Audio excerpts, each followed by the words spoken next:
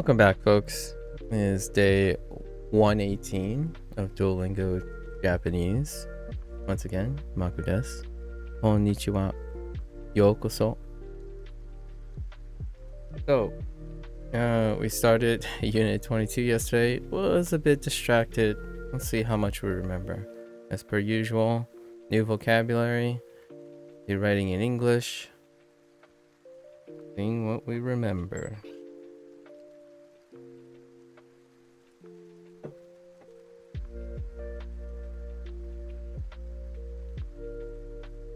So it was health issues, largely doing with like the body, like physical health issues, right?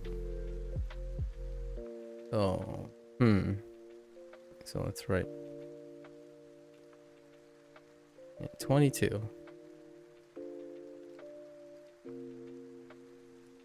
Got a lot of predicates yesterday. I made things a lot of tough, quite tough.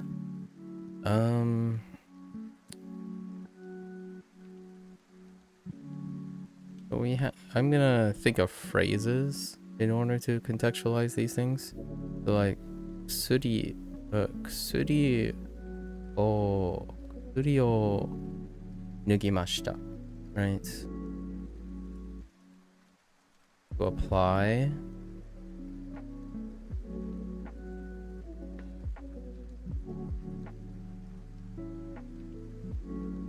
This one, yoyaku o iremashita.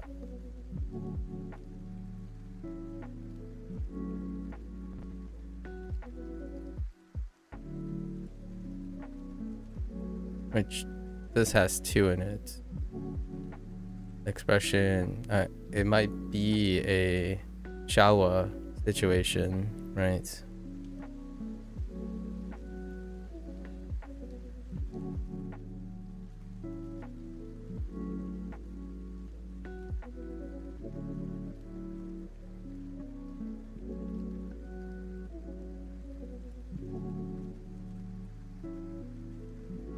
Our new kanji.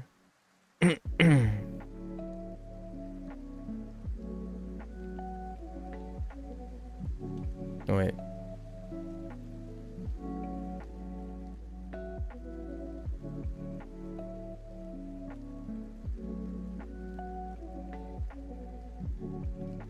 Nope.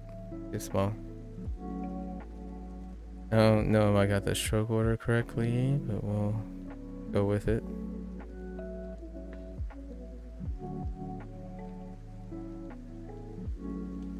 Actually,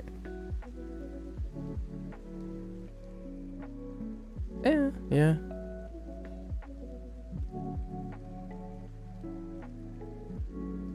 That doesn't, it's fine.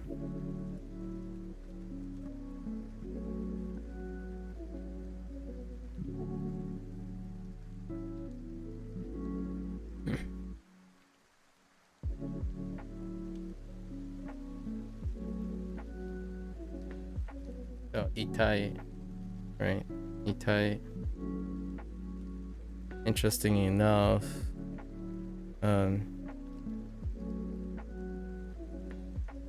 ireru also use one. However, it's not logged.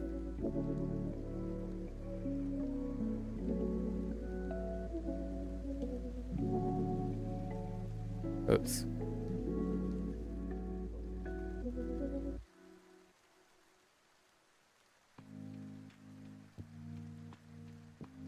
Right.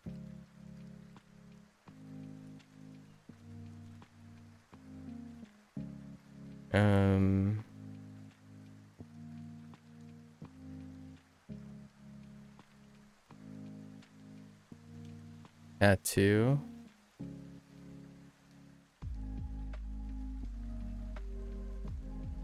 Meh.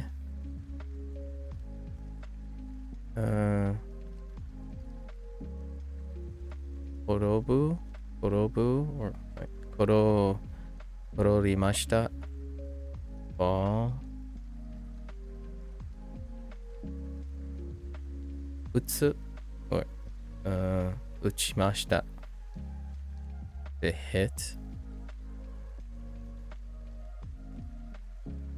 Itai.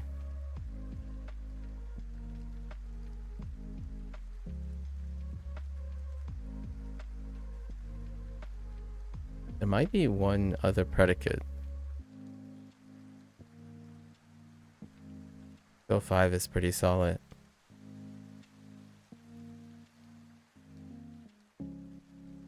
So, atama.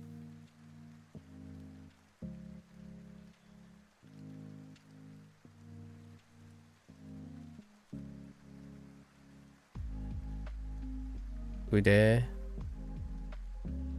Me. Kubi.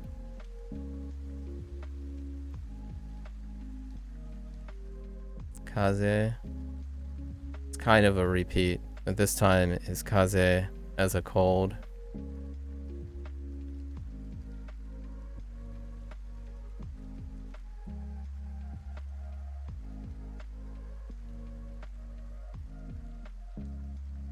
The phrasing like do shimashita ka?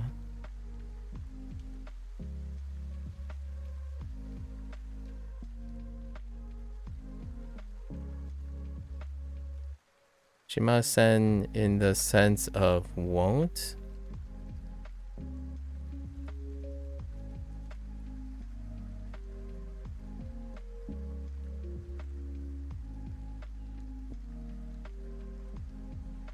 We have kata in the sense of sense.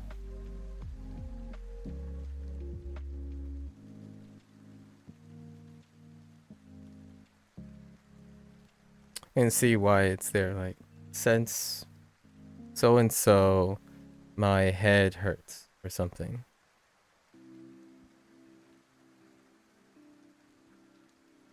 And I won't be doing something since my head hurts, right? Or like since until Wednesday because my head hurts since so and so. You can really combine all of these once you have conjunctions. I don't have conjunctions yet.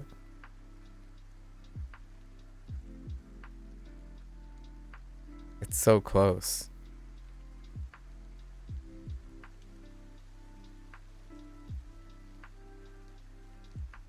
Other health issues.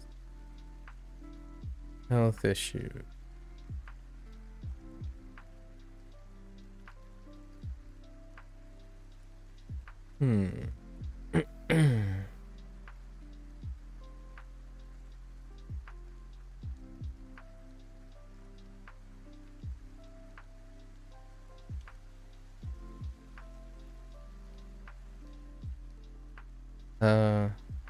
Kuriniku.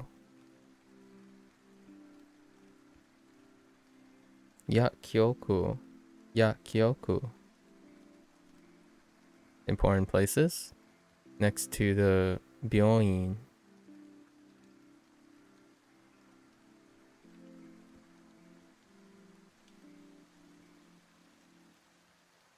You can throw in sensei, but more in the doctor-oriented thing.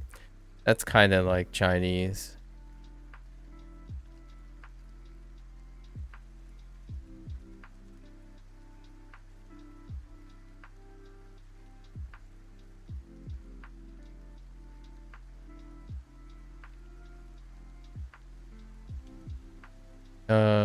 We got new frequency stuff.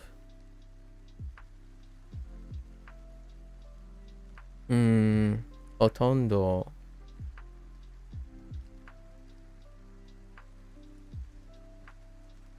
Otondo. Shibaraku.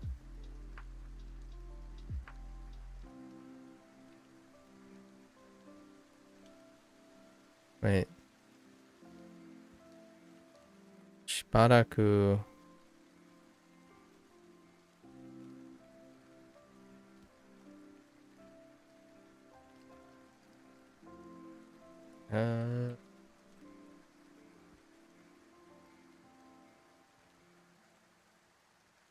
Like,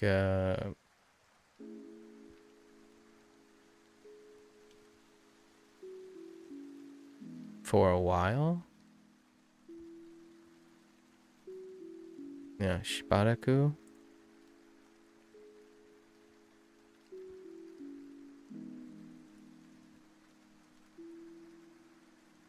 Um, Chotto, kind of. It is a repeat, but I want to associate these. Sort of.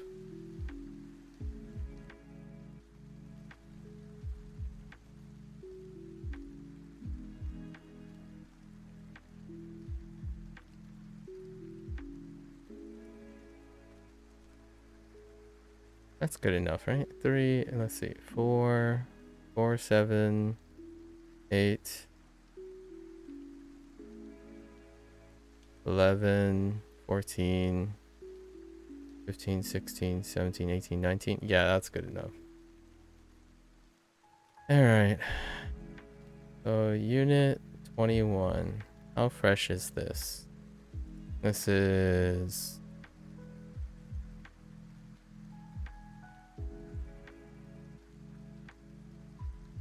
Start describing visits, but also referring to adjectives in the past tense. Right. So we had the...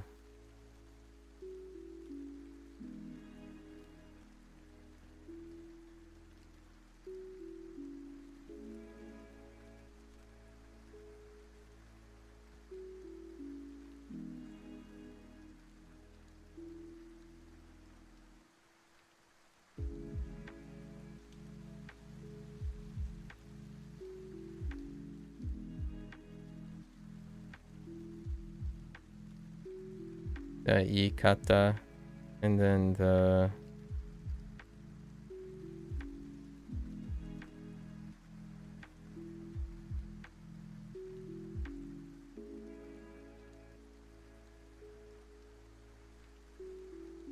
the na deshita.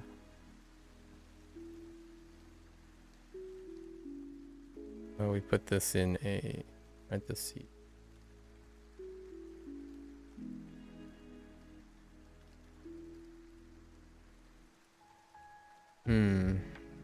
Think about stuff.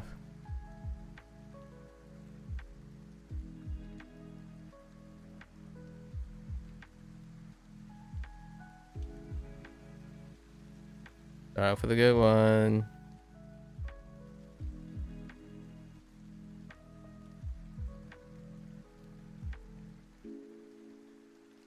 Right. Shripa. Which reminds me of Genkan.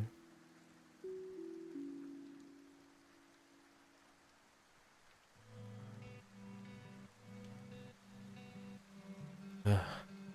My hand keeps drawing that. A little too far.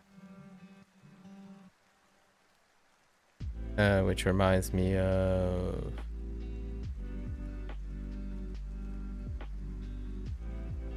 MAKU. MAKU.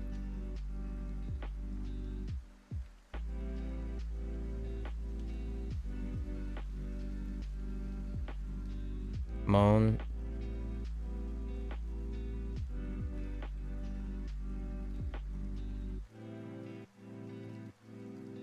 Kagu.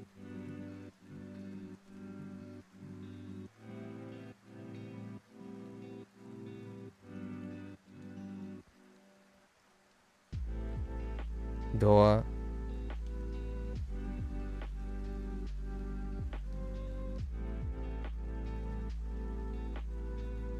Abe.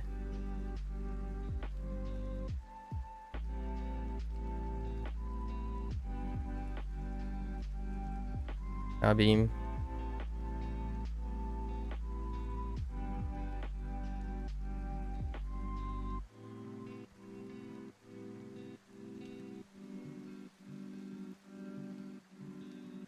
Ongetsu.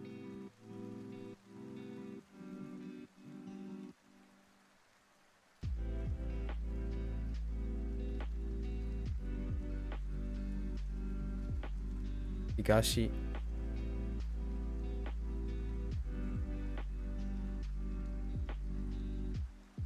Um...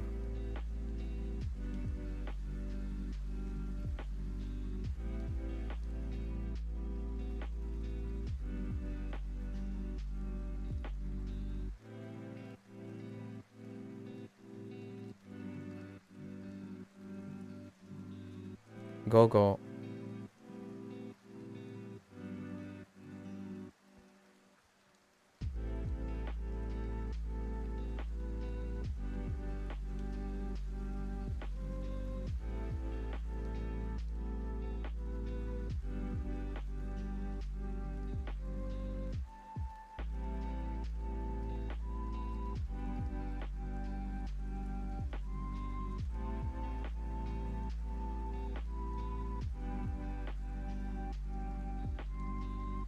Tezukuri no.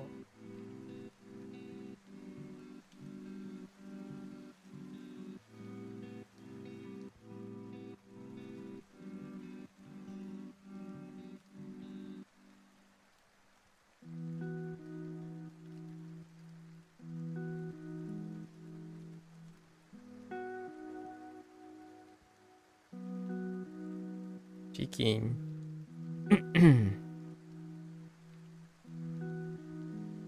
um.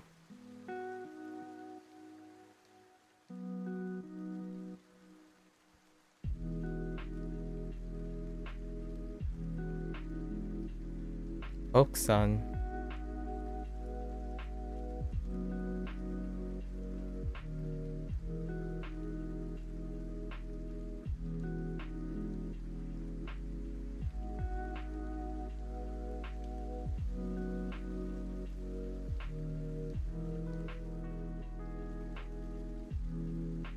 Dana-san.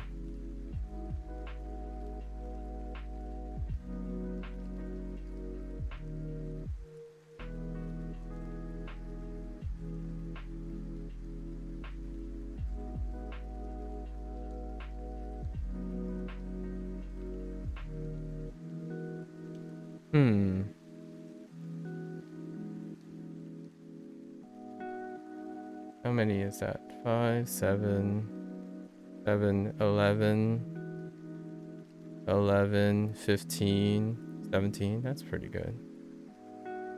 Oh, a random one from here is Denki. Denki. Light.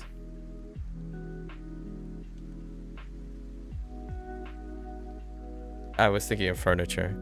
So I was thinking of furniture. What's my favorite color? Pretty much any color that has 70% white in it. If that's a non-traditional answer. So I like pastel colors. Regardless of the hue, I like pastel colors. So this would be a pastel green.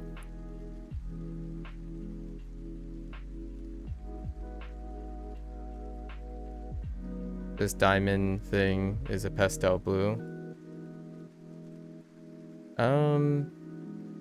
Technically we're gonna say favorite colors because if I have a 70% white color, I also want it next to a 10% white color and a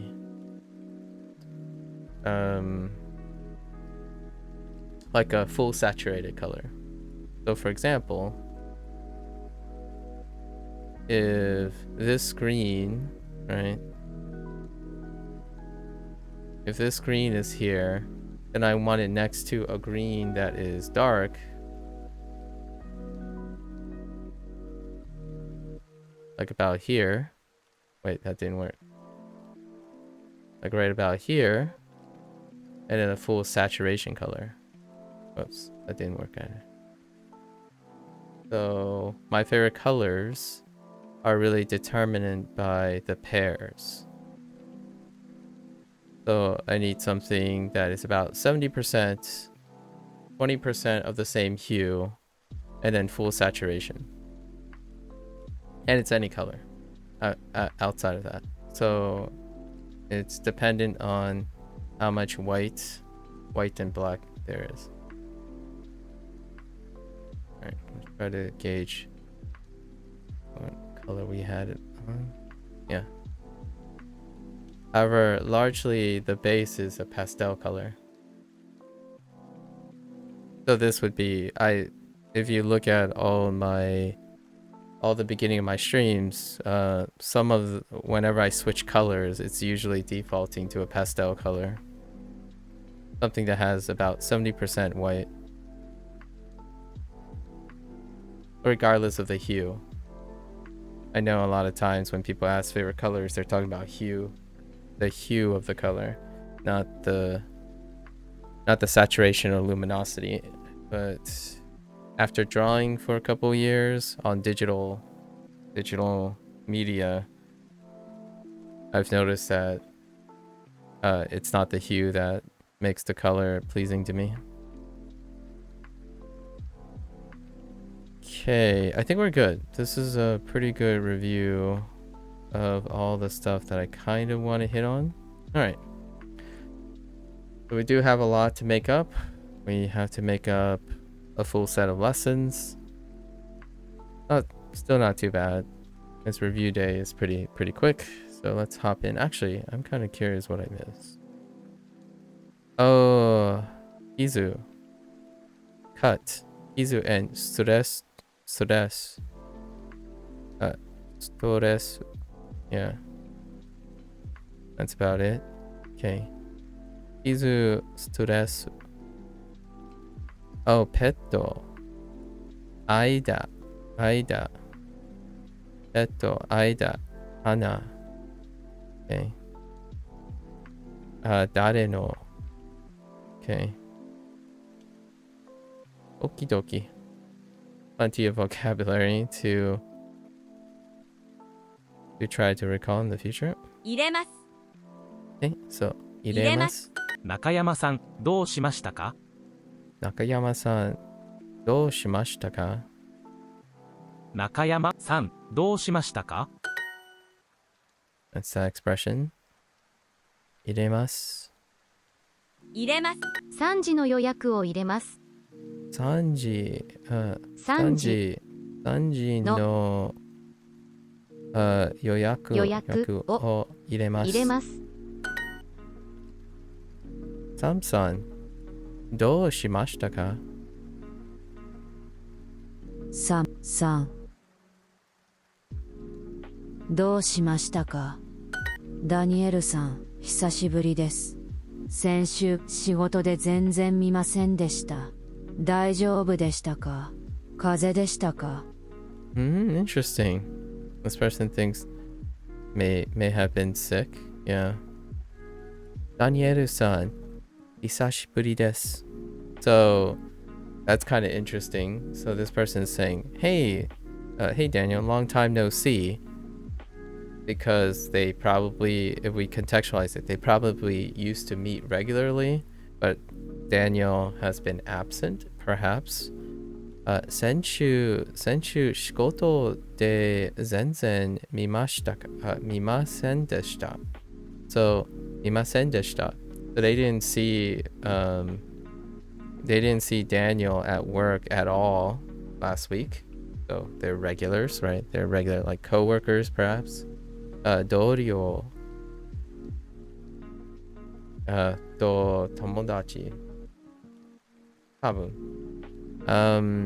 so 大丈夫です。大丈夫でしたか？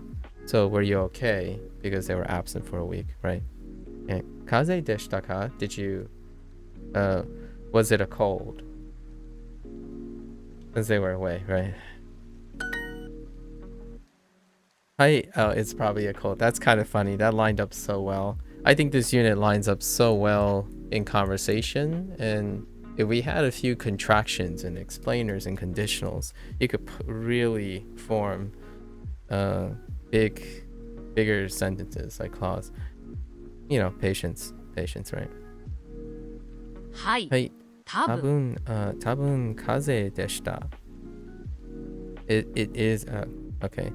風邪です。風です。風です。Yes.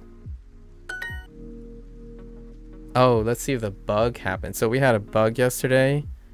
I hope the bug doesn't occur here. We'll see if we can trigger it. There's something, and we circumvented it by deliberately getting a prompt wrong. Just to circumvent the bug. But the bug resets around 70%, like around here. It flashes white and it cancels the lesson. And then we janked it up by deliberately missing one so that we can pass the lesson. I hope that bug's not here. 4日日本入れます先週話 I kind of have a fever. So netsu.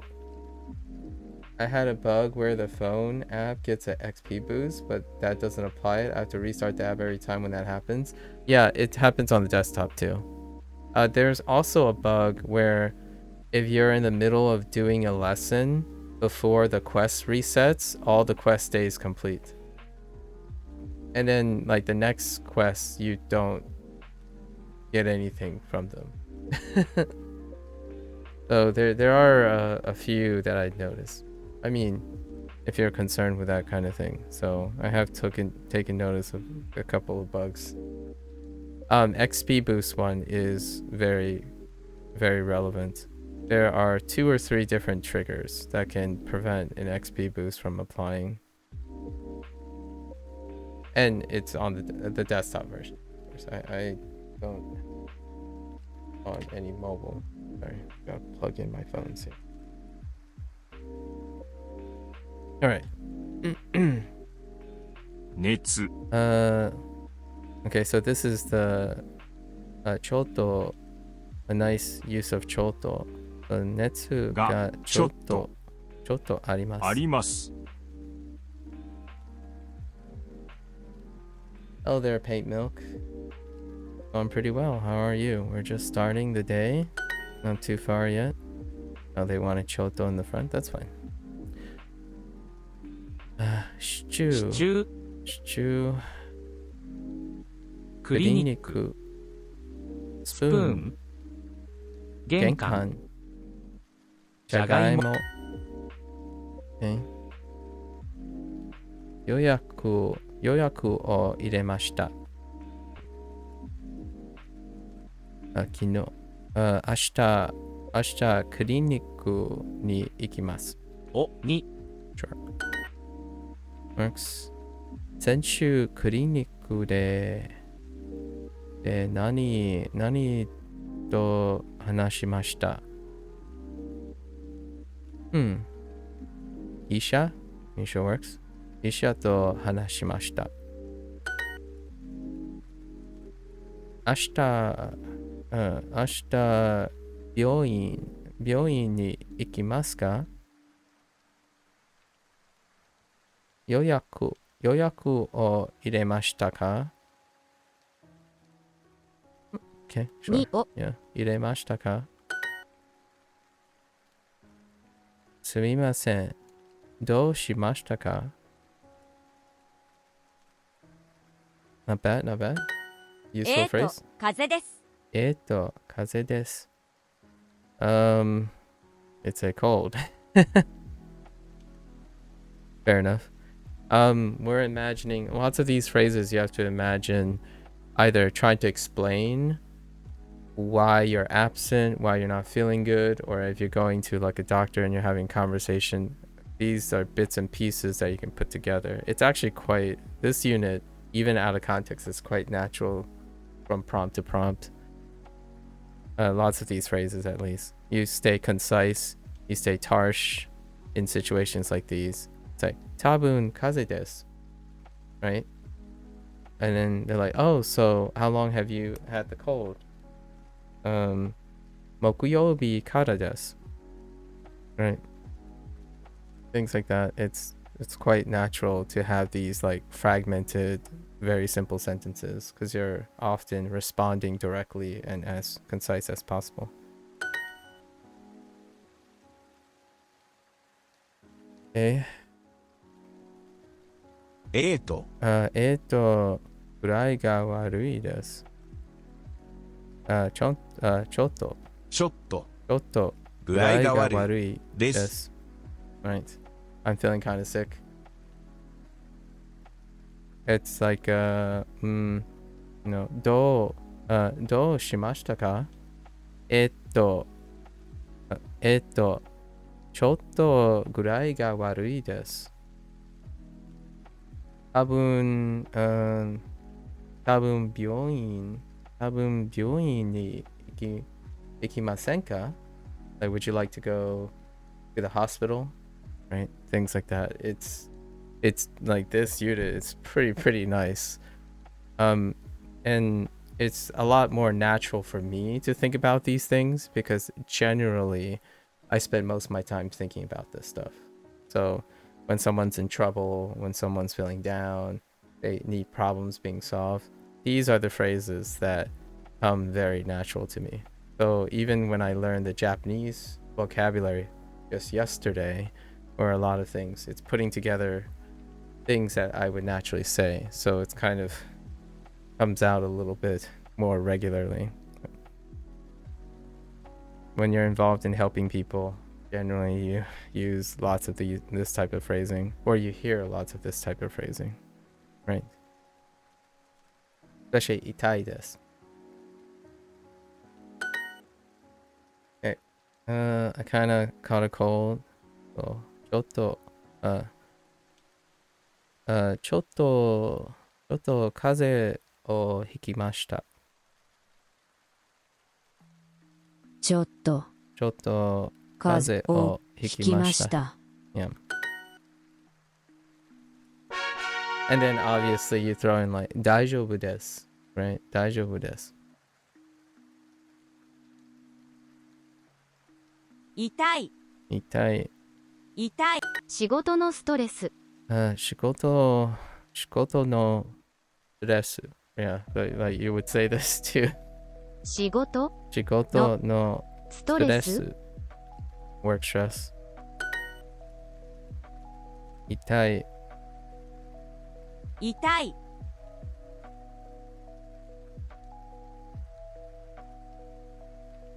はい、3日間寝ませんでした。はい、はい、3日間 Interesting. 3日間3日間 Oh, right. I forgot about this. Right, they use the length of day to express how long someone hasn't done something. Yeah. はい、3日間寝ませんでした. Right, for example. 寝ませんでした。はい、3日間寝ませんでした。No, I haven't slept for 3 days. That's hear that sometimes too. And I'm not entirely sure if this is also generalizable like in English. I feel like it is, where like it's more figuratively as opposed to literally. So like I haven't slept for 3 days. Relatively, I haven't slept for 3 days. Like it didn't feel like I slept for 3 days. At least in my opinion, that it can probably work both ways. But I haven't really asked a person I haven't really collected how generalizable this is. It's very tough to literally not sleep or not close your eyes or not do something like being sleep deprived 3 days straight. So oftentimes it's more like figuratively almost all the time. You would only use that literal sense. I would say I have had bad sleep for 3 days, but that's you. That's fair. When someone tells me this, no one, like to me in English, people don't use this phrase. People don't use the phrasing you said. You've had bad sleep. Also, this is also an English point. It's you generally probably say slept poorly. But had bad sleep is fine too. And in English, this would be a projection of that. So if someone told me this in Japanese, I wouldn't take it literally either. Largely because I don't see this as being true most of the time. People vastly a person who's sleep deprived vastly underestimates if they literally did not sleep during that time. So oftentimes, I don't know what Japanese people obviously are doing, but yeah, I've been awake for 92 hours back in 1999 for DreamHack. Yeah, I have done one or two of those things, and like a 48 hour thing where I had to prep something, and when I got to the meeting, when I got to like the meeting review thing, I ended up sleeping standing up. So I ended up like nodding off for like 10 minutes while standing up, like next to a wall. So technically, you cannot account, like as a person who says that, you can't technically very rarely account for when you have lost gaps in time. So it's kind of difficult. That's why I have a commentary on this type of phrasing. Slept for 20 hours after that and woke up and thought I had just taken a nap. Hello there. Shaman. Hello. Yeah. So oftentimes what I mean is they, like the person themselves, could mean literally. However, I myself would interpret that they mean figuratively. Otherwise, I would send them to the hospital. If they insist that they're saying literally, I'm like, you should go to the hospital. Let's go find you some professional help, because that is very, very concerning. Incredibly concerning. And if it's a stranger, it's even more concerning, because they could be a danger to themselves and other people. Right? At least in my opinion. So this is absurd right here. 3 days. はい、3日間寝ませんでした。 I mean, I get the whole idea of staying for a prolonged time to play like video games and all that stuff. That's fine. I don't think I don't know if you playfully throw this out either in Japanese. You know, Japanese, when they say these things, they're relatively serious. So you just throw out, oh yeah, I haven't slept at all, or you could say I haven't slept at all. Zenzen, right? Zenzen 3日間寝ませんでした right? I guess you could playfully place it that way. That's just me though. I'm grown old in my time. When someone says this thing and they're being serious, I'm worried about them. As opposed to, oh yeah, I do it all the time because I'm young and youthful. That's something I have to get used to. How intonation works in Japanese? Intonation. They work by pitch accent. They use pitch accent, which I kind of use sometimes. I just imitate whatever the synthetic voice says. But their intonation is pitch accent. So you change pitches. Like for example, this would be, whoops, that's terrible kind. So kara, right? Kara, with in this case is sense. So you could go kara. Oh, whoops, sorry. You can go kara, kara. Not accent of different vowels of syllables. It's still an accent. However, the type of accent they use is a pitch change. So, and it's relative to your neutral. It's where you start your neutral. So, you could say kara, kara. Right? Kara, kara. And those would be different words, probably. Like those would be different words.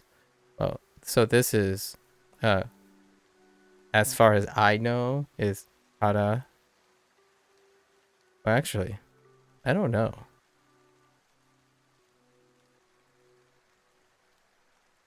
And there's no hearing from it. Kara. Yeah, it's kara. So kara. It kara in sorry. Okay. It's kara, this one. Kara. Instead of kara, I wouldn't try to say kara kara kayobi. Kara kayobi. I would say kara kayobi. Or kayobi kara. Instead of kayobi kara. Kayobi kara would sound very weird. So that's kind of their intonation, right? Cursed homophones. There. So in terms of because pitch accent determines the words. They can mean different words, so they're not. Some people would say they're not true homophones. You can kind of say they're pseudo homonyms, to be a little bit more general, because kara and kara are two different words and they sound different. It's kind of like Mandarin, where if you took ma ma ma ma and ma, all five of these are not, they're not homophones because they sound different, right? They're not identical.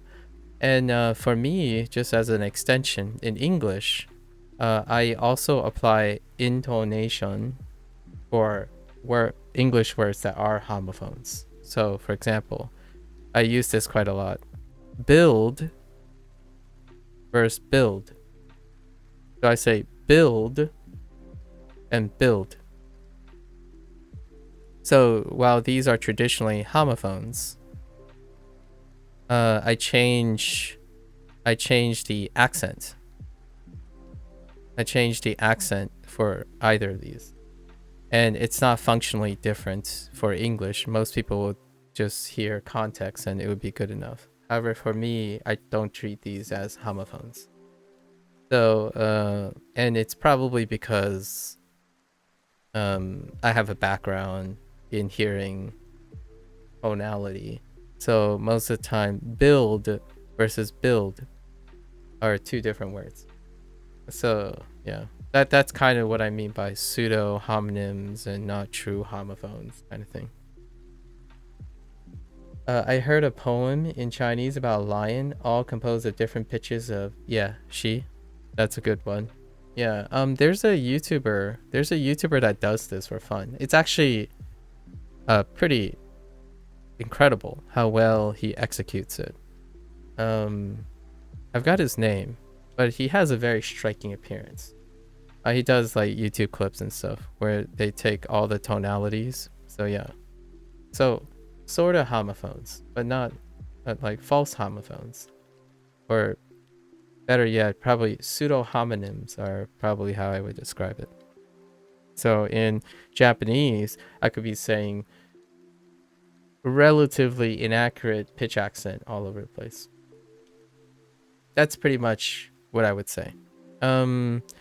My point of reference now is to be able to do pitch accent and not concern myself with the accuracy of the pitch accent. So like this is 火曜日 kayobi, right? Kayobi. It could be kayobi instead if you want kayobi, but this is kayobi, right? And often there's like a pattern to the pitch accent. So like the first two sounds tend to either deviate and then the rest follows. But if it ascends, it can drop again. However, if it drops, it stays dropped. That kind of thing. So kayobi, once you know the forward one, you can kind of gather enough patterns to know what comes after. And nowadays, I don't pay attention to this too much anymore because juggling all of this constantly while learning new vocabulary is kind of tough. So I learned the new vocabulary first before I concern myself with pitch accent. Everything is based on on context. You can remember all the pitch accents if you want, I suppose, in isolation. I would lean towards more contextualizing the stuff. Yeah. However, their writing system, the Japanese writing system, helps you as well. So you can associate like kanji with what its pitch accent is. So oftentimes repetition and practice can inherently couple kanji and stuff. Like for example, iru, I'll write it in romaji, right? Iru. This is like the sound, the read, iru. However, iru has lots of irus. There are lots of irus. Now, I don't know all the irus. I only know 2 irus. And all those irus have different kanji. At least 2. I know there's at least 2. Now, I don't know if iru has different pitch accent. So I don't know that. Maybe over time I'll figure it out. Maybe iru 1 has a different pitch accent than iru 2. So I have no idea. And the idea eventually is to figure that out if I want. However, to separate these two's meaning, context can separate them. So even if you assume 1 pitch accent for iru, right? Right now, I'm assuming both of these are iru, as opposed to iru, right? Iru instead of iru. The context will provide which iru I'm talking about. And then the kanji, if I knew the kanji, it will also provide. It will contextualize which iru I'm using if you're reading it. But if you're hearing it, you're probably going to hear 1 pitch accent from me, and you're going to need the rest of the sentence to know which it is. So that's the closest thing. There's no system to write pitch. There is a simplified system to write pitch, and it's what I was using here. So like, they basically do it to relative to the previous pitch, to your starting pitch. So when you start a pitch, it's relative to the starting pitch. So Nihon would be this. It's a simplified generalization, and there is source material where you can search and then look for their pitch accent. So you can practice that from day to day if you want. For myself, it's not an ultimate goal for it because context in the end is king. And I will try to pay attention to these things as I'm going. This is a very common question that's asked in Japanese learning. And coming from someone who listens to Chinese all the time, this stuff requires a lot of discipline, a lot more discipline. And obviously I speak English as a common language, which lacks any discipline or required any discipline, really. You might be thinking, well, yeah, there's some discipline like syllable versus syllable, right? However, functionally, due to the flexibility of English accents and other people speaking English, tons of people speaking accent, it's functionally incredibly flexible to the point that you would require discipline in order to create structure for the Japanese language. And in Mandarin, that also requires discipline, but Mandarin is tonal, like a lot more tonal. So it has also an element of extra dynamics along with requiring discipline. Yep. Funny thing for some English vowels that don't exist in Portuguese. For the most time, I really just relied on context instead of telling it apart, like bed versus bad. Yeah, some somewhat analogous to pitch accent, how context becomes valuable to learners. Yeah, you kind of feel it out over time. Japanese pitch accent, at least there's a lot of material. Norwegian pitch accent, no, I'm not gonna try it. Yeah, and then I speak Fujianese, so the problem with Fujianese is I can't, I don't know, I don't even know how to write a form of phonetics for it at the moment. Some people tried, and they use the Mandarin pinyin system to do it, but you can probably use Hanzi if to substitute, but I don't, that will make all the meanings confusing.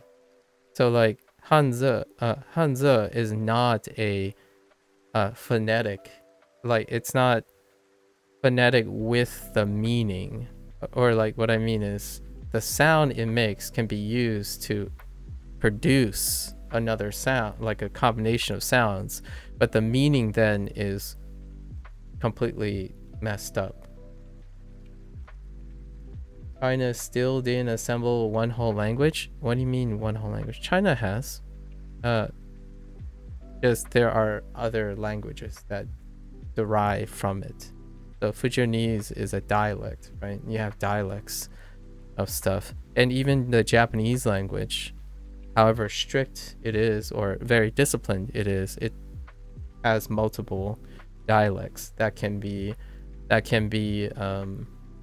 almost unintelligible at times to each other. So it can destroy the comprehensiveness. Yeah. Like for example, I generally do this when I'm learning Mandarin.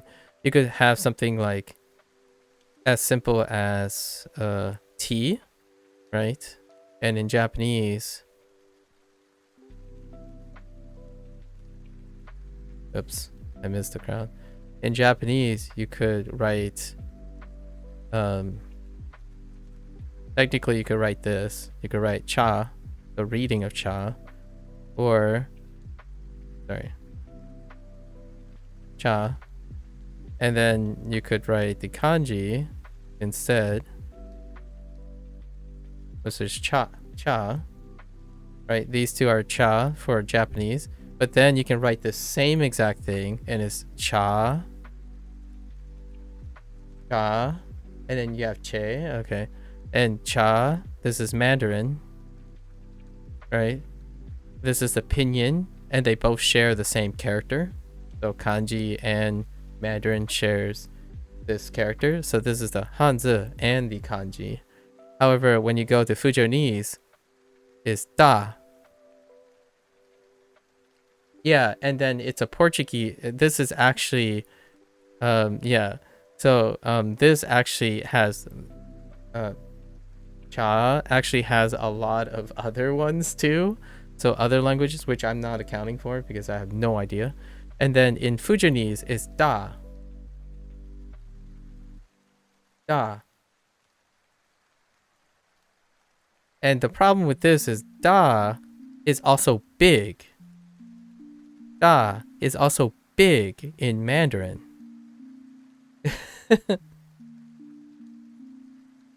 So without context, if you said, may I have some tea? You might say, may I have something big? So, oh, which by the way, the accent isn't tone though. Yeah, right. That's fair. That's fair. Well, it might be a tone, but different things. So yeah, so all of this unique context. In the end of the day, I think one thing to take away is I almost feel like my relatively short time with Asian languages, right? Asian languages. Context is still king. Context is king. So if people are constantly worried about certain things, I feel like as long if you are able to make stories and wrap around concepts of context and become more comfortable with that idea, it's the other stuff often works itself out, right? So yeah. No one, if I said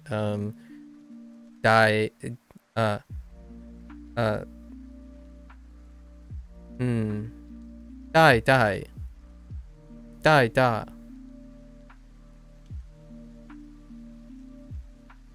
You might still get away with it.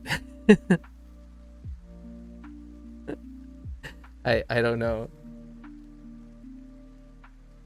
No, I do not extend beyond. At the moment, life is only so long and privileged to be able to investigate specific types of languages. So all these languages are part of my life, and lots of times the things I learn and are interested in and motivated are things that are consistently part of my life. So it's not going to be relatively possible for me to investigate languages that are all that are outside of my sphere of influence. It's not practical usage per se. I don't want to give you the impression that I'm learning language pragmatically. The use is sentimental usage. Practical use, in my opinion, is something an objective person would say, and that is a tool or a mechanic. I am more likely to be interested in a Slavic language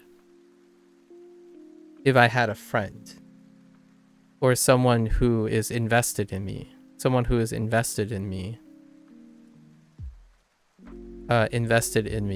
Then I would likely tackle a Slavic language. But since I don't have such a friend, then I don't. Mandarin is my background. So Chinese is because my parents are Chinese. Japanese because I love the Japanese culture, and I have quite a lot of people who like the Japanese culture around me. Fujianese is my mother tongue that I speak with my parents. Spanish is because I live in the United States and I'm surrounded by a lot of Spanish-speaking people. And then Cantonese because I love Journey to the West and Hong Kong entertainment. So they're all for sentimental use. They're all sentimental reasons. So none of this is I'm doing it for like a job or something, or I have to do it, which some people do feel that way. Like they want to, move to Japan. So their sentimental reasons could become practical reasons, right? And I do have some practical reasons, though. I have an immediate family member. My sister resides in Japan for now. So there are still practical reasons I'm learning Japanese. Me and my family will likely visit Japan to visit my sister. However, the main reason I'm interested in most things are sentimental. I do not plan on leaving the United States permanently. I actually believe that the things I appreciate about being who I am is reflected in the United States culture. Naturally, right? Some people say, well, duh, you were born and raised in the United States. You'd be surprised how many people want to move away from the United States. For me, it's very difficult for me to go from a country who bickers, if for better or for worse, discuss constantly about multiculturalism versus going to a country that prefer not to talk about that stuff. And that it's viral just to consider the idea of talking about multiculturalism. So I'm typically not a person who would want to move to a country that's monocultural. One time I was playing GeoGuessr and I was in Hokkaido and there was a traffic sign written in Russian. Yo, that's pretty funny. Oh, because it's close. Okay, I see. Yeah. Anyways, thanks for asking, Jamin. I think about this stuff all the time. I don't voluntarily talk about this stuff too much. It's generally prompted by a question. This is the stuff that motivates me to learning language. So I don't often get to show why I enjoy studying and learning things. Usually I don't unsolicitedly explain all these things. I'm a person more like my Chinese heritage and my Japanese heritage. I answer questions when asked, because when asked, I know that I have some form of undivided attention from that person, right? Not a keyboard warrior. Let's just say that. Okay. So, 火曜日火曜日からです。です。先生、別の薬はありますか？昨日この薬を飲みました。でも、まだ頭が痛いです。Okay. Let me think about probably at the clinic, right? Because sensei. Sensei 別の oh, that's a good one. 別の薬はありますか？別の means different. So do you have different medicine? Right? 別の薬はありますか？昨日この薬を飲みました。So yesterday I took this medicine. でもまだ頭が痛いです。Right? まだ so my head still hurts though. Although my head still hurts. So doctor, do you have any different medicine? A different medicine? Because yesterday technically, but there's no because here. I'm just adding it. Because I took the medicine yesterday and I still, I would say so I would go like demo. I took the medicine. There's no phrasing. I haven't learned the Japanese phrasing. You can combine these two, and I kind of know the grammar point in which you can combine the two, but they're really just saying, I took the medicine yesterday and my head still hurts, right? So you have something different, please and thank you. Onegaishimasu. No Russian even at Far East will try to learn Japanese to read some road sign, especially because we have right side traffic. That's a fair point. That's a funny point. Yeah, right side traffic. High five. Right side traffic. Oh, well, I appreciate the kind words. Shaman. Mada mada desu. Arigatou gozaimasu.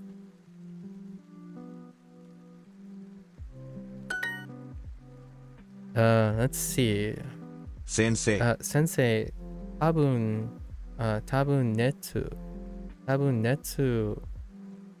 があります。Or it works. 熱があります。 Wait, 多分 where's my 多分多分。先生、多分熱があります。最近仕事のストレスがたくさんあります。先週は毎日遅くまで仕事しました。あまり寝ませんでした。月曜日から頭が痛いです。Okay. What is the problem? Yeah, you could say they have too much work. Lots of stress work from stress. You watch this Norwegian YouTuber. I would have drank a pint or two with you. Oh, well, let's share a drink digitally, right? Do you have a drink with you now? Right? We can always use our imagination and vicariously live through the frame, right? Definitely chill with the beverage. I watched this Norwegian YouTuber that when he's in a left side driving country in GeoGuessr, it just straight up says, drive in the wrong side. Okay. Oh boy.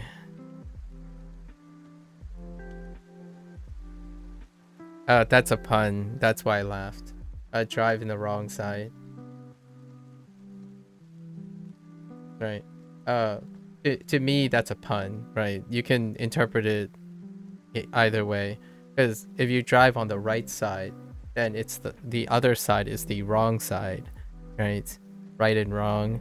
But at the same time, that person's obviously sensationalizing by saying the wrong side, as in the incorrect side, as opposed to the antonym for right. I know I'm explaining it, but I like puns. I like double meanings. A pun in English, but not in Norwegian. Yeah, that's a double pun. Like, what I mean by that is, if you know multiple languages, right, you can bridge languages. So it's a pun, and if it's not a pun in a different language, then it's still a pun. If you know what I mean. In like it's the bigger pun. Not only is the pun completely irrelevant in the other languages, it's a pun specifically for a specific language. So you have triple meaning. You have meanings upon meaning. And it would be really cool to have a like a multilingual person make puns across multiple languages. That would be pretty impressive. Have a stand-up thing where obviously the target audience is gonna be terrible, right? What's your target audience?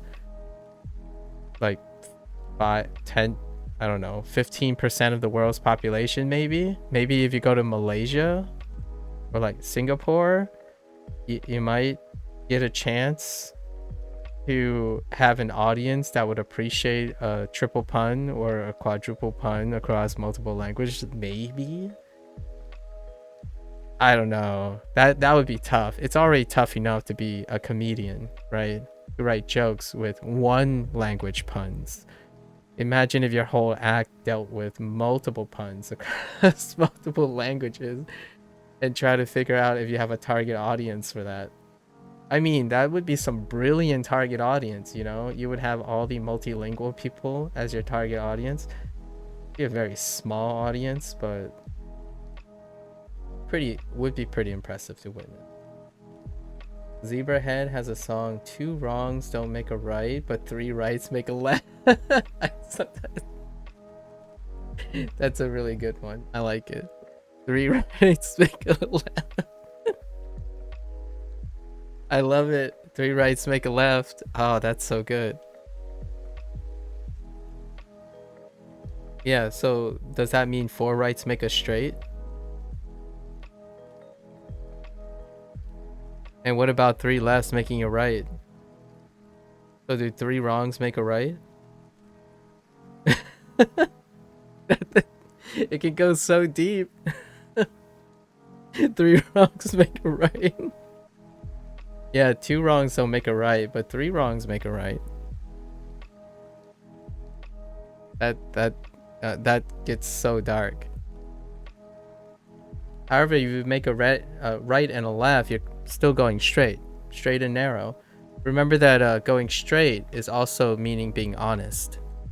So if you go straight, right, you're honest, direct. So oftentimes that means you're right too. So if you go the straight and narrow, typically you're going righteous, right? You're righteous, the straight and narrow. So directions, English, eat your heart out. Confusing as heck. It's fun though. It's a lot of fun. Okay. 最近仕事のストレスがたくさんあります。So I have a lot of stress. Recently I have a lot of stress at work, right? A lot of work stress. 先週は毎日遅く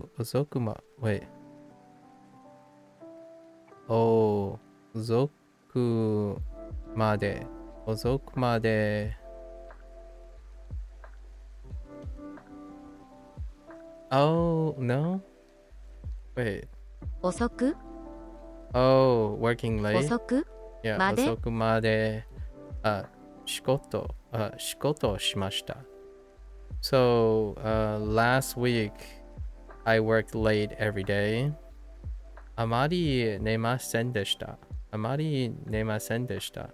So I didn't really sleep. Right? I didn't really sleep. 月曜日から頭が itai desu. So my head hurt since Getsuyobi, Monday. So this is what I meant. So they put it together really well. So this is what I mean by this unit is fantastic, because almost all of it is from this unit. And then they threw in the stuff from like emergency and stuff. Yeah, this is the type of conversation I would say someone would be explaining to a doctor, right? Which they did. They prompted already from the previous one. Oh, what is my time zone? My time zone is EST, Eastern Standard Time. English, sometimes I have a little bit too less words than needed. Too few words than needed? Can you explain? What do you mean by that? I see what you mean, actually. Well, so English, I don't know if you're familiar with this term that people use, at least I think I like to use, descriptor. Descriptor. So English is a descriptor language. And oftentimes, to be descriptive is to increase the length of the sentence. However, in like speech and conversation, people like to contract a lot.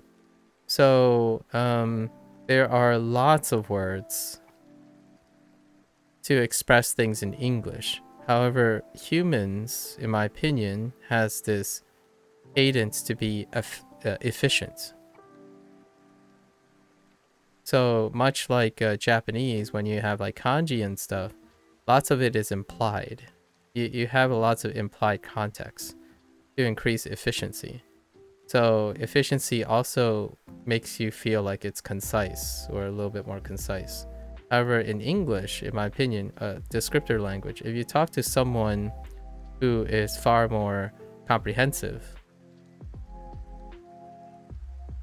you're going to have a incredibly lengthy discussion, right? Because there are words to describe in English. However, it takes a really long time to describe them. So it can feel like English have too few words. However, it's largely due to the human condition to be efficient. So these little like puns and jokes we're talking about is often playing on ambiguity for comedy, right? For comedy. So funny notions and stuff are due to deliberate, intentional, incomplete descriptor. In Japanese, the comedy might actually come from being too implicit, as in like it's too context implicit. So you can get misunderstandings and stuff, and I would argue that Japanese actually, like, to be relative about things, Japanese would be less of a descriptor language. Yeah, so oftentimes if you think that English have too few words, I think there aren't too many languages that are reliant on being a descriptor language than other languages. I don't know why, but it's very hard for my mind to default thinking in my native language instead of English. Oh, that's interesting. Maybe I'm just too surrounded with English in the internet and online far too much. Huh.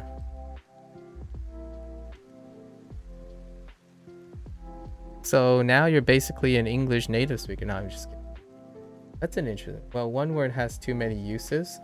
One word don't have yes. I'm gonna say one word does have many uses. It's not because English has too few words.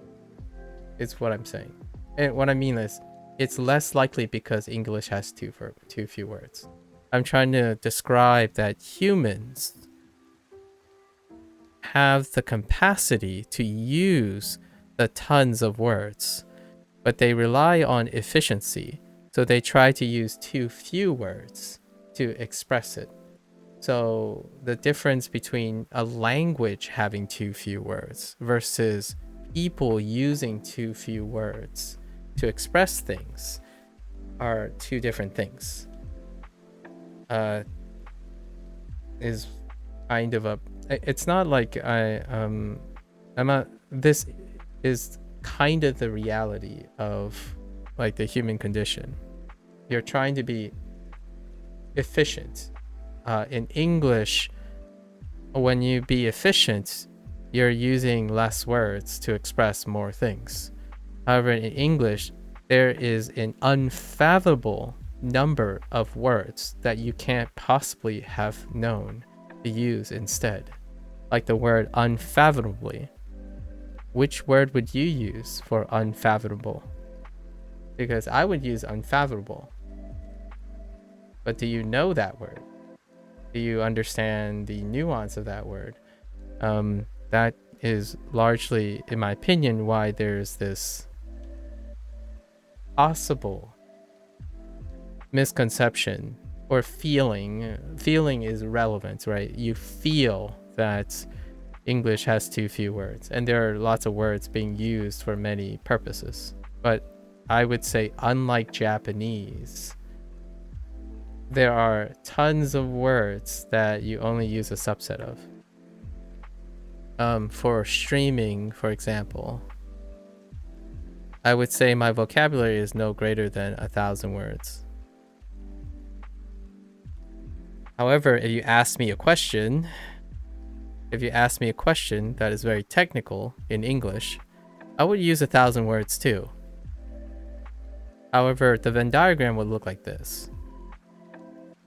So I would probably use these 1,000 words. And then these are the 1,000 words for common use. So it's kind of like Hiroko says, although 7,000 is too high. 7K is a little too high for fluency, in my opinion. I actually think people use less than 7K words.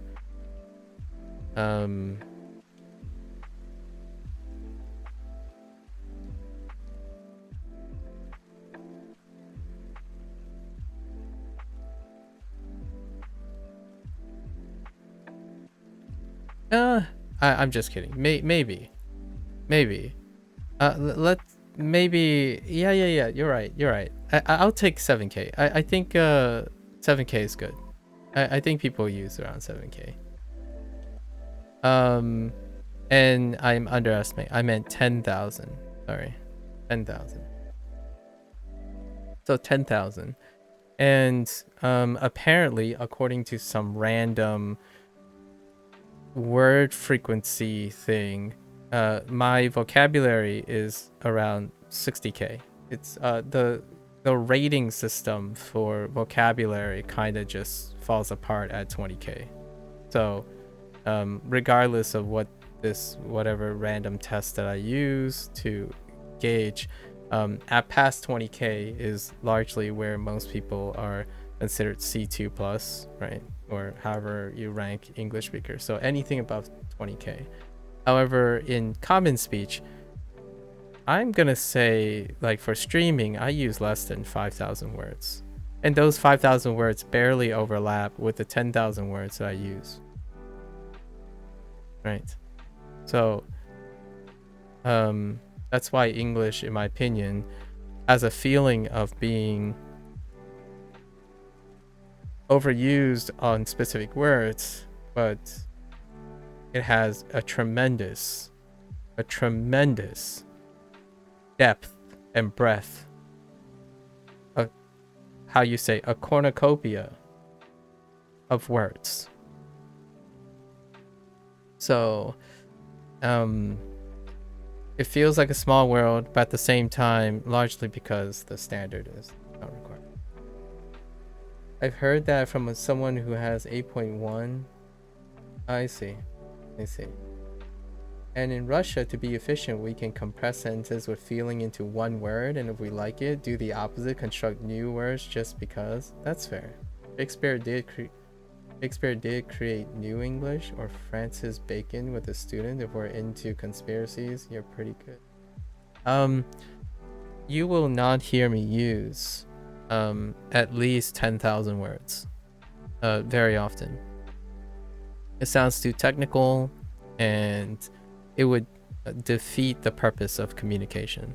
So most of the time, I tend to apply appropriate communication skills to the word, as opposed to, apply the appropriate vocabulary and diction to the conversation at hand, as opposed to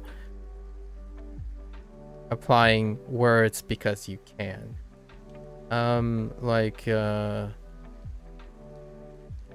There's a difference between using, right, things like cooking, cook,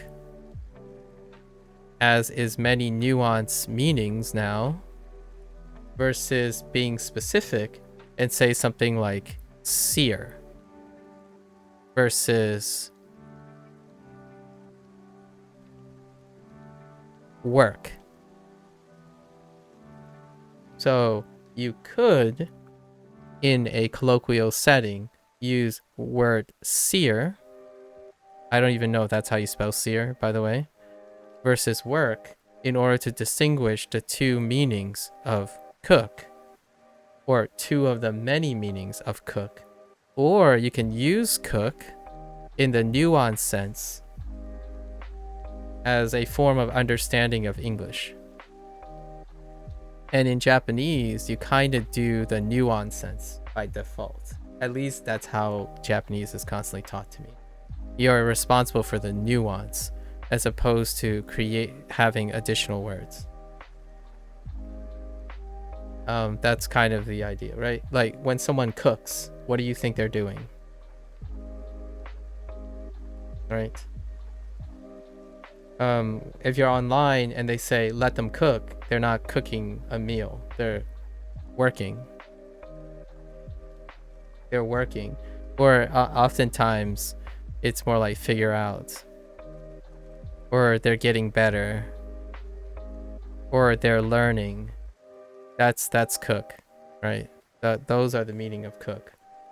However, if you go on a culinary channel, then you might be thinking of like sear, boil, all the other versions of cook. Yeah. Anyways, good comments. Excellent comments. You got C1 on some free tests, you think? Oh, that's kind of nice. What? Did I ask you what your background is, Shaman? I'm guessing it's Russian? I don't know if we had a deeper discussion about your background. In language. So, let's go over what this says. So recently, I had a lot of work-related stress, basically. Work-related stress recently. Every day I had to work late last week. I had to work late every day. And I didn't really sleep. And I've had my head started hurting, or my head hurts since Monday, right? Russian village boy with a lot of free time and 3G USB modem. Oh, okay. Fair enough.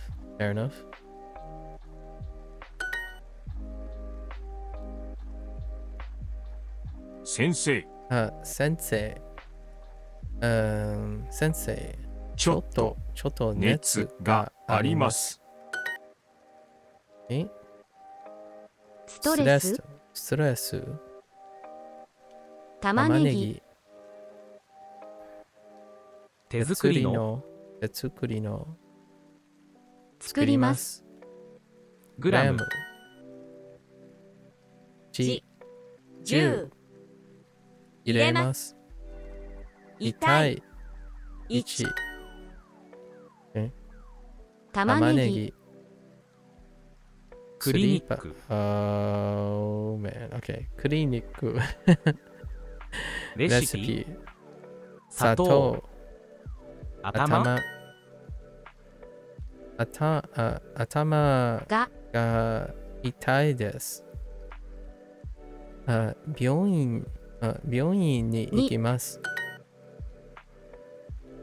Many Japanese words are taken inserted from from English. Yeah.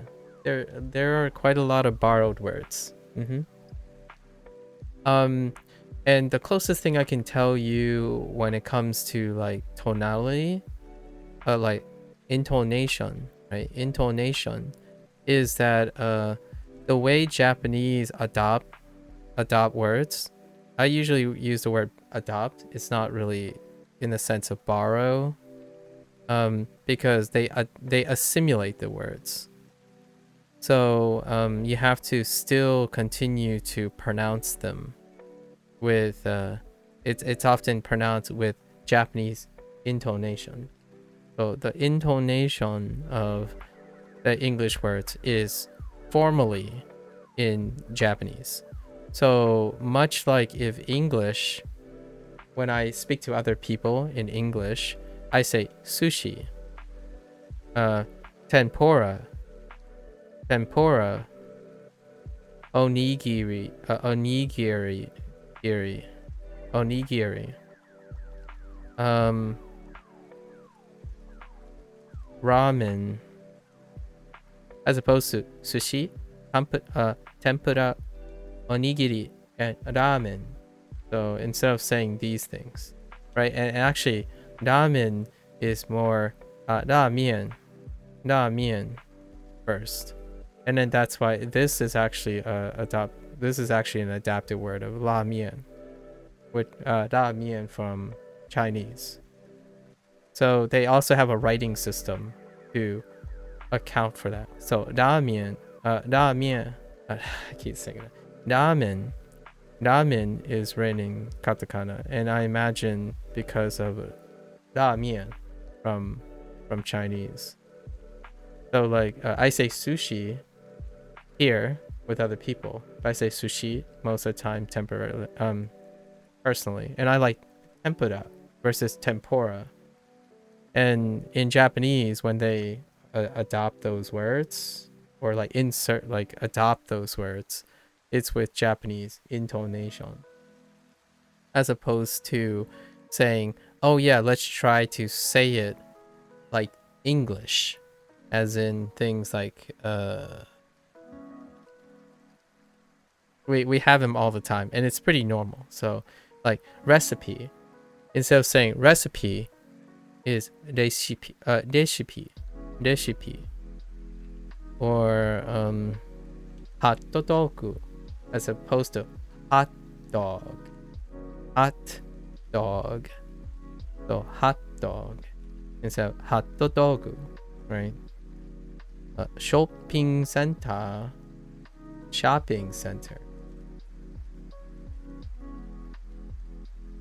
right? So you won't see, in my opinion, after listening enough to other people talk in Japanese, right? They do not go out of their way to inject, like to immediately say the English word. They're saying the Japanese adopted word that sounds like the English word, which helps with meaning. It doesn't necessarily make it any simplified, unified for the language it is adopting from. Compared to Russian, we have them all: English, French, Greek, Turks. Yeah, I'm in the United States, and I am a multicultural person. So, and I'm formally educated, so my common environment is to be around internationals. So in fact, not only that, the English that I'm used to is not of one English. I'm usually used to hearing 7 or 8 different accents in my professional life. when I walk around and hear people speak, there's at least 3 to 4 English accents at all times. So generally speaking, there's no like quote unquote normal English accent in my opinion, to me, in my head. So I'm generally prepared. When you go to a conference in like science, you're expecting to be able to follow like 4 or 5 different accents in English.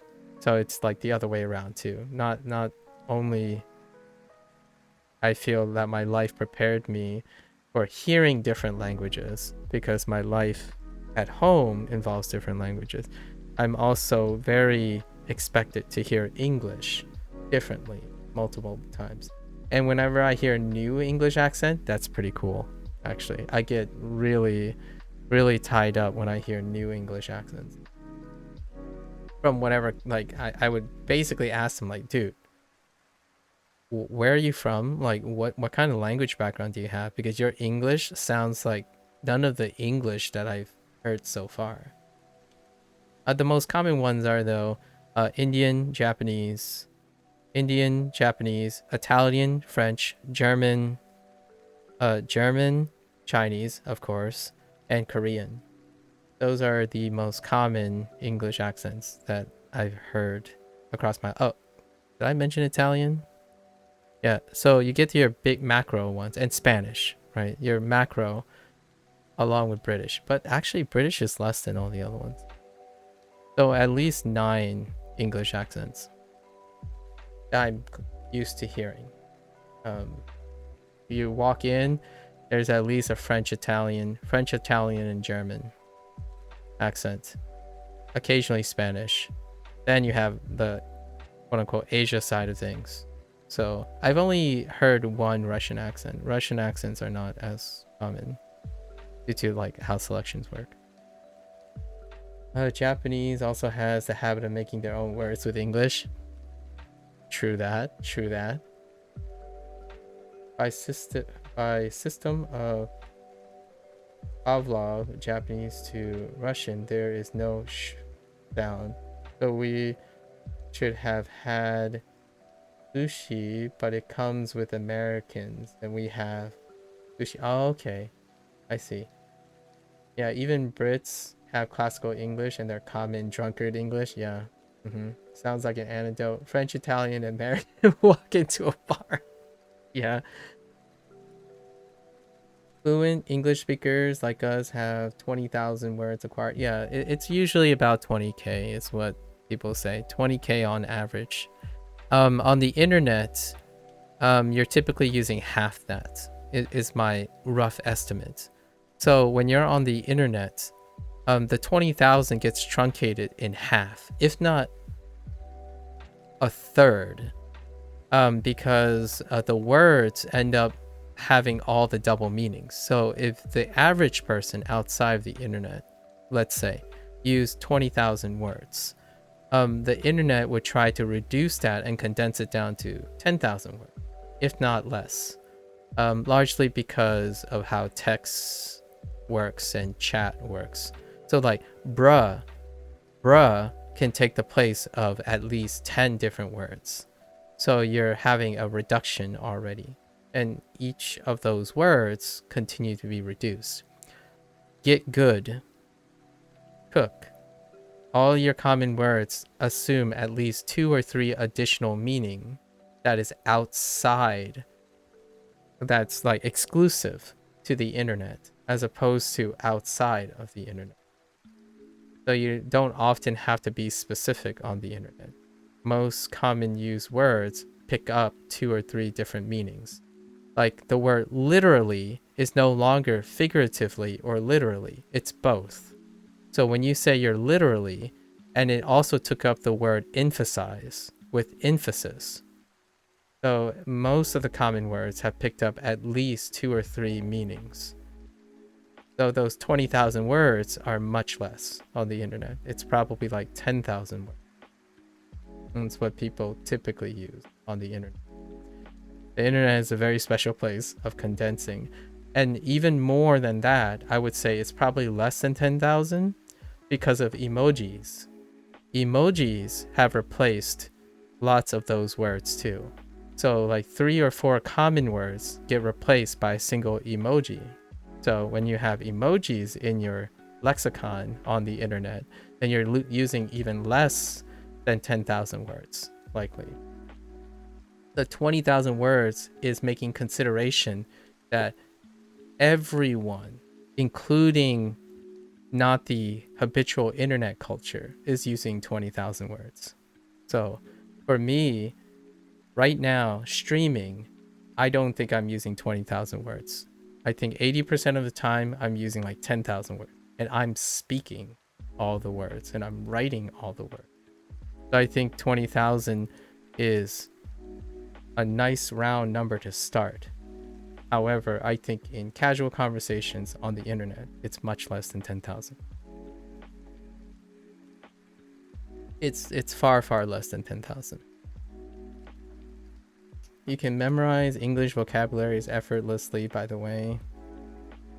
The spelling of each word take my life, make no sense, and I depend on autocorrection, made me so bad. And then that's perfectly fine though, because you're on the internet, right?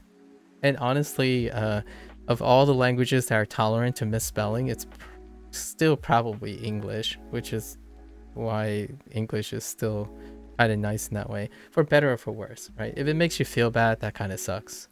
When I'm learning Japanese, you know, if you screw it up, you screwed it up, and you gotta correct it. In English, not so much.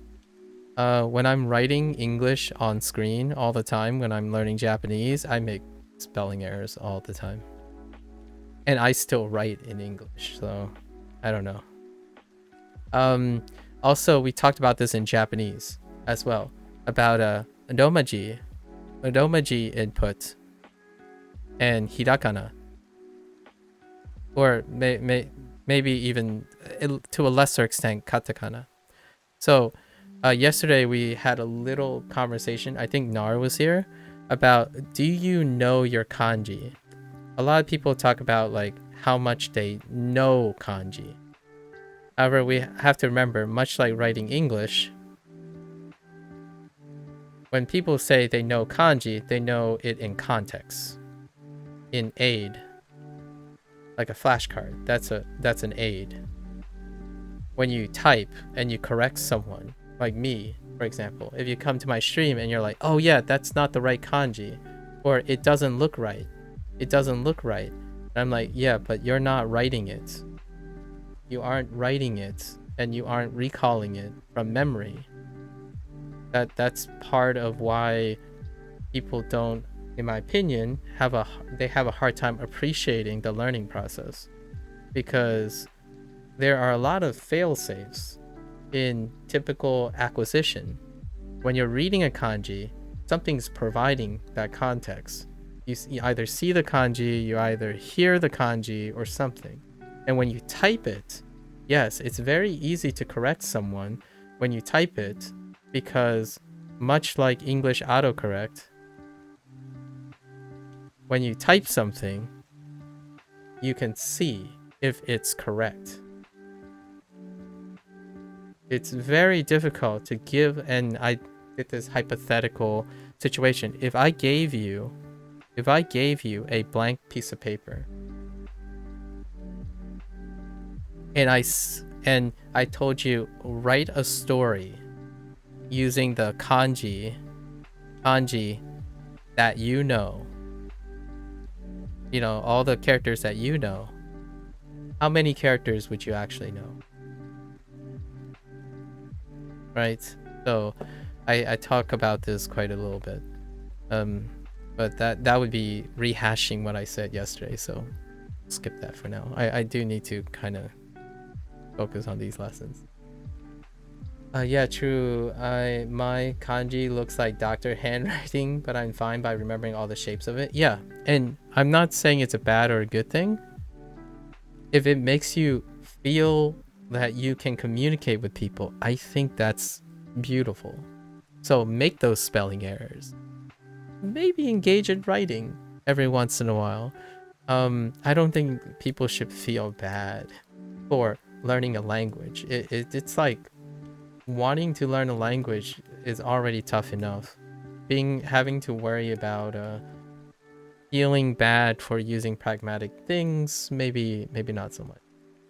If you know they're preventing you from doing something, that's fair enough. You don't have to feel bad about it, in my opinion. I'm gaslighting people at this point.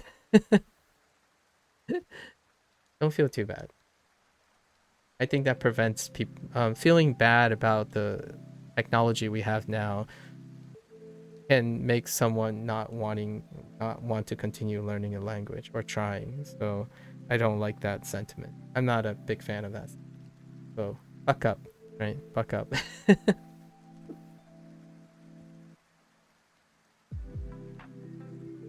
Internally really do be making words literally meaningless. Oh, internet. Me when I say pog in real life. Oh man. Yeah, I say pog. I say pog every once. Pog. Right now, what words do I use a lot? Just as a last teaser, right? Hit differently. I like this phrase. I'm a fan of hit differently. I just learned the Japanese word for hit, utsu, right? Utsu, but hit differently. And then I'm okay with slap. Slap is pretty good. And cook. I'm okay with cook too. I like cook, slap, and hit differently. I have a Familect word too. Between me and my friends, we use the word pep. Pep, but it's not. It's kind of like pep, like the traditional word pep, but it also means to pep, as in like pepka, right? Pepka or papega. But now it's pep. Pep is both a noun, adjective, verb for me and my friends. So you even have Familex, right? Familex. So sometimes you'll probably catch me saying, "Oh man, am I a pep?" As in like I'm stuck. I don't know what this. I don't know what. Like I'm having a brain fart, right? Like I'm a pep. And then you can pep up, but that's not the meaning of pep. As in pep up is to cheer up. It was what people outside would think. But to pep up is to screw up. Like I pepped up, as in I really screwed up. I did something very pep. So pep has become noun, adjective, and verb at the same time, right? As opposed to pep up, like Dr. Pepper, or cheer someone up, to pep up, right? Confusing enough, right? Confusing enough. Sometimes my mind say, why didn't you learn German or Spanish? You would do a better progress instead of learning such a hard language. I don't know. Japanese just sounds different to me, at least. My uncle always says, learn Turkish. You will never use Japanese in real life. I see. In real life. Oh, that's interesting. Did they really say that? Just so you know, Hiroko, my parents said the same thing. Actually, I kid you not here. 痛い This is what my parents said. So, my parents are Chinese. And you have to know that Chinese people, their philosophy is pragmatism. Pragmatism. It's incredibly, brutally pragmatic. Okay? So, when they moved to the United States, and I was born, why do I not know Mandarin? So why am I illiterate in Mandarin? Literally, someone said, you're Chinese. Why are you learning Chinese, right? Why am I illiterate in Mandarin, right? My parents told me, you're in the United States. English is its national language. The most pragmatic thing is to spend most of your time on English, because it will lead to use and success, right? You can use it in real life. And when did they say this to me? When I asked, well, I want to learn Mandarin. Like, shouldn't I learn Mandarin? Should I know how to talk in Fujianese to my parents? It's like, well, yes, when you have time, when you become successful. Right? When you have become successful. But the thing about language is I'm still learning English to this day. And it's going to be it's a life skill, right? So today, this moment in my life, if I show my parents that I'm learning Mandarin and even Japanese, oftentimes they'll say, why? Why would you use that? Why would you do that? However, I'm learning Japanese now because I have a pragmatic argument. My sister lives in Japan. And they asked me, we should visit. So now I can cater to the Chinese pragmatism. So when you said something like, learn Turkish, like, you will never use Japanese in real life. Welcome to the Chinese household.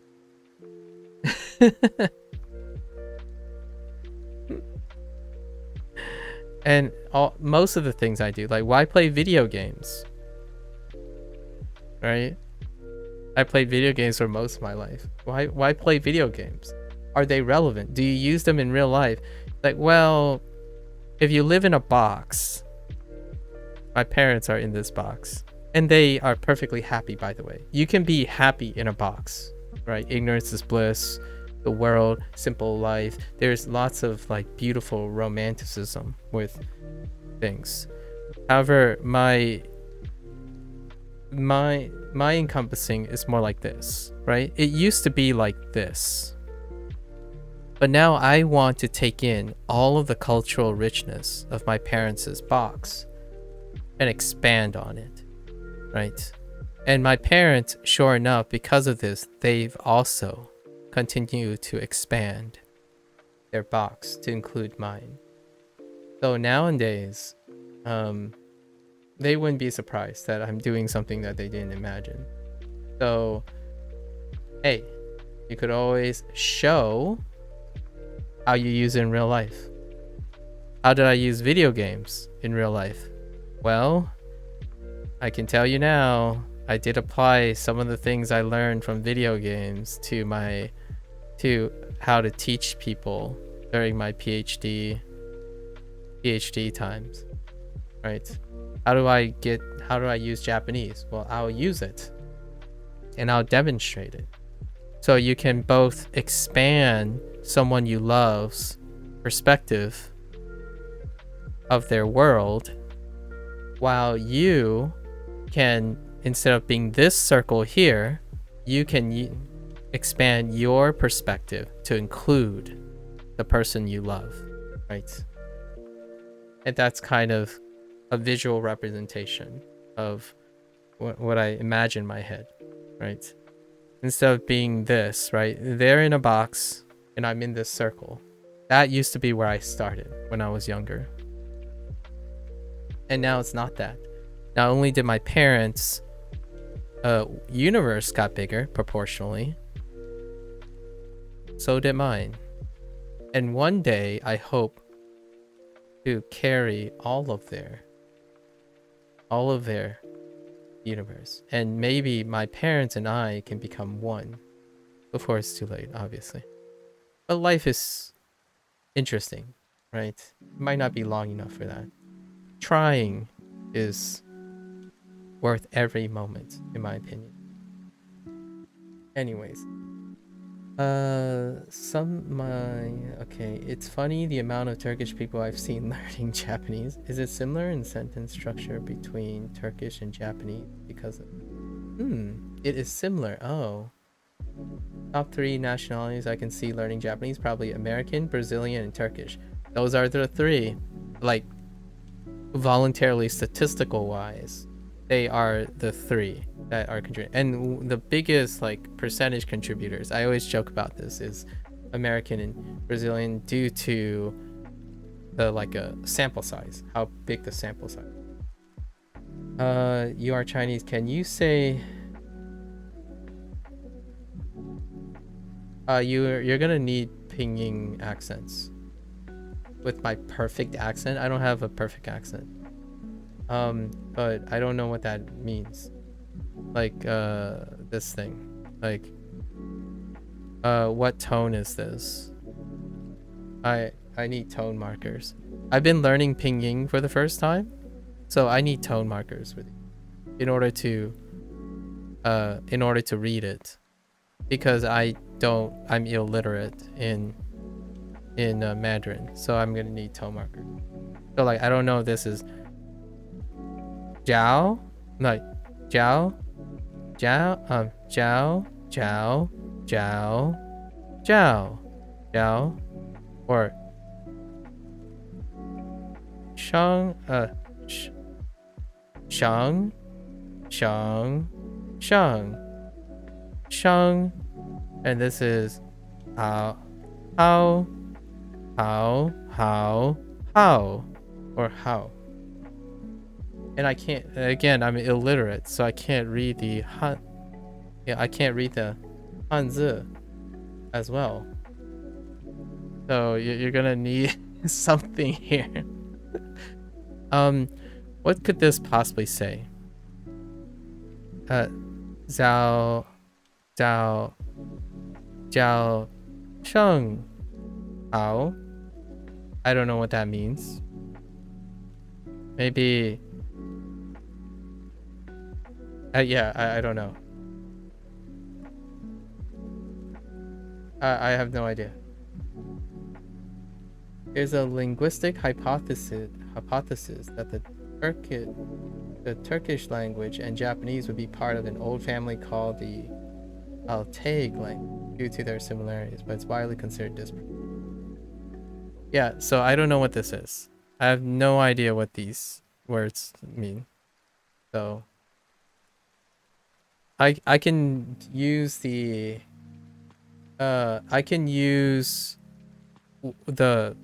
the syllables that I do know for this. So how,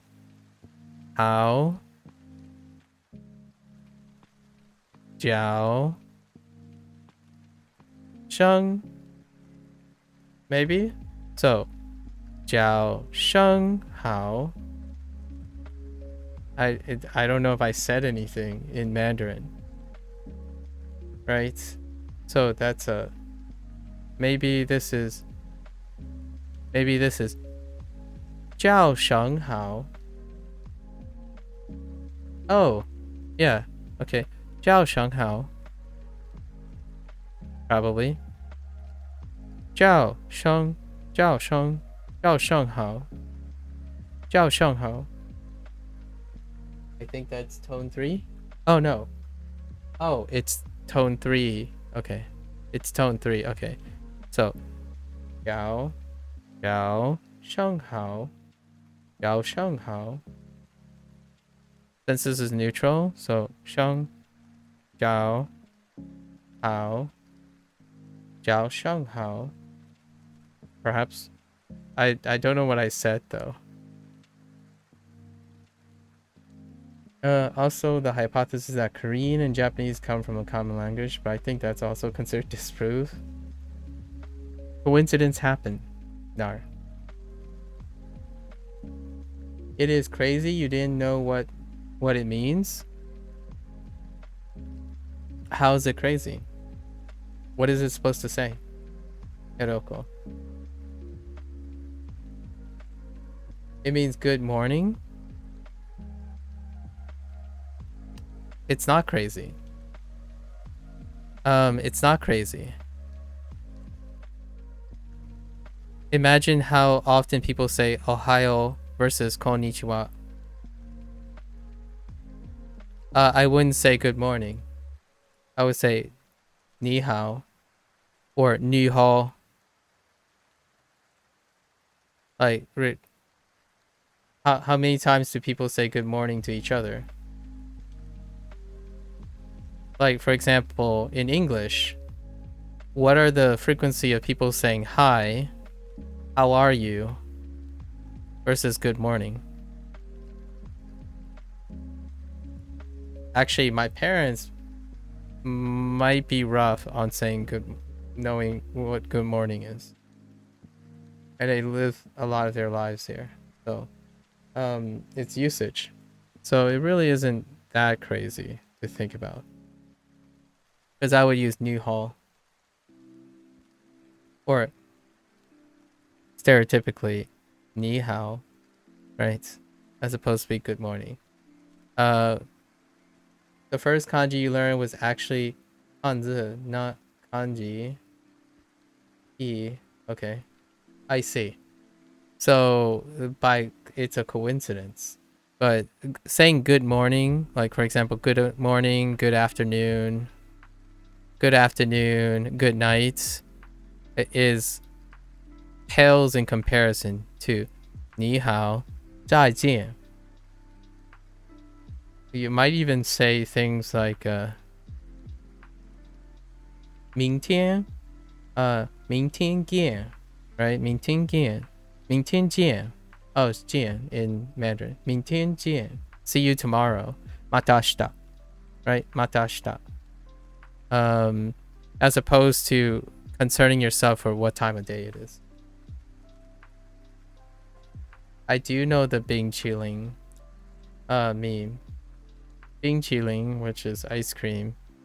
Even though 许沟 is probably the more apt thing for ice cream, especially soft serve ice cream. Bing Chilling is represented by soft serve ice cream. So 许沟 is what I would say in Fujianese. It's kind of like what is it? Snow paste or like snow sauce or snow like fluid Newton like suspension. Yeah, that's why the ice cream kanji is a meme. Yeah, Bing Chilling. Every time I saw those kanji, I read in a Japanese side way, which was very different. I heard that from John Cena. Yeah, it's John Cena, and I'm not sure if he speaks real Chinese. I saw the like meme, the Bing Chilling ad, and it was pretty good. Actually, I was quite impressed. John Cena's doing an ad like that and reading it off. I imagine he was reading it off, like, you know, he rehearsed and reading it off. It was pretty good. At least I knew it was ice cream. When someone told me, like, I don't get it. Why are you been chilling on me? And I'm like, say it again. I'm like, oh, Bing chilling. Yeah, Bing chilling. Even though I don't use that phrase. So, that's a good morning situation, in my opinion. So, I didn't know that they were combining, right? Bing, qi, I don't know how to pronounce it. Maybe it's this. Bing, qi, ling. Yeah, it's probably like Bing, qi, ling. There might be an E here. I don't know. I'm not great with pinyin yet. So, Bing, qi, ling. And I get it because you can put them together. It's like, oh yeah, that's ice cream. You really never say good morning in any language I know. Yeah, that's what. Are you gonna take off? Okay. On the other hand, internet culture is a culture still. There's three main philosophies. No, yeah, Taoism, Confucianism, and something with law. Yeah, you might as well say that. Yeah. People come to Japan's island on land bridges from Korea. Yeah, the former language, hypothetically. Take care, Shaman. All right. We have enough digression. Let's get back to Japanese, right? But yeah, I say good morning sometimes. as well. Not in Chinese though. Usually nisiromoi. I ask if they ate before. So the first comment, like when I greet someone, in Chinese, I ask them if they ate already.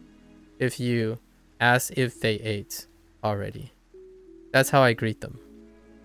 It's something probably a little nuanced. However, if I said, what did I say? If someone asked me, oh, what did you say? I would say, I'm asking, how are you? So it's kind of like learning Japanese sometimes. When you're saying, you know,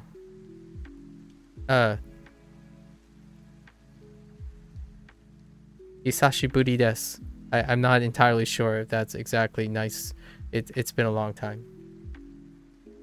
You said you were illiterate, but do your parents know simplified or traditional? My parents know how to read. Although not like at a super high level, but my parents read traditional.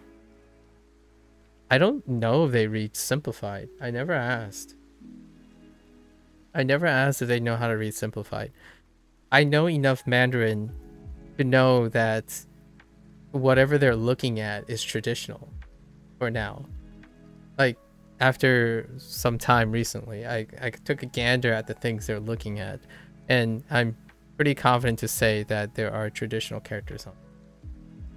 And I asked them what it meant, and some of the words that I have, some of the characters that I have learned, they were looking at a traditional version of it. So they like reading newspapers, and they like watching news broadcasts all the time. And when you're thinking about news broadcasts and stuff, typically it's traditional. Even Japanese is traditional. And what I mean by that is, if you're reading like really standard news or listening to news broadcasts and newspapers and stuff, the Japanese is also quite different as well. So I would be safe to assume, it would be very safe to assume that my parents prefer reading traditional, not simplified. Because newspapers and formal things like that tend to be traditional. In English, it's still the same. Japanese is even slightly different. Yes, exactly. It's even slightly different. Well, here's a funny thing, Edoko. Nar shared with me a interesting experiment that someone else did, and Japanese is in a deep rabbit hole. Japanese is closer to Chinese in a formal setting like news versus everyday speak. So funny enough, it is slightly different from main Chinese traditional. However, it's closer to main Chinese traditional than it is in normal common speak. So there's that. They use more traditional Chinese in formal setting, in like a higher formal setting, than they do in normal colloquial speak. Interesting enough. I don't know if that has anything right now, right? And I would say it's true for English as well. People don't read newspapers anymore. I'm just saying. In fact, newspapers have become more of a microcosm of internet journalism now. So the articles you read in internet journalism can still be kind of hard to read if it's like specialized newspapers and stuff. However, most of the time, internet journalism is now a different aspect of writing than formal English. So it's kind of like reading a novel, like a scholastic novel versus, I don't know, a fan fiction. All right. True, I saw a video, they test Chinese to read Japanese. Yeah, and they were struggling with basic sentences, but that's probably the exact, it's probably the same video, Hiroko. Because Nar shared with me, and this person is pretty viral. They have a very big channel. It's probably the same video. Anyways, we're gonna refocus now. I Mimi ga itai desho. 火曜日からです。 Ayobi kara desu. Since Tuesday.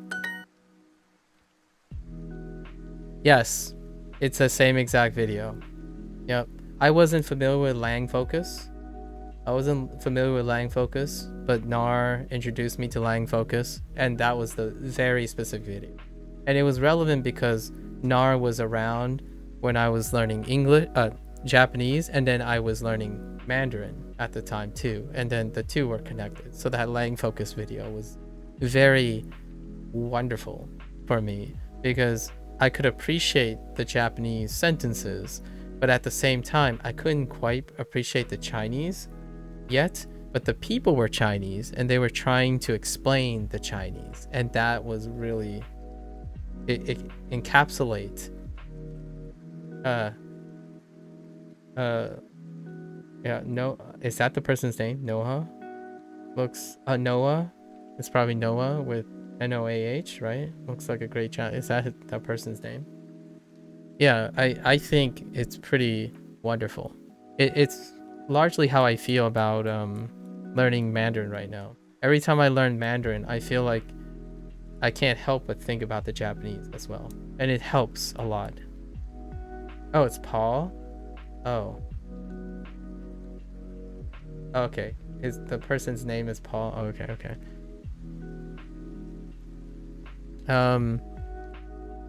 Yeah.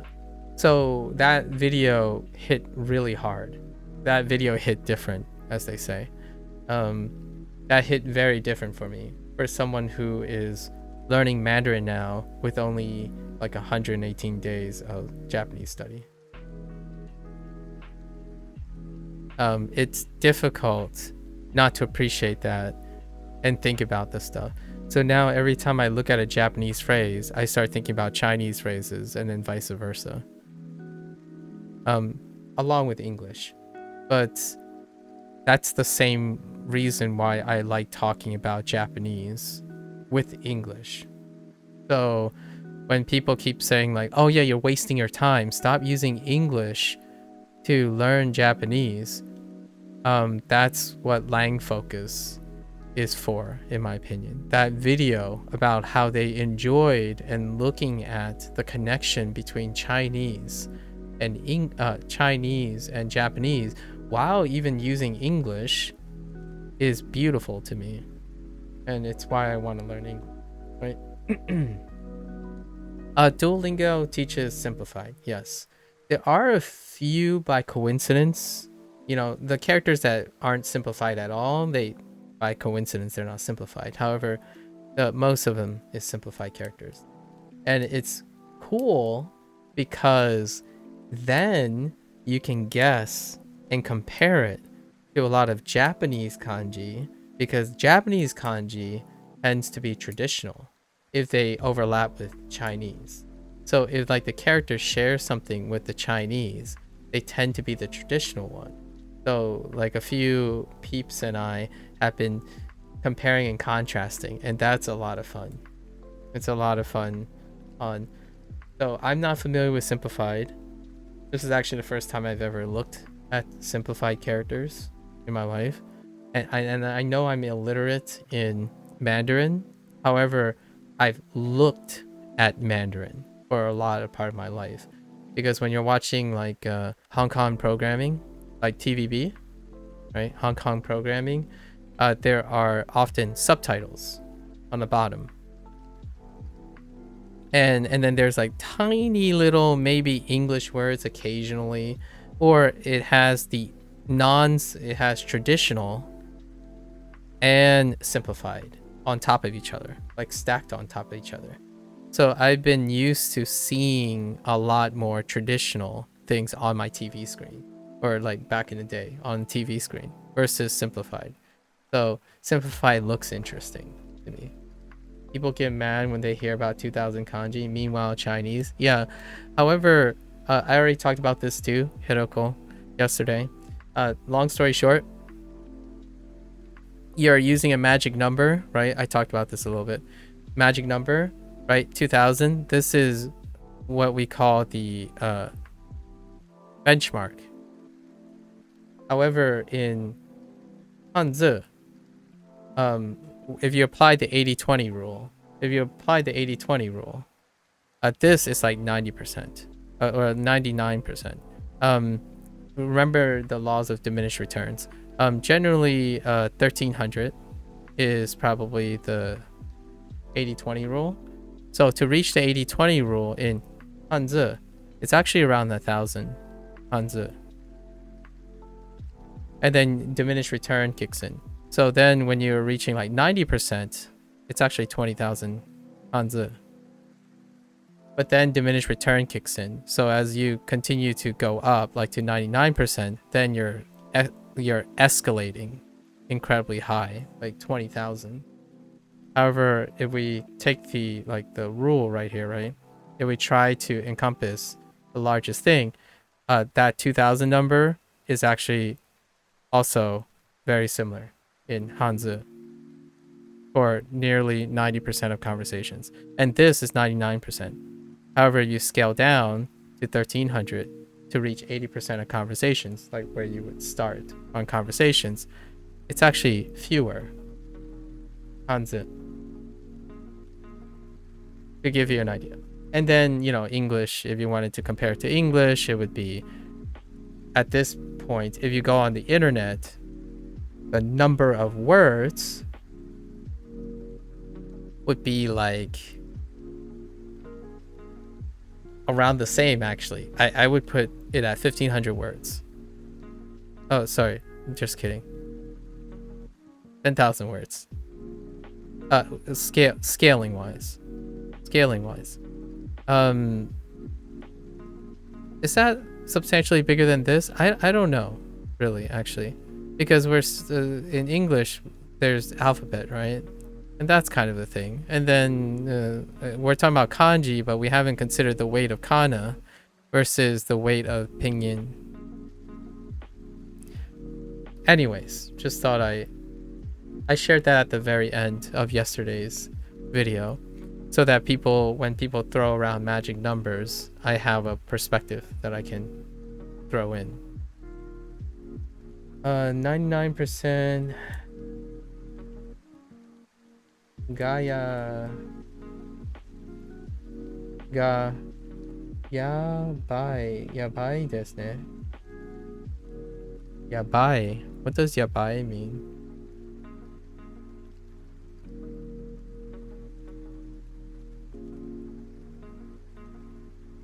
I don't know what yabai means.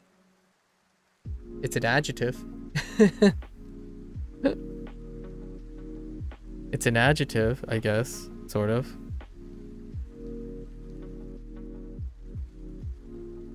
Yeah. Realistic figures. あまり あまり、昨日昨日あまり寝ませんでした。寝ませんでした。先生、具合が悪いです。具合が悪いです。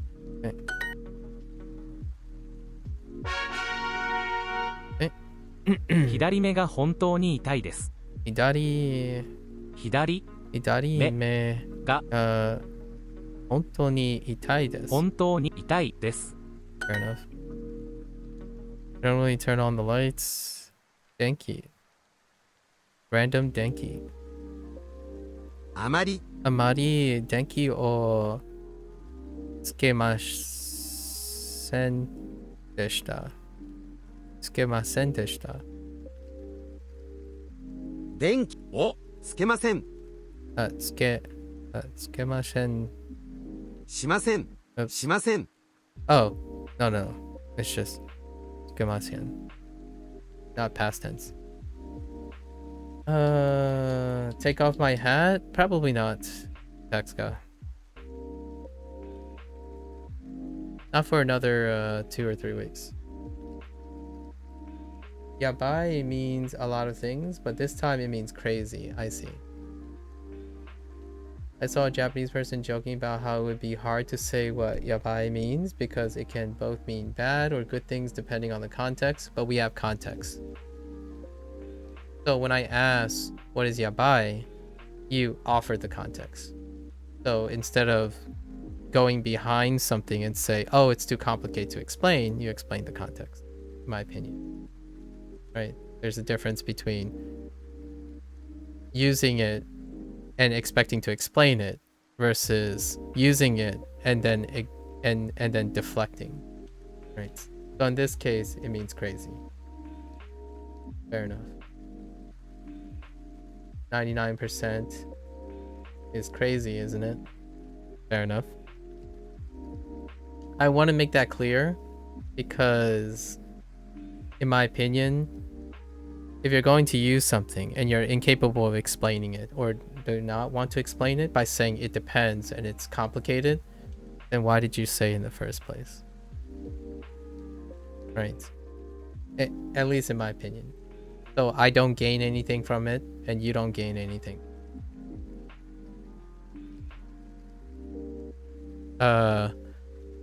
It's kind of like a conversation where someone says, Duolingo sucks. Use other resources. Okay. Can you contextualize that? Can you explain that to me first? Like, that's not enough information. So if you make a broad, sweeping comment, and then suddenly someone asks you, hey, can you help me out? Can you explain it? And someone says, it's too complicated. Why don't you go Google it? Internet culture. That's a hustle. How many times have you heard that? I asked someone a question and like, it's too complicated. Just Google it. Like, so are you telling me you don't understand it? Or are you telling me you are advising me and sharing with me something, but you don't have time to bother explaining what you mean? Internet culture. They say Duolingo use Google Translate methods, so it is like copy pasta for any language on the app, but if you're fine with it, it is. If you're fine with it, it is. They say Duolingo use Google Translate method. Okay. So it is like copy pasta for any language on the app, but if you're fine with it, it is.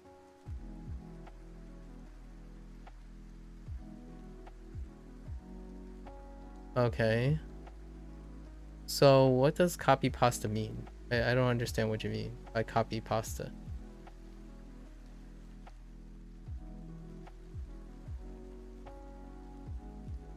Okay. What do you mean by copy paste? Bruh.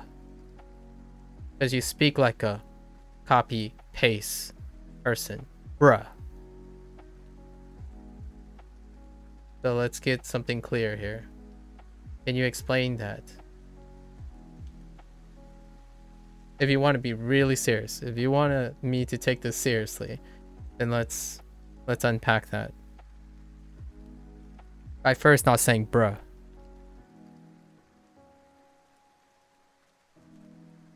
Hi, 夜ちゃんと電気をつけます。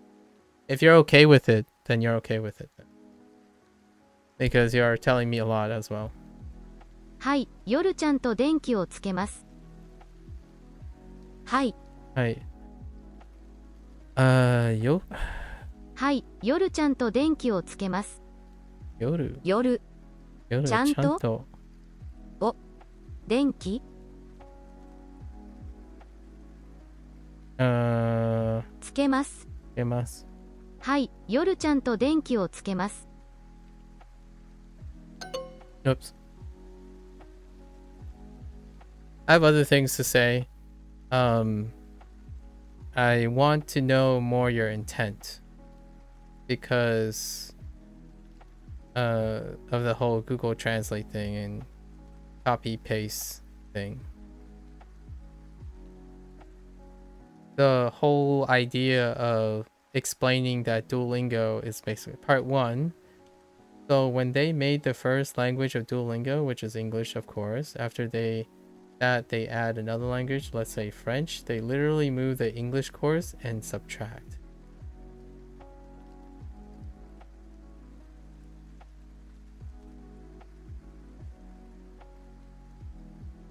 They literally moved the English course and subtract. I see. Is that what you think, or is that what they say?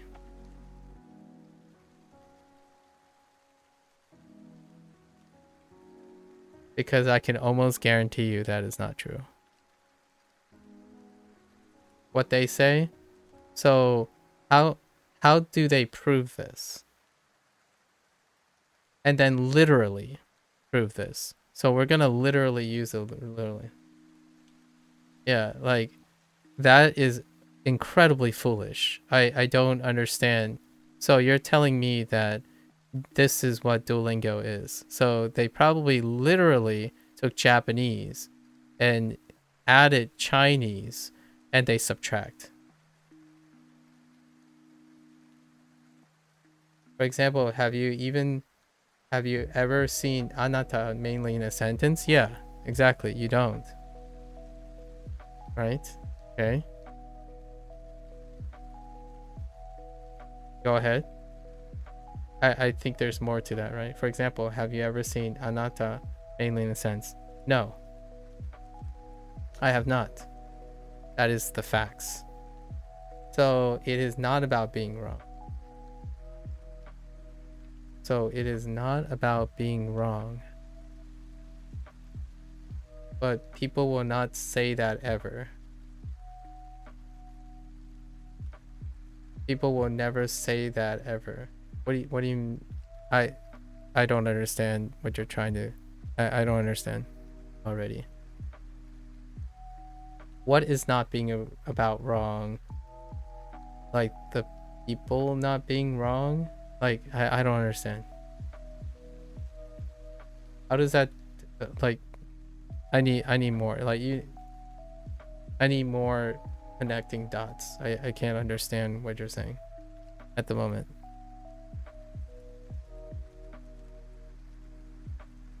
毎日 毎日ほとんどほとんどパソコンパソコンをを使います。使います。ほとんど一日中うちにいます。Okay. Now I'm too distracted. So let's try to focus again. ほとんど一日中うちにいます。ほとんどほとんどうちにほとんど一日中うちにいます。一日中 Oh, 一日中 Totally forget about this phrase. ほとんど Wait, you can ほとんど一日中うちにいます。Oh. Huh. うちにいます。Oh. Interesting. I am at home almost all day long.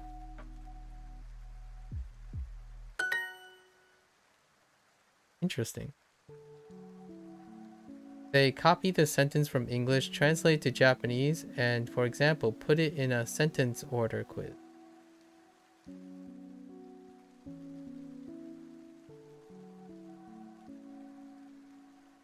But they didn't. Like, so is it an example of...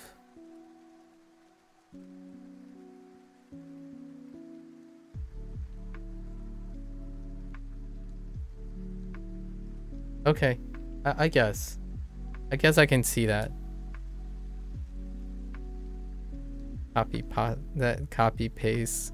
Like, all right, sure. I suppose. And you're saying it is English and Japanese. Okay. Interesting. I can already tell you that since I'm using two things like English and Mandarin, right? That is just simply not true. I can't even begin to like let me give you an example, right? Yesterday I was talking about how they said 谢谢 or thank you, right? Thank you, 谢谢. And they were doing orders, how you do orders, right? And then you can, this is probably the closest thing I can get to, let's say it's true. Since my hypothesis is it's not true. So I'm going to try my best to support their argument, where Duolingo is a it's a copy paste thing, right? So I have an example, right? In Mandarin, they just introduced thank you, as an order, and in Japanese, it's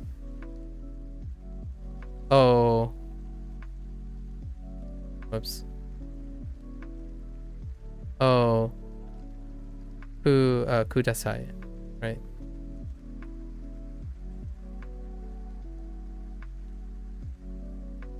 Oh, kudasai. So when you think about copy paste, right? Copy paste. You could say that the lesson is copy paste. As in they taught how to order about the same time in both, right? I don't know, sushi o kudasai, sushi o kudasai, right? And then you could say something like nai cha shishi, right? I'm not going to watch those videos, and I probably already watched that one. Yeah, Yuta is the type of guy that I think I've watched this video already. Probably white background, goatee. It's probably a year old, I think. I think it's been a year now. So I already watched it. It's probably a year old. I have this, like, it's like this white background. He's probably looking this way in this screen. I had a visible laptop possibly on it. Or not a visible laptop, but like the phone, wherever they were looking, it was like in this direction. But I'm gonna tell you now that I made a whole comment about how shishi, I would probably say please instead. But you're telling me that, yeah, their lessons are very similar, but their mannerisms are not. As in, like, so if they're copying and pasting, right? Copying and pasting into these, then these two things would have similarities, right? These things would have similarities. And to back the people up on their copy paste thing is that, yeah, the lesson orders are actually the themes are remarkably similar. The question is this coincidence? I have to, in order for me to suggest it's a Google Translate kind of model, right? Like copy paste model, I need to disprove that this is coincidence. So one thing that I have to disprove is that food is important to all the languages. So, like, all right, so this person, instead of saying sushi, they decided to introduce things that are relevant to Mandarin, like a Chinese setting. So they would do something like, they started with tea, but tea is common to both Japanese and Mandarin, but it's not common, actually not that common, to American English, which is their flagship. Like, because you could make an argument that that's where they started. It's the English thing, right? So yeah, you could make an argument they subtracted. So okay, so they copied the English one, and then they added the Japanese stuff. But that's not subtraction, that's addition. So even then, I can't even dispel that it's a coincidence, nor can I dispel that they're subtracting. You said British people loves tea. I literally just said this is American English. I knew you were going to say that. And how do I know it's American English? Right? It's because of the idioms, how they're translating the stuff. So, not only is that hard to prove, I have no idea where you're getting this information. However, this is still an app. And guess what? To me, this is the irony here. That comment that you shared with me about them. Obviously, you said you don't agree with them, right? That comment you shared about me, shared with me about them. That comment itself sounds like a copy-paste internet comment. And then when you said you can watch this video, Japanese man Yuta, that is a copy-paste comment. So, not only is it ironic, in my opinion, that this copy-paste design exists, it's largely because this copy-paste design also exists everywhere else. So we're living in the internet culture, in my opinion. And that's okay. I'm okay with, honestly, I'm okay with people saying that Duolingo is a copy-paste design. Because even these videos are copy-paste design. And it's not a bad thing. And yes, I did watch a lot of people's review or use of Duolingo. I saw a guy who literally spent 25 minutes saying, wow, Japanese people don't speak like this. And then I saw recently, I've got his name. He's a really big older gentleman, and maybe Steven was his name? Steve? And he used Duolingo Turkish, interestingly enough, Turkish and something else course. Turkish is the one that's relevant here, I suppose. And his comment was like, yeah, you know, I can find myself using it every once in a while. Sure. But, you know, I still like my other inputs too. Right? It's like, that's it. Okay. No, not Kaufman. I don't think it's Kaufman. Oh, maybe it was Kaufman. I don't think he has a YouTube channel, does he? I don't think Steve Kaufman has a YouTube channel. It's just another guy named Steve.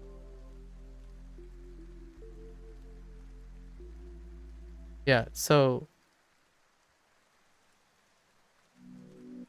yeah, it's 100%. Oh, okay. Let me look at the history. Can you stop saying bro? Because that's not helpful. If you're gonna communicate with me, bro is probably not the word to go about. I'm not saying I know anything about Steve Kaufman. I'm talking about the person that I watch. I don't think it's Steve Kaufman because I saw a picture of him. Let's see. What is the guy's name? Let's find out. You have this way of you generalizing things over and over again, in my opinion. So let's just go to my internet history and see if I can find the person. Might be too far down. Yeah, we're already down to MKX stuff. Oh, there's Hugh Laurie. No, it's not in my internet. It's not in my internet history. Let me see. Doom. Lots of Max some more. Tech linked. Wait. No. Yeah, that's too far. Dingo. There's a Dingo. can't find it very quickly. I thought that because also Steve was learning Turkish on it. It could be Steve. I'm telling you now, I don't know. I don't remember. It could be Steve. And he said something that I agree with most of the time. The answer is all of the above. There's a place and time and appropriateness for using all those things. And yes, Nar. The format is copy pasta. You have to remember, or copy paste. You have to remember that content creators are still content creators. Right. There are a lot of them. I watch them from time to time.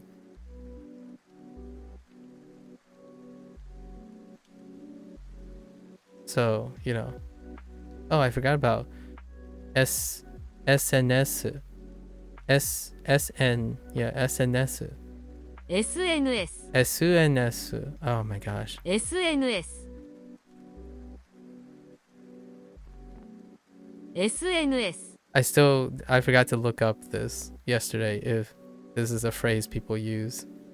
Because that's pretty wild. Okay. をたくさんたくさん使います。使います。首が痛いです。ほとんど毎日仕事で8時間パソコンを使います。週末は家で10時間ぐらい SNS を見ます。Yeah, I don't, generally speaking, Hiroko, let's keep the record clear. I am not the biggest, I'm not very receptive to hustle.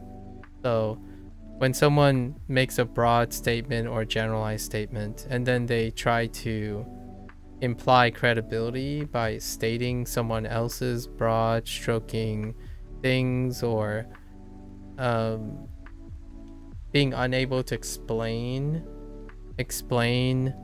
things in your own word, I'm not looking for credibility in other people. I'm spending time talking to the person.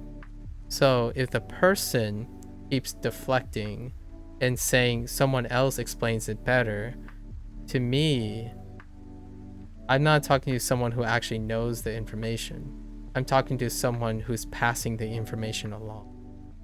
And that's perfectly fine if you know you're doing that.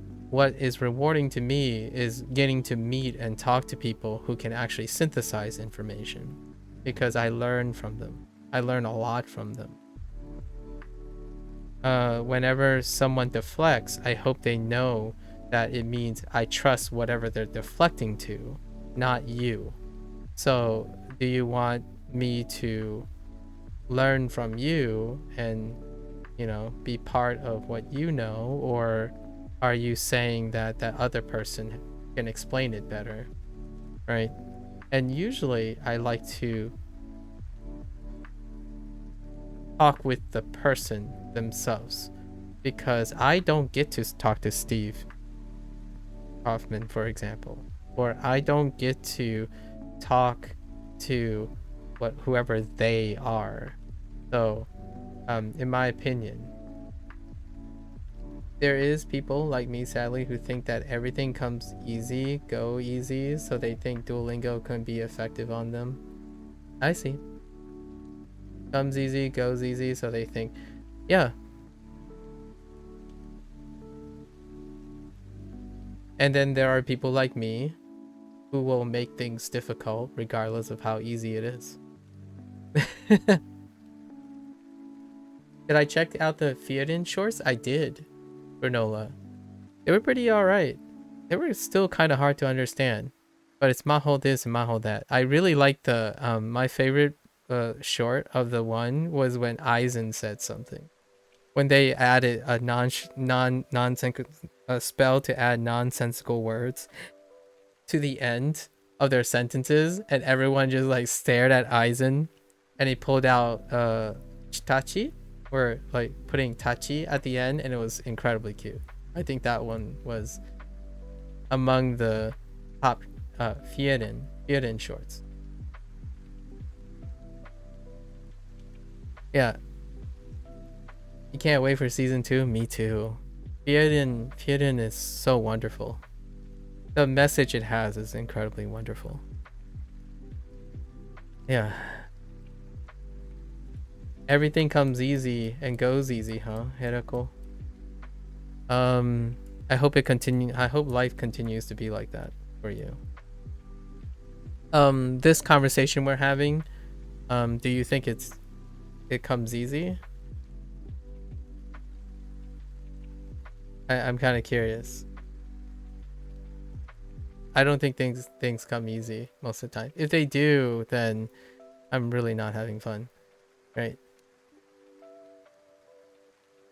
Let's see. Let's listen to this again. 首が痛いです。ほとんど毎日仕事で8時間パソコンを使います。週末は家で10時間ぐらい SNS を見ます。Okay. This person is on the computer a lot. Fair enough. 首が痛いです。首が痛いです。So, my neck hurts. Or, yeah, my neck hurts. ほとんど毎日仕事で8時間パソコンを使います。So I use the computer for 8 hours at work almost every day. Alright. 週末は家で10時間ぐらいSNS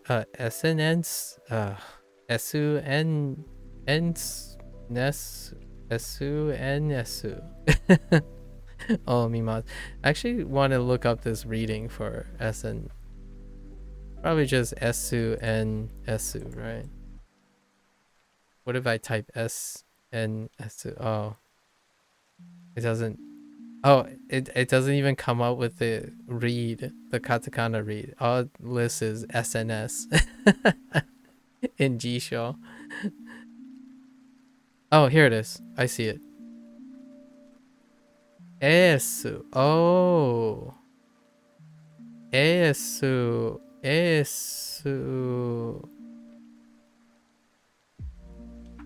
Enna Esu. Really? Esu. Yeah, Esu. Wait. What is that character supposed to? Oh. Wait, what is that character supposed to be?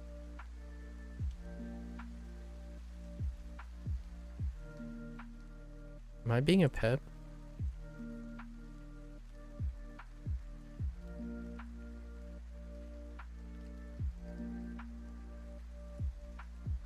No. So it's like Esu.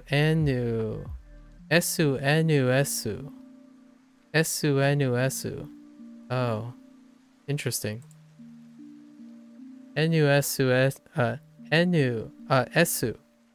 Yeah, Esu. Not what I thought it was supposed to be. Okay. 首が痛いです。ほとんど毎日仕事で8時間パソコンを使います。週末は家で10時間ぐらい SNS を見ます。Yeah. SNS. Interesting. So I saw this on Jisho.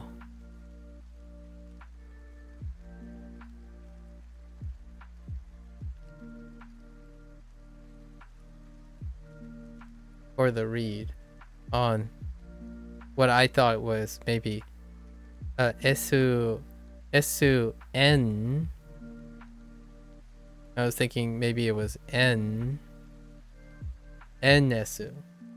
So SUNSU. But it's SUNU.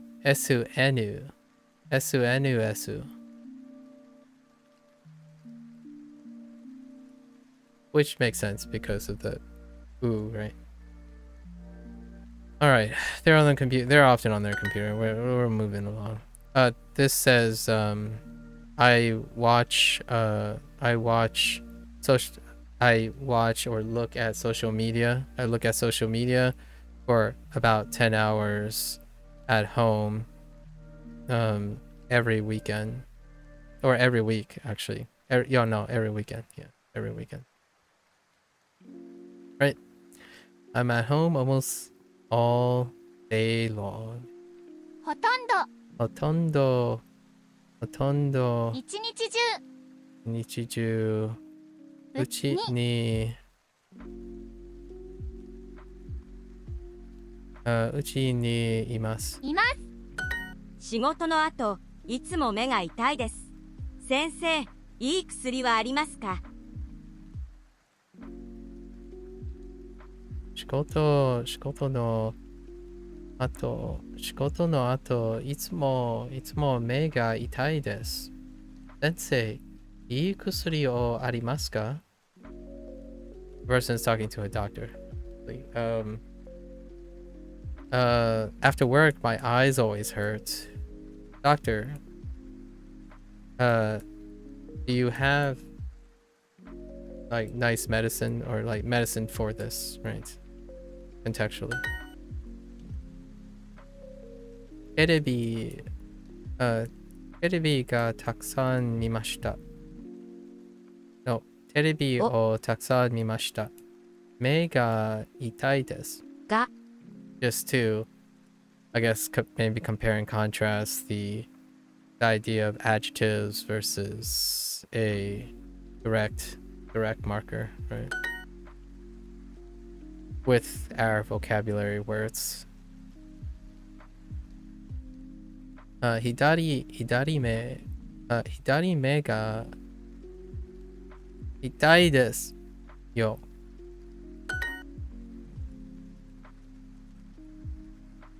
昨日 Yes. 昨日一日中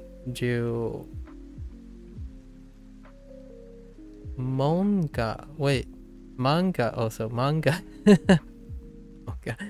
漫画を読みました。今日首が痛いです。がちゃんと電気をつけます。ちゃんと電気。So I'll make sure to turn on the lights. And for the record, right?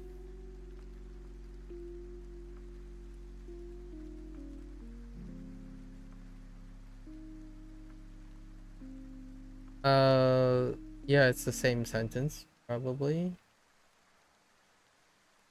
私の something, so my something. Okay, my something. Duolingo English something. Oh, that kind of looks like studying, maybe.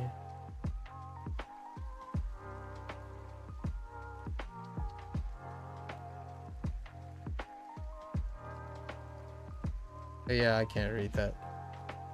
There's a lot of studying, speaking, language.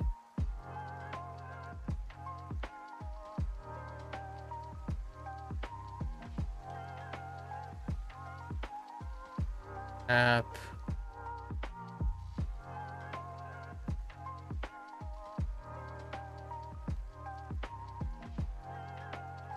Kudasai.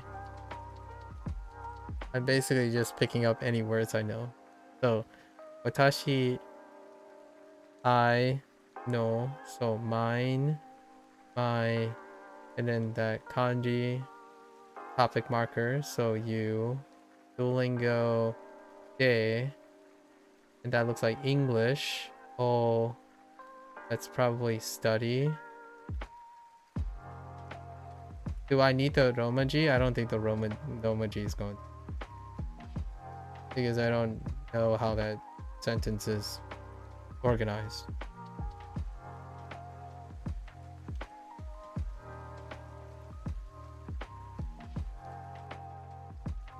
There are a lot of words that are used.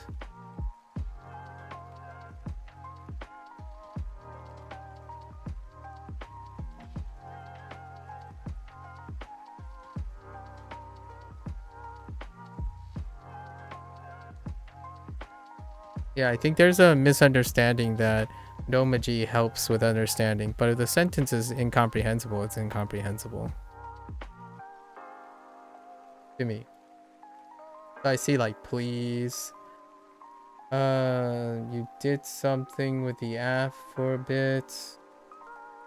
It doesn't help with speaking, probably. Because I see hanasu, like maybe it doesn't deal with speaking. And you talked about English, maybe studying English, maybe with Duolingo, perhaps, or like, are you trying to say the copy paste thing? I don't know.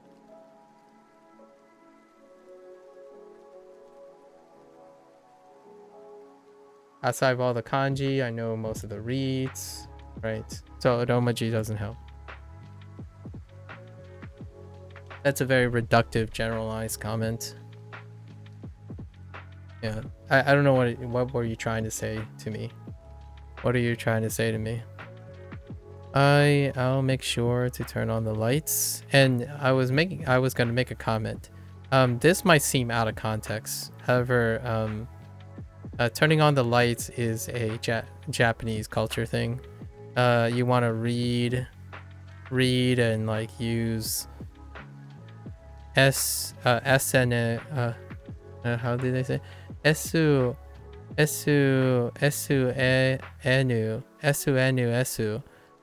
in a well-lit room, right? Well-lit room. That's how Denki is related to the whole health thing, like eyes and all that, right? So I'll make sure to turn on the lights. That's kind of how they're contextualizing that.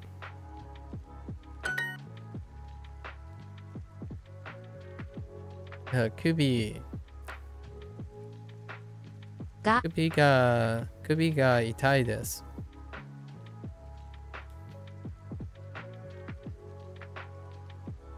My neck hurts.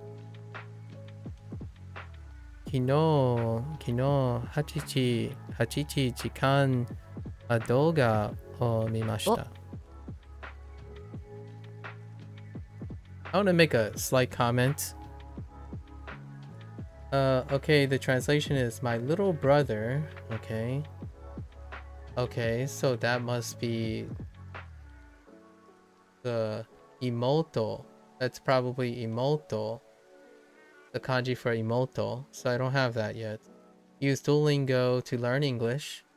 Okay, yep, that's learn English. I don't have the predicate for learn English, but that is the kanji for some sort of study. So that's fair. To learn English, but I always say to him, oh, okay, so that's what you're saying. There. Say to him to use various apps, yeah. And yeah, it's not about anything, but I try to make a sentence with the main topics. I see. Yeah, makes sense. And you're saying probably like please use other, yeah, so that's please use other, or please try to use other apps, please, or try other apps. And then you're saying it very politely, kudasai, and it's in the quotes, so the brackets, the quotes. And that icon to the left kind of reminds me of like it's a family member icon sometimes, but fine. And then yeah, wow, speaking, okay, interesting. Yeah, and that's my take too, Hiroko. In the end of the day, all the things I'm saying right here, like, you know, when I was saying the context of turning off the lights or turning on the lights, that doesn't come from Duolingo. Turning on the lights doesn't come from Duolingo. What I mean by that is the essence and the meaning behind turning on the lights comes from me. And me being someone who uses other things. So the conversations that we're talking about now doesn't come from Duolingo, but it is inspired by Duolingo. So if I weren't using Duolingo at the time, we wouldn't be having this discussion. Right? So yeah, use various things. In fact, if your brother is learning English, if your little brother is learning English, go speak English with your brother. You should listen to some basic podcasts. Eroko, you should stop assuming that I'm not, is probably the first response. Everything comes easy to you, in my opinion. Let me be a little bold here. Everything comes easy to you because you're assuming you know everything. I don't usually feel like I know things come easy to me because I tend to focus on all the things I don't know. So if you're providing advice based on what you do know, then most certainly everything comes easy to you. Right? Unless you're talking about your hypothetical brother situation. In my opinion, you should talk to your brother. Your English is fantastic. You could leverage learning English together. You didn't mean it in a bad way. This comes up a lot. So, unsolicited advice. Unsolicited advice, right? This is where I feel like emotional intelligence is something of a nuance to people who think everything is easy, in my opinion. When you provide advice, you have the kindest of intentions. That's fine, right? I know you're trying to help, right? The phrase trying to help. You're trying to help. When you offer unsolicited advice, when you're trying to help someone, you're trying to be compassionate, right? In my opinion. So wouldn't it be prudent, in my opinion, to ask the person, what do they need help with? What do they need help with? So say I say yes, I need help with Japanese. Okay. Then you would be likely to ask, what are you doing to learn Japanese? What are you doing to learn Japanese? Right? Because then you would probably have found out that I don't only use Duolingo. Right? Not only Duolingo. And then you're going to be like, oh, hey, do you listen to podcasts? And I will probably spend like 30 minutes explaining what type of podcasts I listen to, especially vlogs that are comprehensive input. So, no, I agree. You didn't mean it in a bad way. I absolutely know that you didn't mean it in a bad way. However, it doesn't change that you assumed. That's not a bad thing either. It's efficient. If you efficiently assume things, it cuts the time necessary. The problem here for myself is I'm making aware that it can be a bad thing to people. It can be a bad thing. As in, people can get offended that you assumed wrong. For me, this is common enough occurrence that I don't really feel much about this. It's a very common occurrence. And rightfully so, because statistically, like most people say, the facts are someone who uses Duolingo is likely not educated in using other things. That's the form of logic that happens. I totally agree. That's probably likely the case. Right? So it's definitely not a bad thing per se. You can be kind and still be rude. That they're not like mutually exclusive. Right? My thing here I'm illustrating is I tend to accept what I don't know first.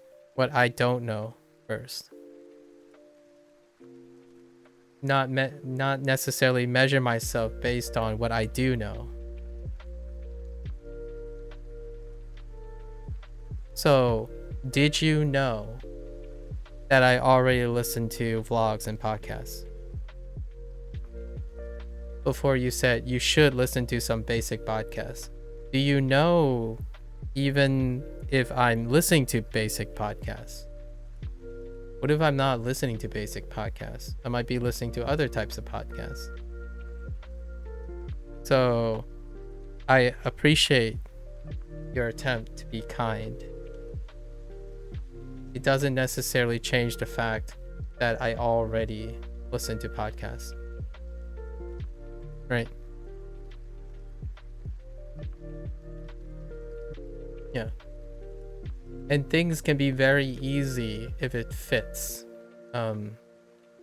Duolingo doesn't fit me.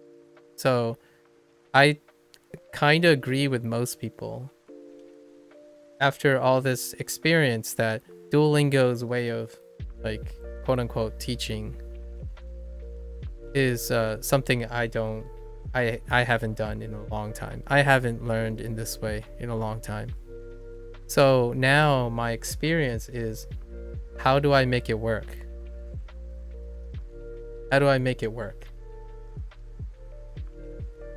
Well, I listen to podcasts. They're called vlogs because there's image as well. Podcast is audio only, but I listen to vlogs, which happens to be podcasts. Right? So I want to see the people too. And then I read grade readers. I pick up a grade reader every once in a while. I might read this in public one day. Once I complete it in like another 2 years, I suppose, when I complete Duolingo Japanese, maybe. Yeah, sure. We'll read grade readers online. Who knows? It might happen earlier.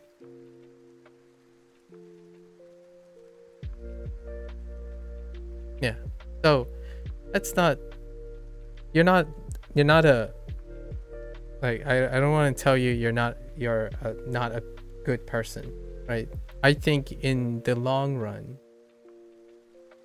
most people want to be kind and good. At least I want to believe that. So there's no reason you should feel like kindness is not something you want to keep striving for. But in this case, for the time being, yeah, I do watch podcasts. So I not only should listen to podcasts, I already do listen to podcasts.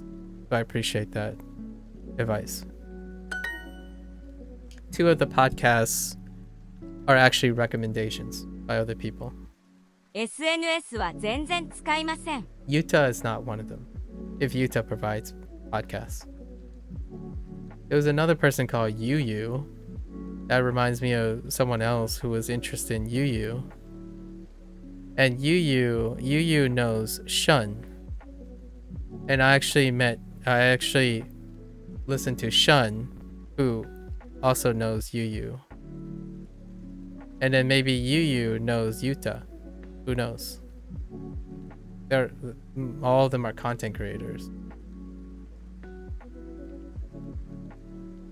I knew Shun from the recommendation of someone else who listens to a channel called Comprehensible. I think it's called Comprehensible Japanese. And that's how I broke into the whole vlogging and podcast thing for Japanese. I have no idea. Yu does lots of podcasts though. His Japanese is a little intense for me at the moment. I was told that Yu speaks multiple languages, and he likes to contextualize Japanese. He's very big. So that's one of the recommendations by someone else.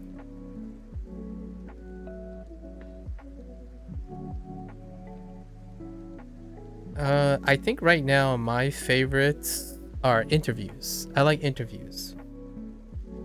Oh, you're currently listening to one of this? Oh, okay.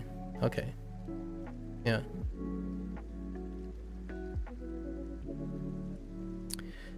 I don't use social media at all.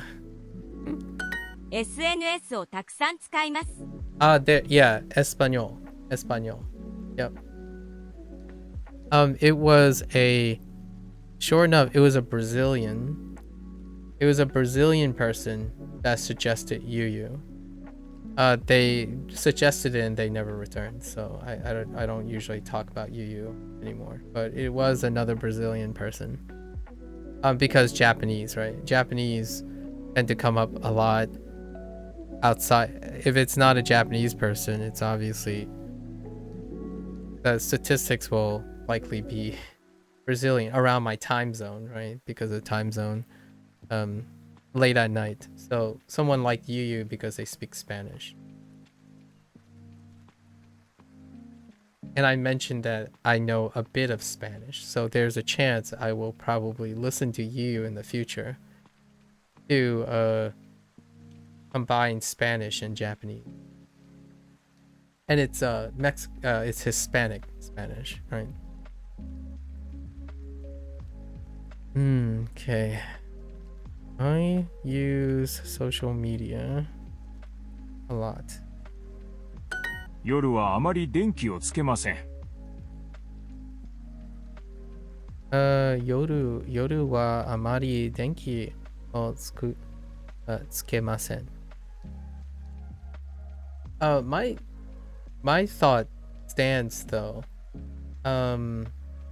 Hiroko, if your little brother is using Duolingo to learn English and you're suggesting that they should use other apps, your English is fantastic. So as a older sibling, it would be wonderful for you both to like learn English together or use English together, right? Unless your brother is not with you or something. What better resource than a older brother that already knows English really well? Because if your brother is using Duolingo for English, they're clearly probably in the early stages or early-ish stages of English, right? Much like I'm still in the early stages of Japanese. Although some people might think, well, if you didn't spend so much time on Duolingo, you'd be an intermediate Japanese person by now. And I'm like, okay, well, I wouldn't have as much fun, or I wouldn't know because I didn't do it. So I'm not concerned about ifs and buts and whatabouts. I enjoyed almost all my time on Duolingo. Those people who make those comments are probably the least enjoyable part about using Duolingo. Gatekeepers were probably the least interesting. He said he will use, even though he usually speaks Arabic because most of the media he takes in is Arabic. I see. I listen to a lot of Norwegian in what I think is what you mean with input, which is you know, not stopping or trying to understand what I couldn't. I never know if that's really helping. Oh, if you weren't using Duolingo, you could have learned 1 million languages fluently by now.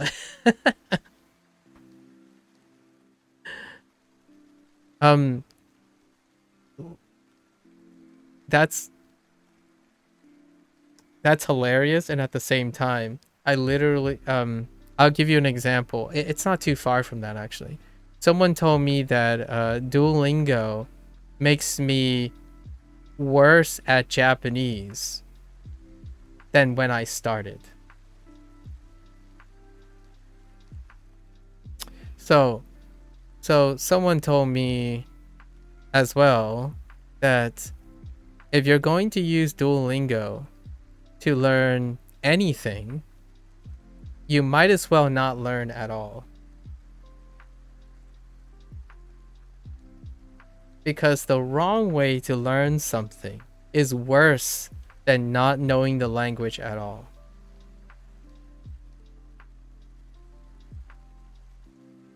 These are, one of them is the same person who said they don't gatekeep.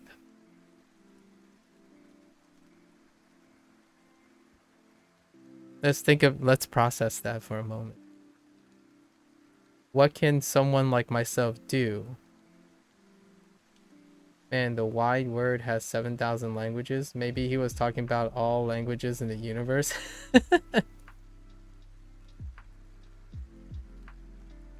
Yeah, so you have to temper your realities, right? I'm okay with it. I mean, you gotta respect the passion. Very passionate statements.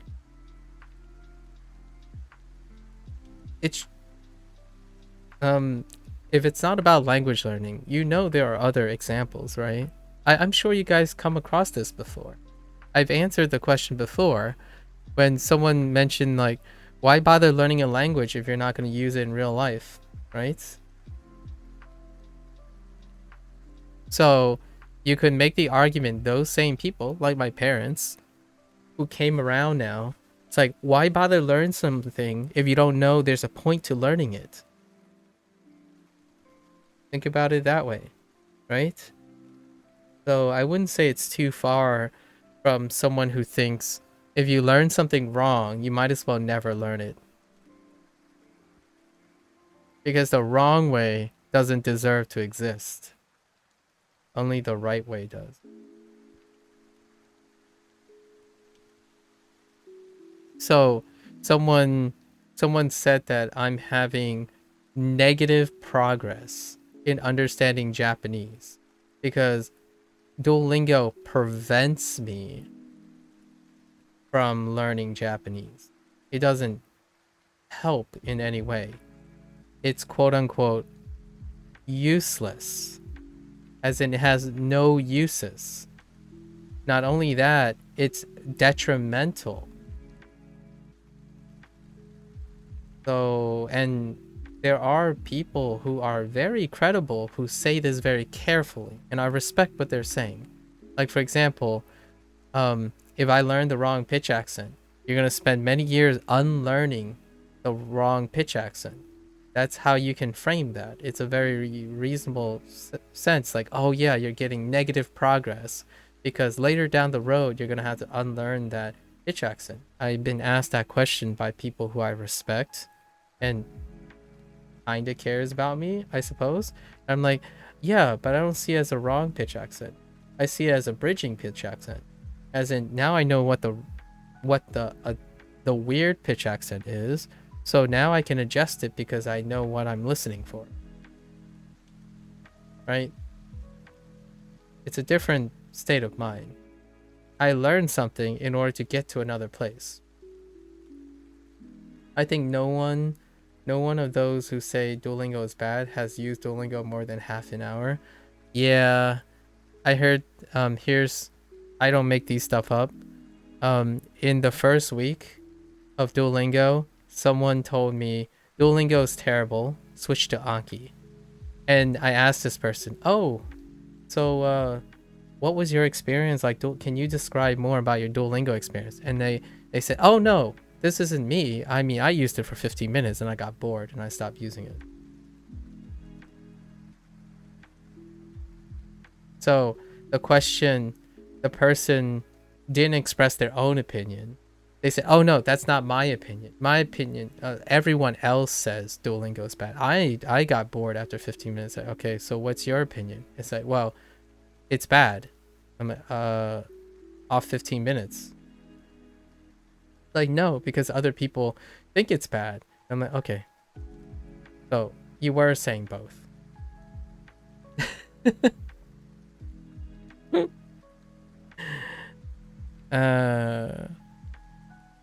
Anki and Duolingo has nothing in common. It does have some things in common.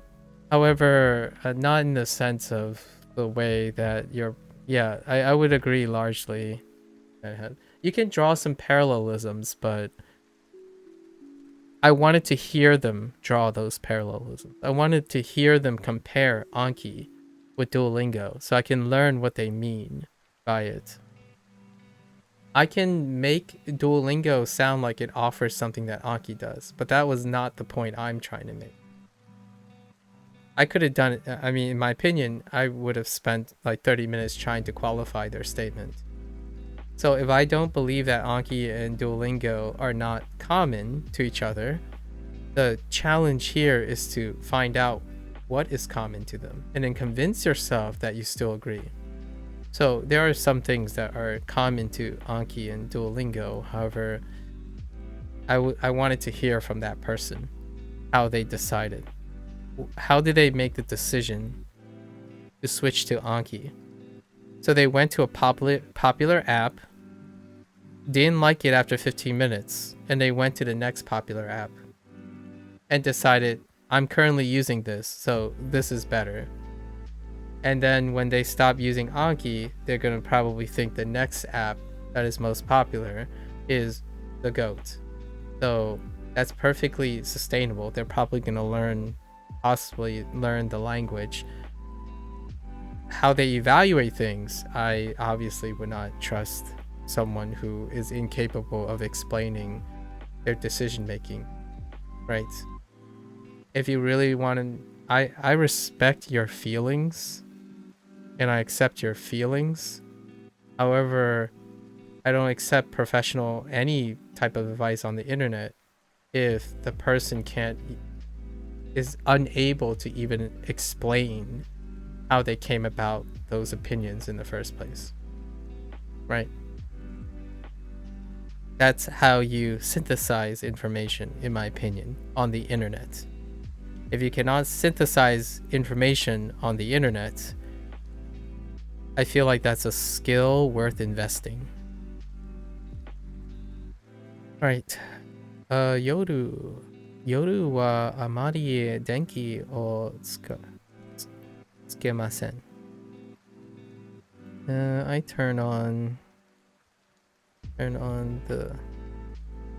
I don't really turn on the lights at night. No, I guess at night here is fine. はい、夜ちゃんと電気をつけます。 They surely don't understand since you don't switch to Anki from Duolingo. Not enough information, Nar, unfortunately. They didn't stick around long enough for me to quote unquote interrogate them. I honestly think if anyone can convince me that I can replace Duolingo with Anki, I need to learn more from this person. I think the places where, in my opinion, the places where one can learn the most is from someone who's able to conceivably convince you cogently of something you didn't initially believe in. Because that person then must know a lot of things you don't know. And that is amazing. I like Lang Focus, by the way, Nar. Thank you. I knew nothing about Lang Focus. That's awesome. Granola shared with me that there were Frien shorts. I love Frien, but I didn't know there was an anime short. Right? They had information to offer me. And it's out of their own personal experiences. if someone comes by and they peddle hustle culture, they don't know what it is. They rely on the experiences of everyone else's. So naturally, I would find out if those sources are useful, not the person I'm talking to. The person that I'm talking to doesn't have my interest in mind. They're peddling something. You know, they're that traveling merchant that says, this is what I'm selling. Here's the information on the internet. And I would approach that person and say, how are you doing today? Why are you selling these products? Tell me. Are you taking responsibility for these products you're selling? Because if you are, I trust you. Sell me this item right now. If someone comes up to me and they pull up in a bike, right? And that bike seems very awkward, not the best thing I've ever seen. And they say, I love this bike. Watch me demonstrate all the things I can do with this bike. Hey, you know what? Where did you get that bike? I want to try too. Not this bike is the best. Guys, I've never used it myself, but hundreds of thousands of people said this is very successful. What do you think about this bike? Because you're trying to sell me this bike. You're trying to sell me this information. And you tell me, what does this information mean to you? Then you got my attention. That's how I feel about interacting with people. Otherwise, I wouldn't be streaming, waiting to interact with someone. I would go to Google, go to YouTube, and make my own decisions without ever interacting with the person who's giving that information. Parasocial relationships. And I do have them, by the way. I do trust parasocially a bunch of influencers. And I've mentioned them a bunch of times. If you want someone, shout outs, I'll shout out these people. Hank Green and John Green. I absolutely love them. So, parasocial relationship. Go for it. If you want to hear something in English, wonderful people, practically national treasures in my opinion. And yes, I am biased. It's one thing to also admit that you're biased. I am biased towards them. I use 6K core. Oh, I heard about that. I don't use it to memorize them 100%, but I just use it to get familiar with a word if I see it in a podcast or stuff. I see. That's a pretty chill way to go about things. I'm not a fan of Anki nowadays. I've not been using it this year for language learning. I think it made me think too much of language as word memorizing, but I'm still trying to think of how to use it. That's fair. Lang Focus is very good, but he said it himself. The problem with his channel is that every video being completely different language, each video reaches a different audience. That is a very reasonable that's a very reasonable comment to be made by someone like Lang Focus. I think that's a super reasonable statement. はい、夜ちゃんと電気をつけます。はい、夜ちゃんと。ちゃんと Oh, I made the same mistake yesterday. Nar, didn't you make this joke yesterday? はい、夜ちゃんと。I think I made the mistake. Same. はい、夜ちゃんと。Oh, are we 電気をつけます。つけます。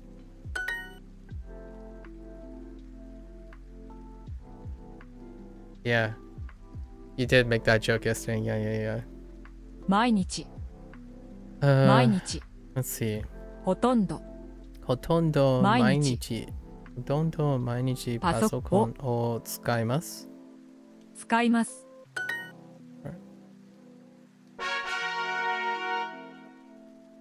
腕と足が痛いです。腕 Oh.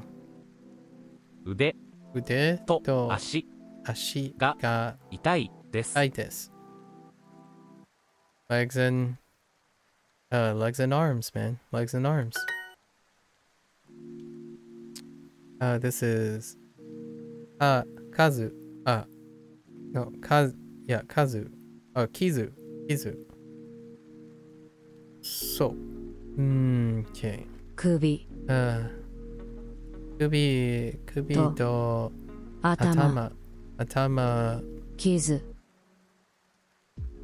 にに傷があります。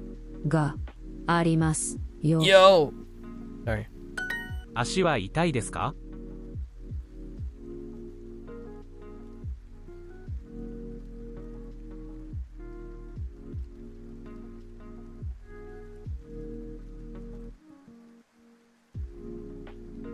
足は痛いですか？足は痛いですか？痛いですか？ My arms and legs hurt. So does my head. Okay. 腕、腕と足がです。痛いです。ジムで頭を打ちました。ジムで頭を打ちました。打ちました。ジムで頭を打ちました。Yeah, fair. 今日 what is it? 転びました。Oops. 転びました。先週山で転びました。まだ腕が痛いです。傷もたくさんあります。No.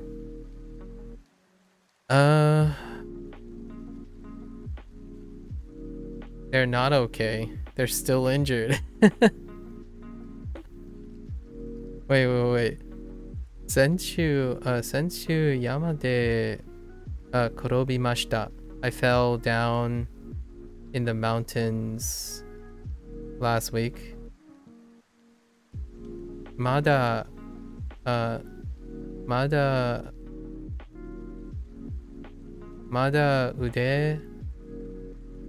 腕が痛いです。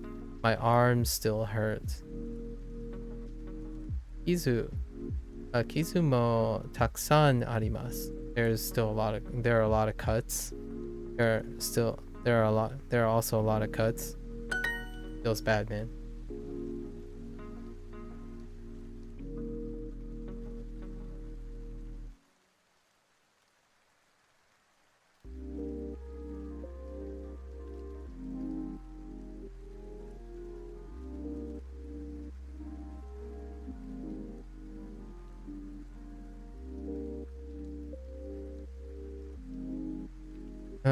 Let's see. 広場、階段で転びました。昨日頭を打ちました。本当に頭が痛いです。傷もたくさんあります。Okay. This person also had an accident. Boy, if I heard this every day, slight deep cut. These are the things that deterred me a bit emotionally from becoming a doctor, because I don't like hearing this all the time. You gotta go, Hiroko. Good night. Take care. Best of luck with everything. Good luck. Thanks for chilling. Sharing, conversing. Always worth the time. Good luck with everything. And good luck to your brother as well with English.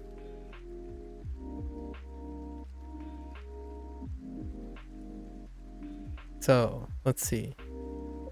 Yeah, doctors.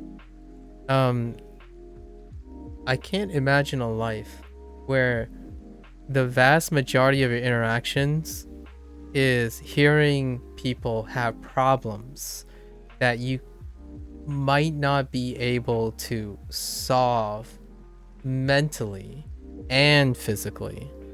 So what I mean by that is, you know, someone walks in, it's like, I think I have a flu. I have the flu, and then they would like pull up this like glossary of, oh, I have these particular symptoms and stuff, and then you as a doctor is like, I know you're in a really bad place, and you want me to solve this problem, but hear me out here. Not only do I possibly can't make this go away right away, but you have to trust. You have to also trust my experience that go get some bed rest, and here's something, and then you have like that interaction for the rest, like day in and day out, every single day. I'm like, or you like work at a hospital and you're in a position where, yep, your job is to always be confronted by these things, and that's largely how I determined that I was probably not mentally equipped to do this, right? Because in these situations, the person might not be able to help themselves, which that kind of sucks. It's like, oh, your leg is broken, just walk it off. You can't do that. And then when you can't help them, then it becomes espresso depresso town, at least for myself. So no doctors. I'm not, or like no doctoring for me. Couldn't hack it. It wasn't about the education or the context or the cost of the education. I'm sure I would be able to get circumnavigate that. It's the job itself, man. Thank you for all the doctors out there. Okay. 昨日、頭を打ちました。So I hit my head yesterday. Right. Hondo. Ooh. Wait. Hondo, sorry. Hondo, 本当に頭が痛いです. Okay. My head really hurts.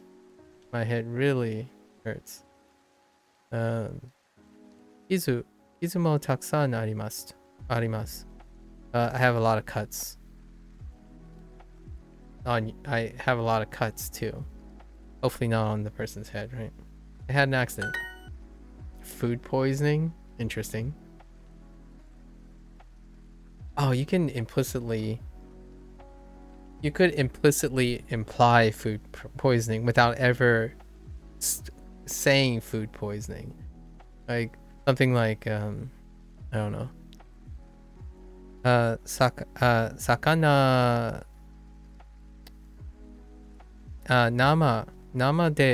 生の魚昨日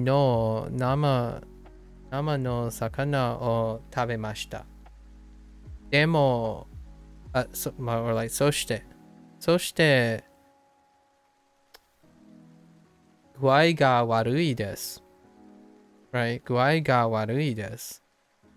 And that's almost enough to imply food poisoning. Like Connor from Trash Taste would say, food poisoning is not sickness. Oh yeah, it's not sickness, yeah. That's fair.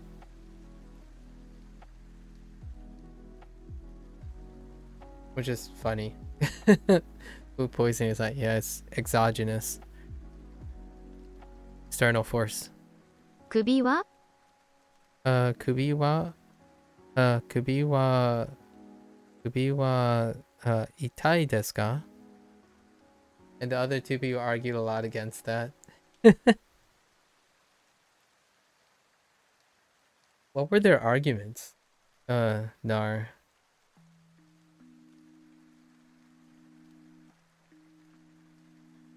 I'm not a pathologist. However, maybe I have a comment to be made about if food poisoning is sickness or not.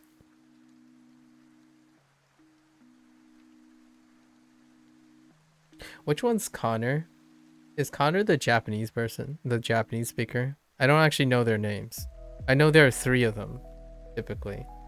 But I don't know which one, who's who.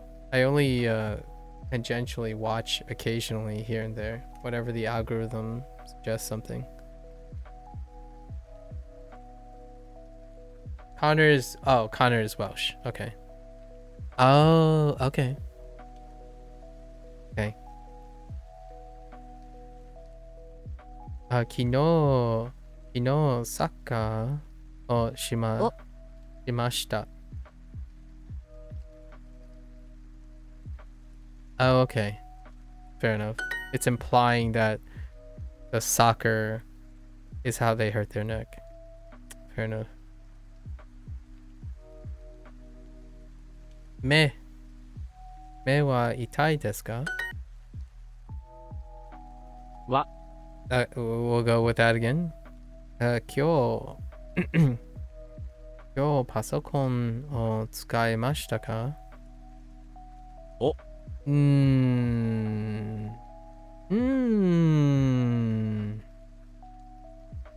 そうか. Shade. There's a bit of shade here.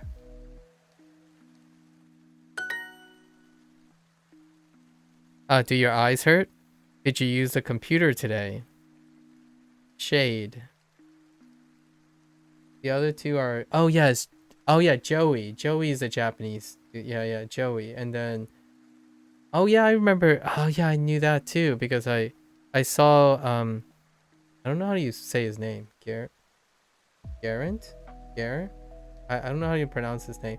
But I saw his video on Frien. I saw his video on Frien. His Frien experience.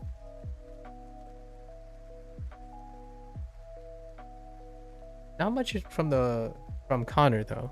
I haven't encountered like the outside of the trio situation. I did see some of Joey's stuff as well, because naturally, if you're learning Japanese, some people will suggest some of that stuff. I think my encounter with Joey and Matt is probably because of Dogen. A lot of times. It's how content creators do be doing these days. They either react to content in the same space, or they collaborate in the content in the same space in order to expand influence, right? To share influence. So, you think Connor does a lot more stuff on Twitch? I catch some of his streams randomly. Oh, okay. I see. That's pretty neat. Maybe I'll go and sit in a little bit if the opportunity presents. What are we doing? Nani de korobimashita. Sure. Koen? Yeah, Koen's a place to fall down. 腕が痛いです。腕が痛いです。足に傷があります。足に傷があります。I have a cut, a singular cut on my leg.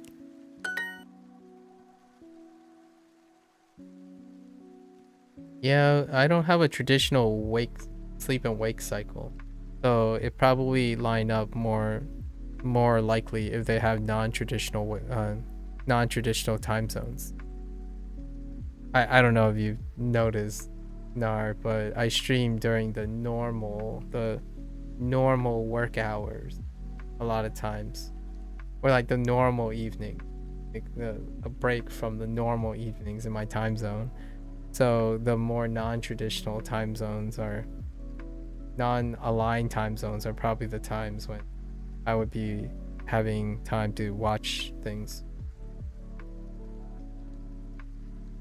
Not that Japanese time lines up that well,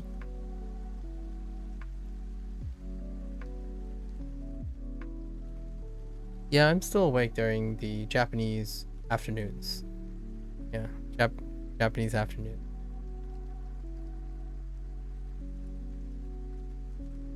I actually met someone. I haven't gotten a chance to talk to the kid as much. It was a middle school kid that I met who was in Japan, who was getting up for class, and we just happened to chat a few times about Japanese, right? Be able to ask them Japanese questions and whatnot, and they're learning English at the time, and they were getting ready for school. So it was like near the end of my stream is when they got up and it's time for them to get off to school. So it would have been kind of fun to interact with Japanese students consistently, but I don't think that's the ideal lineup. In recent times, a Brazilian streamer that I followed for like 10 years got well known in the foreign streamers. It was very weird to see them getting to know Connor and seeing Connor mention him. I know, right? When your parasocial relationships cross paths, that's kind of a content creation thing now, though, right? Like, here's the thing. Here's something that's unrelated. Like, I know PewDiePie here and there because lots of people like PewDiePie, right? And then PewDiePie moved to Japan. I alternatively also like watching Magnus for rock climbing. Like, I enjoy his little rock climbing, his passion that's exuded from rock climbing. And just so happens when PewDiePie decided to resume his streaming and content creation, he got into rock climbing, and naturally YouTube recommended a video in which they both rock climb together. Also, shout outs to Maximilian Dude for winning like a lifetime achievement award for streaming fighting games and being part of the FGC, for example. Right. Life works out really interestingly. Parasocial relationships can be a weird feeling, but it's pretty cool. For example, revealing that I mentioned John Green already. However, whenever you talk to specific types of people, it's without a doubt that if they don't know who John Green is, they probably watched they probably watched a singular movie that was based on his book. And that's someone I've been watching for years now. So it's kind of interesting when their lives are detached from their content creation. So I don't know if you've ever watched the movie A Fault in Our Stars, but that's based on his book, A Fault in Our Stars.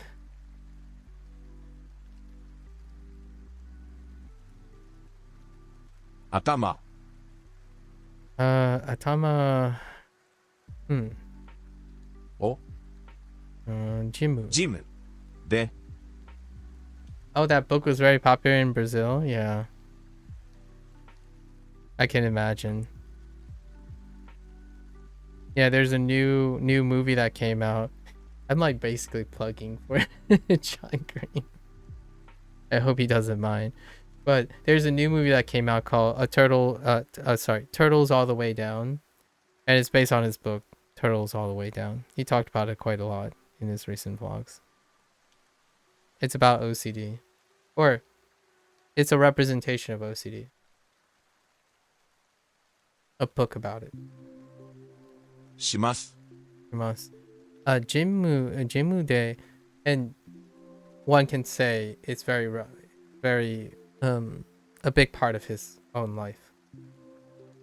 Jimu de atama o shimasu. Just kidding. Shimasu.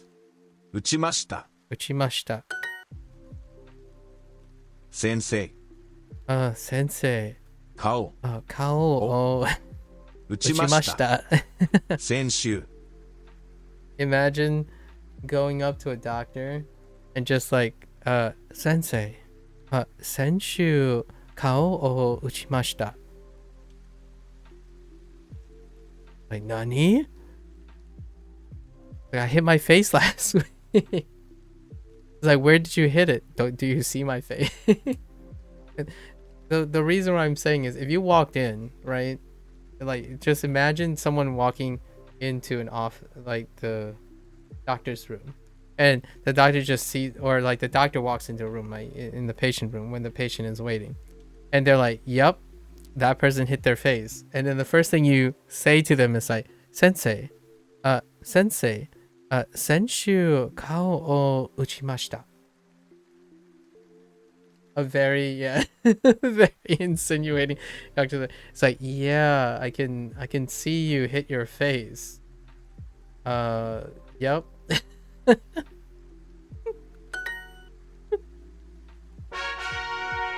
It's like, thanks for clarifying. 薬局 Yakyoku. Wait. Yakyoku. Oh, 薬局 pharmacy. Will I recover this month? 今月 Kongetsu. Ooh, yeah. What is this? Naoru? Yeah, Naoru. Kongetsu. Kongetsu. Naorimasu. Naorimasu ka? Yeah. 治ります Yeah, Ka. naorimasu ka? Good word. Recover. この薬を塗ります。こ Oh の no. Oh no. Utsuri. 薬 Oh, this is another predicate yesterday too. を塗ります。 Nurimasu. To apply, to spread.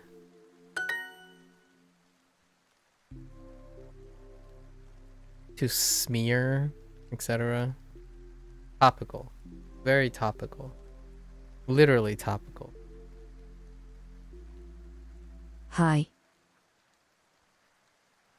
Hi. Chanto. ちゃんと Chanto kusuri o nukurimasu. Nurimasu. Sorry, nurimasu. 薬を塗ります Nurimasu. Yeah. Nuru.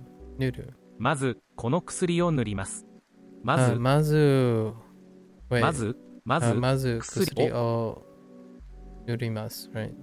塗りますこのまずこの薬を塗ります Mm-hmm. First, you apply this medicine. Second, I don't know, neimasu.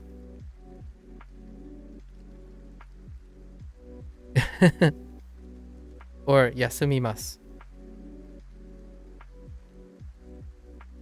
そして maybe like そしてちゃんと休みます right.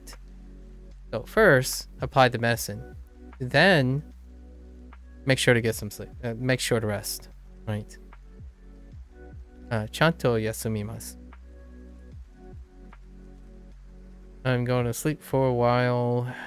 A while. Oh, this is しばらくしばらくしば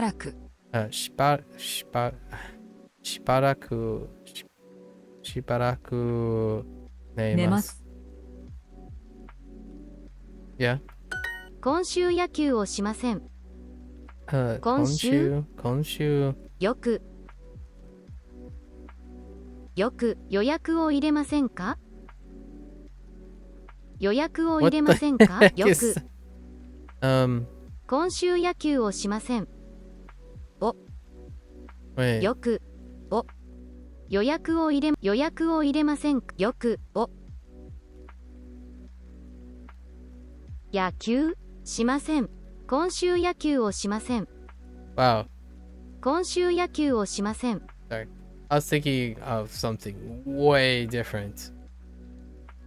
今週野球をしません. And they're kind of going with the whole like, this is kind of sounding like I won't play today. So you're like keeping away from something because maybe you're not well, right? So I won't play baseball this week. I won't play baseball this week. Okay. 薬で薬局薬局で薬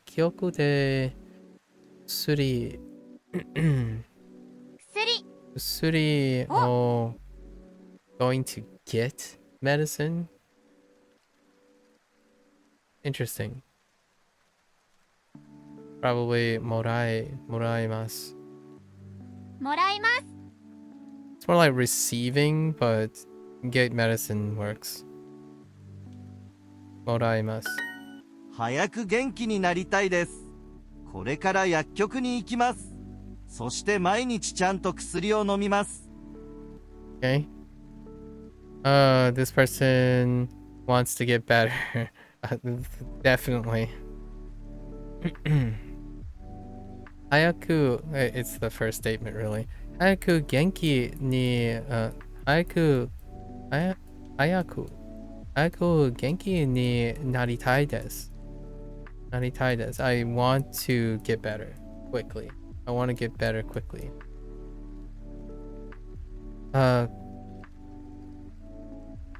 これから薬局に行きます。I have to make sure to go. I have to make sure. Wait. これから。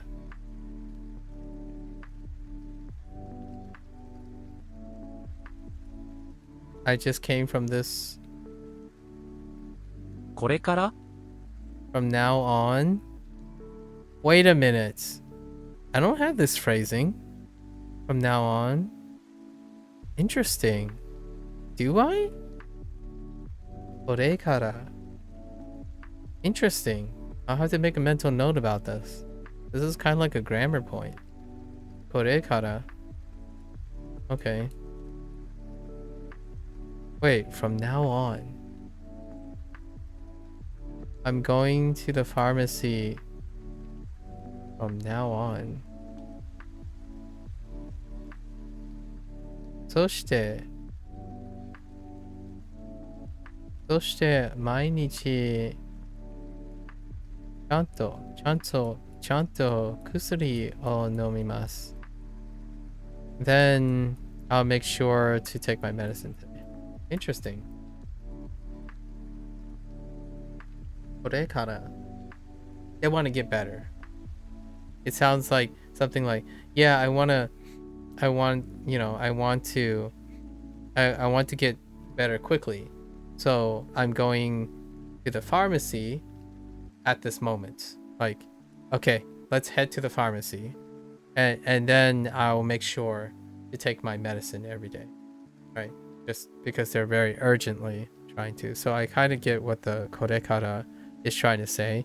However, I'm having a trouble time like phrasing that in English. The essence is there though. It makes sense. Korekara. It's kind of like what is it? Imano. If you have enough context, imano could mean like the current thing, right? Imano. Or like korekara.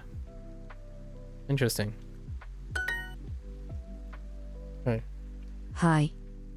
I don't know if I'm gonna remember that phrasing. It's gonna be tough because it only came up like once. I don't even know if I've ever heard that phrase.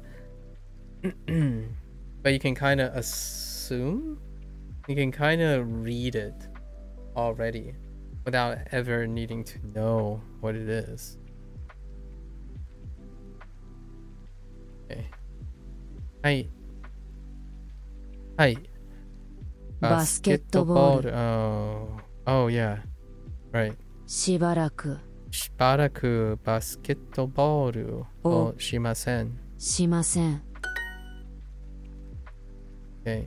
で Whoops. が目が痛いです。で口でしばらく休みます。必ず治りますよ。必ず right. So hard to remember 必ず like without hearing it verse. Yeah, kanarazu, for sure. I was trying really hard yesterday to remember, like, wasn't there a phrase? Because we got two different phrases already that kind of elicits this type of thing. To what extent? So, like, kanarazu, there's hotondo,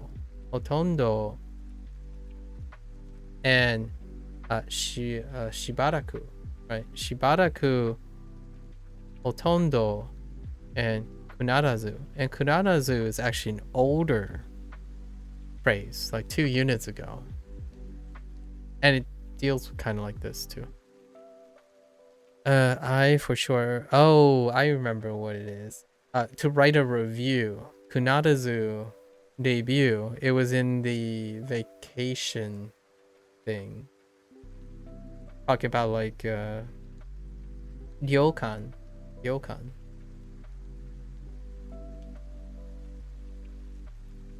I for sure. Because they're expressing a lot of things that are kind of like this, like chanto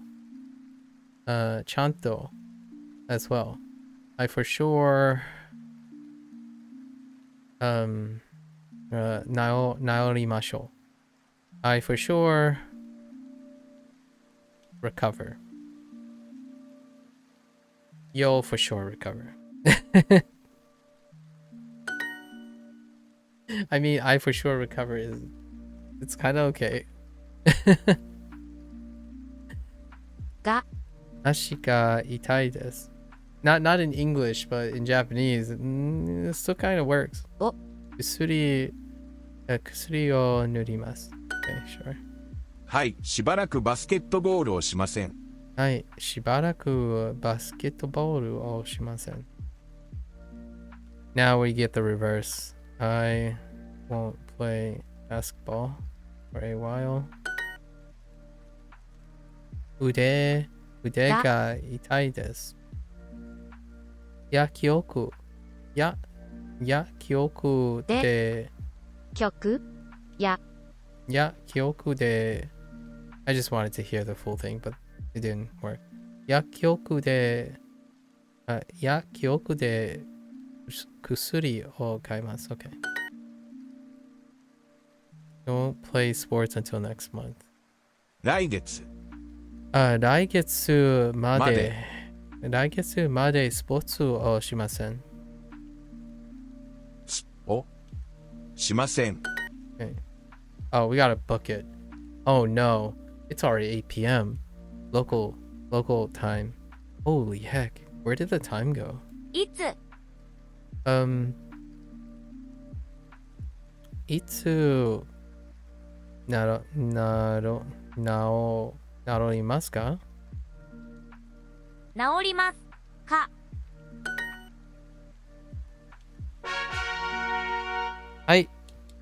までです。ありがとう。Manifest done. How are you doing, Manifest? What are you up to lately? I gotta go to the bathroom soon. はい、夜ちゃんと電気をつけます。はい、夜ちゃん。夜夜ちゃんと。ちゃんと I keep hearing 夜ちゃん。はい。はい。夜ちゃんと、電気をつけます。つけます。14 days? Yeah, it's already been 14 days, huh? Haven't started the 14th day yet. But today is it's been 2 weeks. Right now we're sitting on 80 hanzi.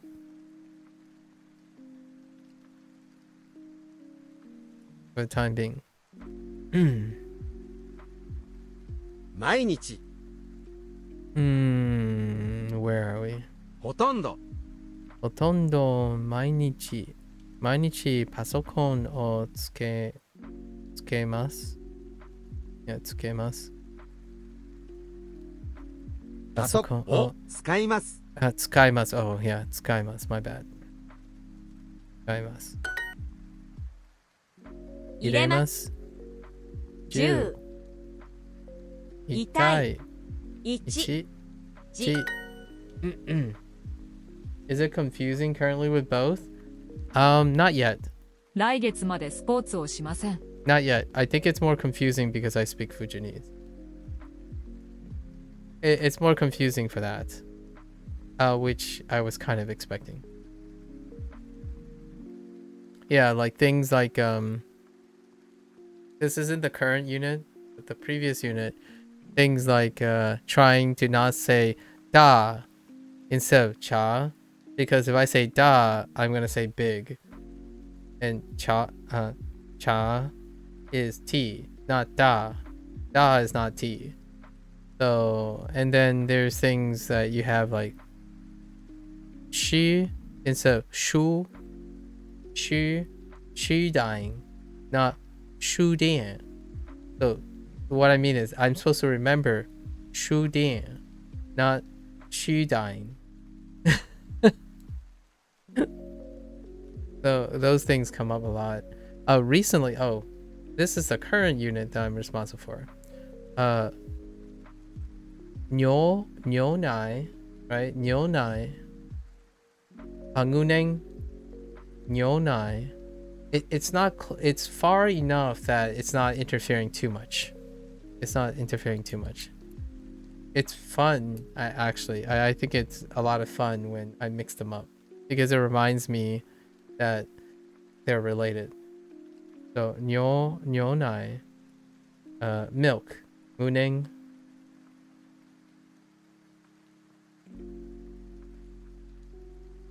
Also, I'm curious if I can do the same thing. You know, like how Mandarin can say nyo nai, and then nai cha, right?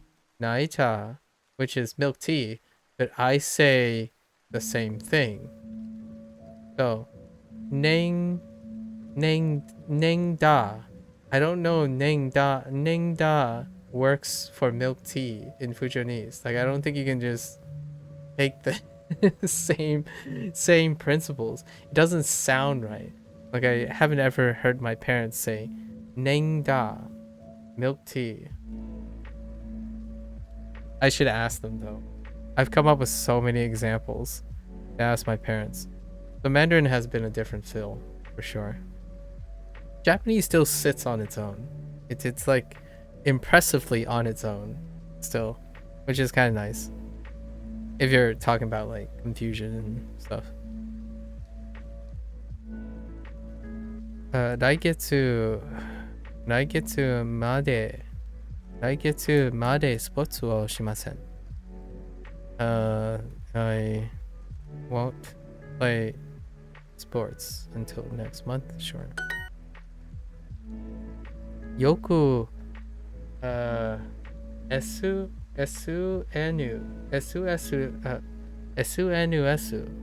right? よく SNS を使いますか？左目が本当に痛いです。 Maybe focusing on associating Hanzi with Mandarin first, and after you're comfortable with Mandarin, proceed with Fujianese. What do you think? That's the idea. Well, not really. Both. We're doing them as we're going. I do like how I'm learning Japanese. I'm developing my English at the same time as Japanese. Things don't get lost or get things go slower per se. However, I don't forget them as well. So Hanzi is my 80 characters. All of them has an equivalent in Fujianese at the moment. Actually, there are a few that don't have equivalents because I don't know what the equivalents are yet. Yeah, it's kind of like Japanese. The strength in my English is what's making Japanese so enjoyable.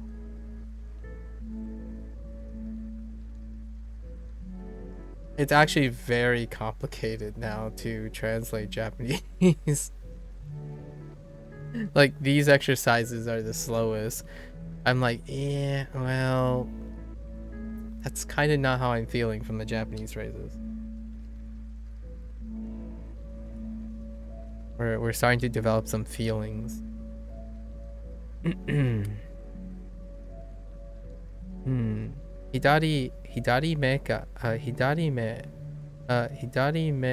me ga, me ga, hontou ni itai desu.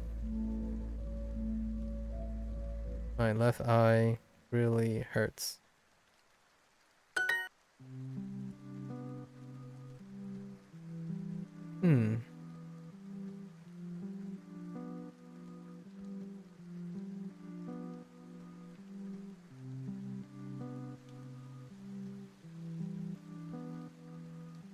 Interesting. Oh, you're just asking? Okay. Yeah. どうしましたか?風邪です。What と are you doing right now, Manifest? What have you been doing recently? Happy wise. 風邪です。風邪です。風邪です。Sure. 明日病院に行きますか?に予約を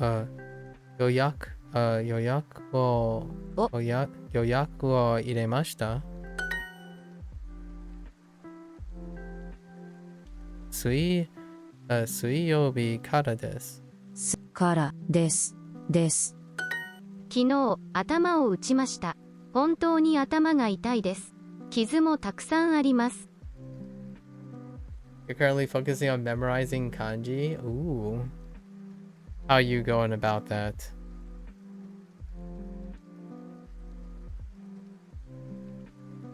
昨日頭を打ちました。本当に頭が痛いです。傷もたくさんあります。しばらくアメフトの練習に行きません。そして毎日この薬を塗ります。家でちゃんと休みます。腕は多分早く治ります。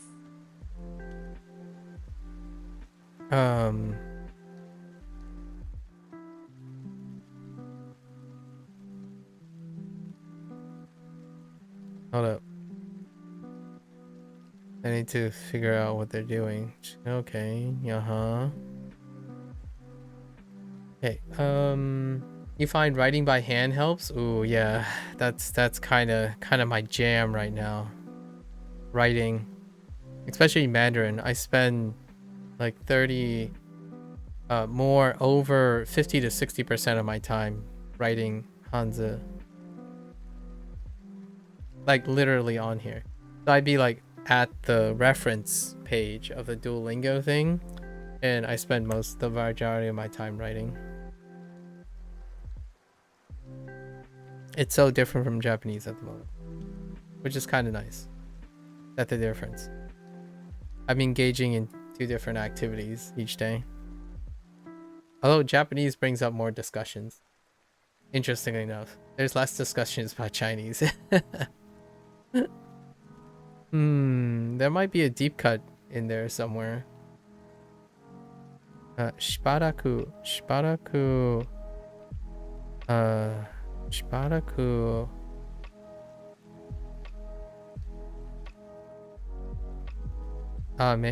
Amefuto.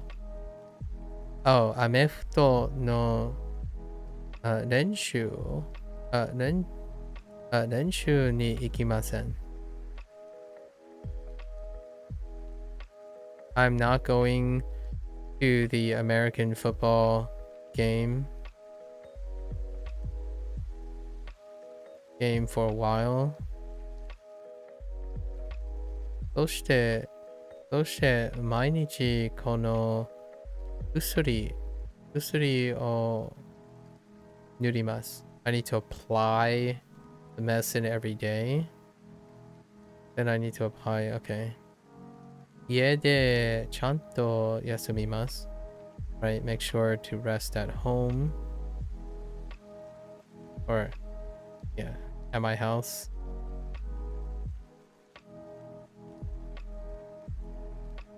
Ude, yeah, ude wa tabun hayaku naorimasu.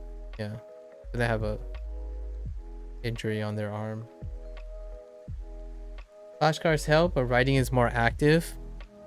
I agree. Do you choose to prioritize, or do you do a little bit mix of both every once in a while? Like, yeah, I'm not feeling writing today. Let's go with the jams. I'm gonna skip kanji. No, I think these kanji I'm pretty already fine with after the total recall. Oh, never mind. I forgot. I need to do the kanji exercises. Right, they fit it in. They fit into the actual Duolingo now, even though I already been doing them this way. Funny, huh? How things work out. I think it's 5 exercises. Oh, we'll do it that way. Right. Aida.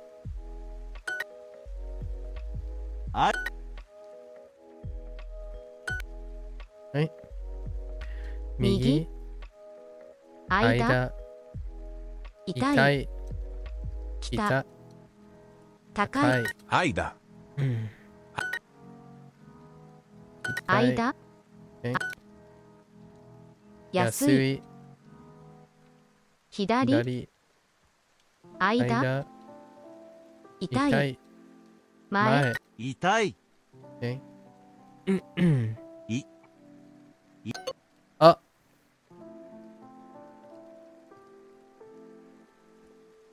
Okay. I reversed it. I reversed. 痛い。右。古い。北。間。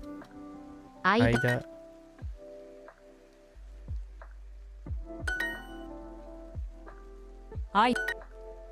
左。左。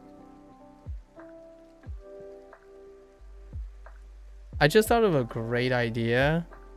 Oops. Oh, 左、高い。Yeah, 高い。間。右。Hang on one second. 痛い。Man, we should gather a bunch of people who's also learning at the same time, and see, and like make a agreement to like meet up in 2 or 3 years and see and share what happened in those 2 or 3 years in our language learning. It would be kind of fun. Oops, I did it again. Whoops.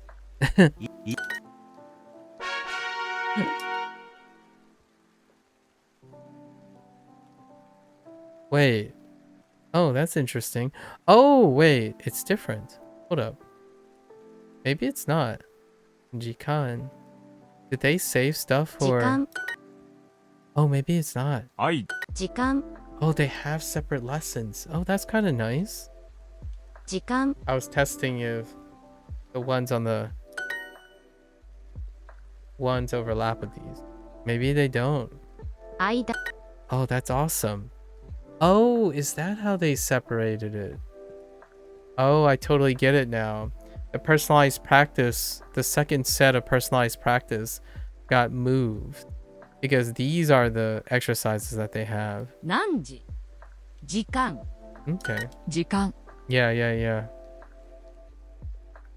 Wait, maybe not. We'll see. 時間. 間. Yeah, it checks out so far.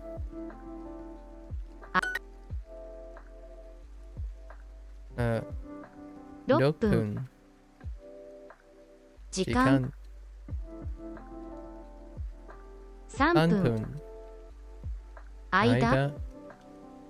何時間。間。間。土曜日。300。山。時間。時間。時間。7分。Oh, I should be saying these. 2 分。 2分。間。何日間。間。 Okay. 11。間。時間。20分。5月。 Okay. So let's see how that updates. Oh, okay. All right. Sure. Chikan. Aida. Oops. 1週間。1週間。何時間。2日間。2日間。時間。時間。間。間。時間、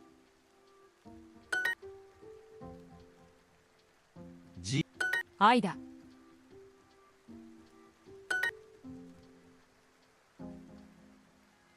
2日間。時間。3日間。1週間。間。 Use Duolingo too, since the kanji section has both quizzes and writing by hand. By add on by trying to not see the kanji on Duolingo, writing them on Microsoft Paint. I think it's it's the same approach with me. And I write them, and I try to write the new ones I learn as I go at the beginning of each stream, without the tether of the aid. Yeah. And right now for Hanzi, I'm doing all of them over and over again. So I've been staggering them. Initially, I was doing them every day, the exercise, but it's become longer and longer. So now it's every 2 days, and I'm going to try to put every 3 days and every 4 days. So I'm like doing what I originally done with kana, and like the kanji upkeep. At first they're very close together, the repetitions, and then they're starting to, you're space repping outward. So at some point you can hope, at least I hope, that I retain like 90%ish, which goes off to 25 days. Goes off to the 25-day review, and I get reviewed again, and every 25 days I continue to review, and maybe one day it'll be like 2 months or 3 months that I need to review some of these things. Yep. And specifically for writing, thinking about Japanese is nonstop, but the writing part, trying to move most of the things off, so that move off to at least a month or 25 days. And I hope in 25 days I find out that I remember how to write most of them, right? Most of them. So far, it hasn't been too bad. We're up to 80 plus, like I'm guessing 90 unique kanji, without missing.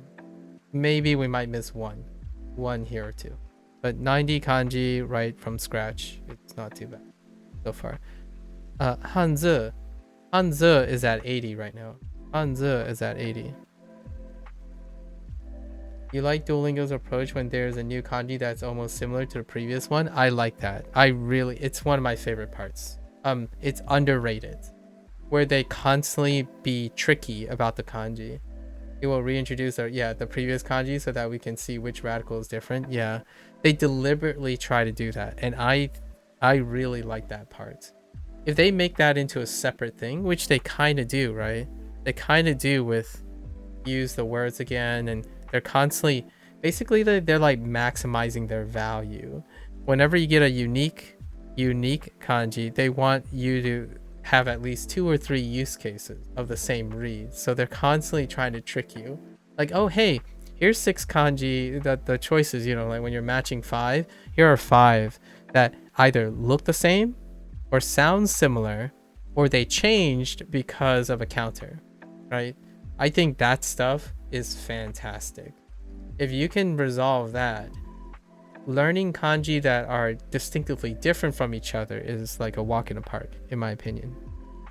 I think it's so underrated how they try to make it difficult. Like the moment you get a new counter, you know for a fact they're going to try to trick you. Like my one that they keep catching me when I'm laxing is it's these. It's definitely these. When I'm like nonchalantly like meh, just clicking really fast, whenever they enter these two counters, I'm like sometimes I'm like too laxed, so I didn't look at the character very closely, or took my, occasionally you could misread things. It's kind of like if two English words are very similar, but the only difference is like a and a lowercase e, right? And you just gloss over it. It's like, oh wait a minute. I really like that. I think it's very underrated. So I like kanji exercises. I think the kanji section, if not slow, I understand. Some people find it incredibly slow. That's perfectly understandable. How they approach it though is something you can probably take to Anki or something like that if you wanted a faster approach. I think slowly, like whenever you get a new kanji, constantly reviewing all the kanji that's related to it or something similar to it, or maybe the same or slightly different, that kind of stuff is takes a lot of extra knowledge. It takes a lot of planning, right? And maybe Anki has someone who already did all this work for you. I appreciate that Duolingo has already clustered these things for me.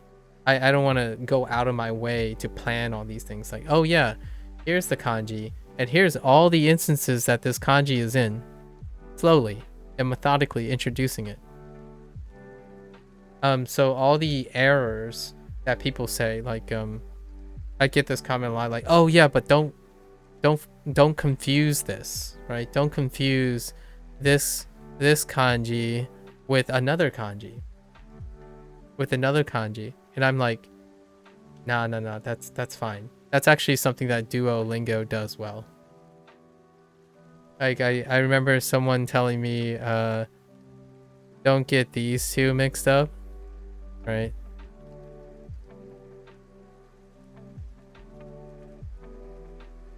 Right, early on, like Mimas and Hyaku, like, no, you can't get them mixed up because Duolingo is going to punish you for this.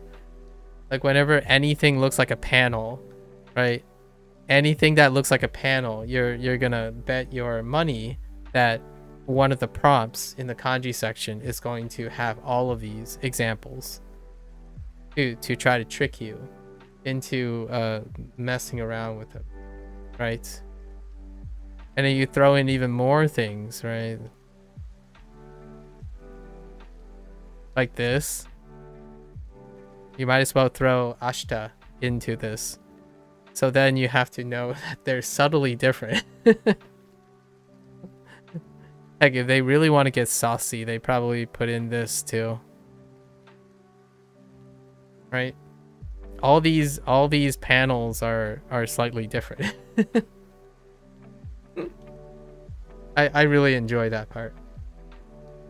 I think they figured it out for that one. Thank you for revealing or agreeing, I suppose, or sharing a similar experience. I think it's very underappreciated, especially this one. Ida, like Ida, man, Ida. This stuff comes up, and they first introduced it as newspaper. Like, dang. Interesting that you and another person that I know say that kanji looks similar, but I don't see them as similar. I see as more similar. Oh, man. It's because I just got this. For me, I can explain why I don't think about this. I just got it this unit. Which is what they're doing now. So I couldn't possibly have said it. If you know what I mean. So yeah, they these two look similar. I would say yeah, these two look similar. I just got it. It's today, or it's yesterday. For I. So before then, it was always this. So this doesn't look like this, right? But I would agree with you. And they probably do all of these. They probably do all of these together, right? They probably would do these all together. That's the way I can explain why I didn't bring it up. The other person, I'm not sure what their Japanese competency is. I haven't actually seen this. The closest thing I have is this. So that's why I included it. Because this is the panel in me. Yep. I agree. I see it too. Yojikan. I don't refer to my eyes very often. And I haven't seen the eye icon too much. Or the eye kanji. 4時間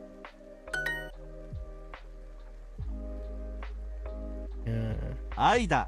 4時間 Do I know Lang Focus? It's funny you mentioned that. Lang Focus has been the topic of discussion today, previously today, and yesterday. And I can tell you, I sort of know Lang Focus because Nar mentioned Lang Focus yesterday. And I watched a video, 2 days ago, sorry, about Lang Focus and Chinese and Japanese. And today I met someone who happens to also have seen that same video. So we talked about Lang Focus a little bit again today. We were talking about the video that Lang Focus had Chinese people trying to read Japanese sentences. And a most interesting observation to me is how, as they got to more formal and advanced. Yeah, you were talking about that video too? Yeah, exactly. Funny, huh? Funny how when people talk to each other, you'd be surprised how similar everyone is, right? Even if we have different goals and perspectives and stuff, some way the internet has a way of introducing and sharing the same. Yeah, so I imagine that was the video you were about to talk about. That other person, literally, that was also the video they were talking about. And then Nar introduced me literally to that video the same way. It's so good. You can't make stuff up like this. The probability of all these events happening at the same time, it's not a coincidence. You know what I mean? Yeah, YouTube and Google algo for sure. These are not statistical anomalies. They are not coincidences. They are so strapped by selection factors.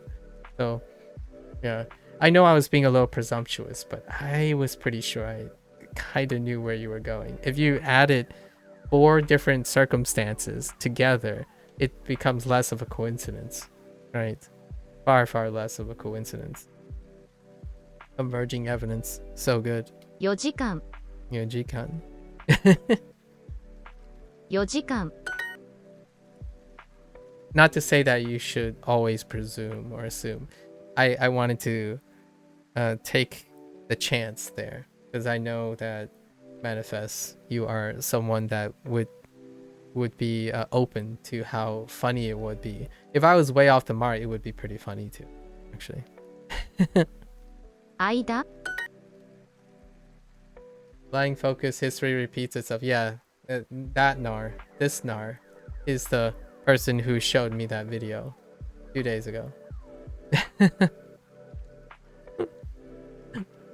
4時間 It was a great video because it literally made me it's why I'm interested in Mandarin, why I'm learning Mandarin now, sort of, because I'm kind of in the phase where I can do that fun activity where it's like, this could be like this if it was Japanese.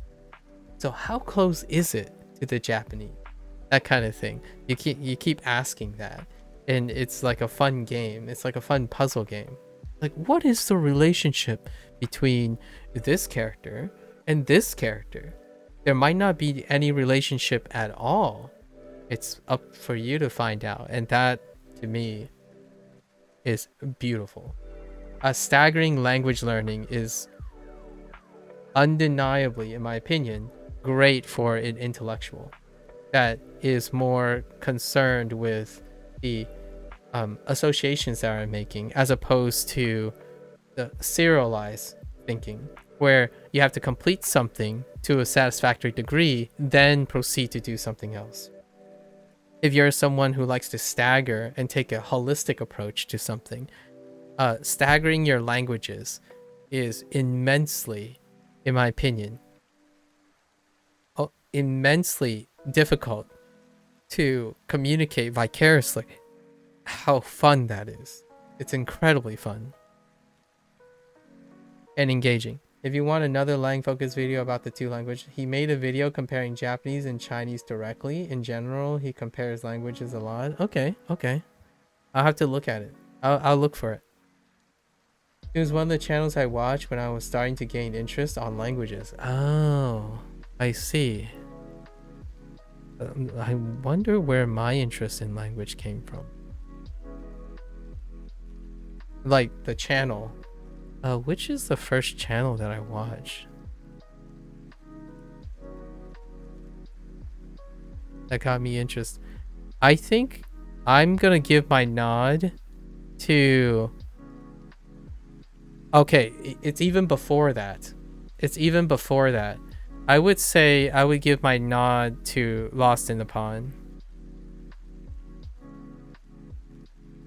And what is different in terms of Lost in the Pond is that the person is comparing within a language. And just the idea of comparing within a language makes it so startlingly interesting when you're comparing different languages. So like this person's passion was incredibly it was so on a different level even within a language, and we're talking about the English language. And because of this exposure, I've become so attached to so many other people, especially multicultural couples. So that's where all that came from initially.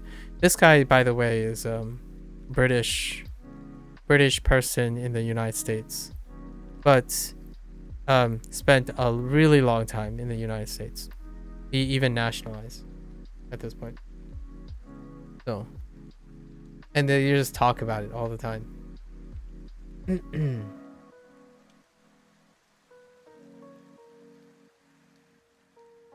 Lindsay does languages.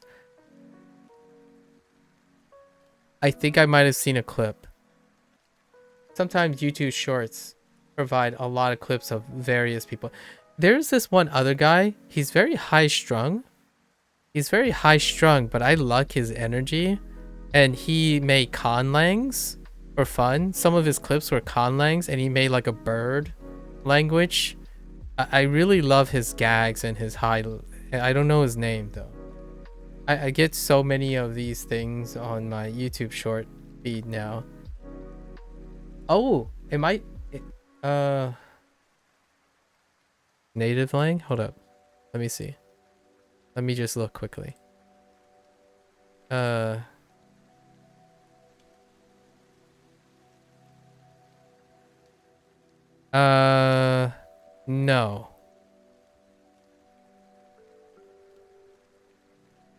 No. He has like in your face. He's like very in your face. He's bespecked, quite skinny, but his ability to produce sound is unbelievable. He's a linguist though. Like he likes he's more of a linguist than consuming natural languages. Like, so not in his stuff is the observation of languages as opposed to the acquisition of languages. he pointed out like weird punctuations. I thought there were some really fun non-existing punctuations. Like speaking of, you guys, like, you know, this punctuation. I didn't know this punctuation actually existed until I saw one of his clips. This punctuation. It's not used anymore. I think it reminds you of a certain something. If you're into Japanese, right? At least into the anime. Yeah, the Sharingan punctuation. There's some really cool punctuations that aren't used anymore. This is one of them. He rated it like a 4 out of 10 or something. I thought it was pretty funny.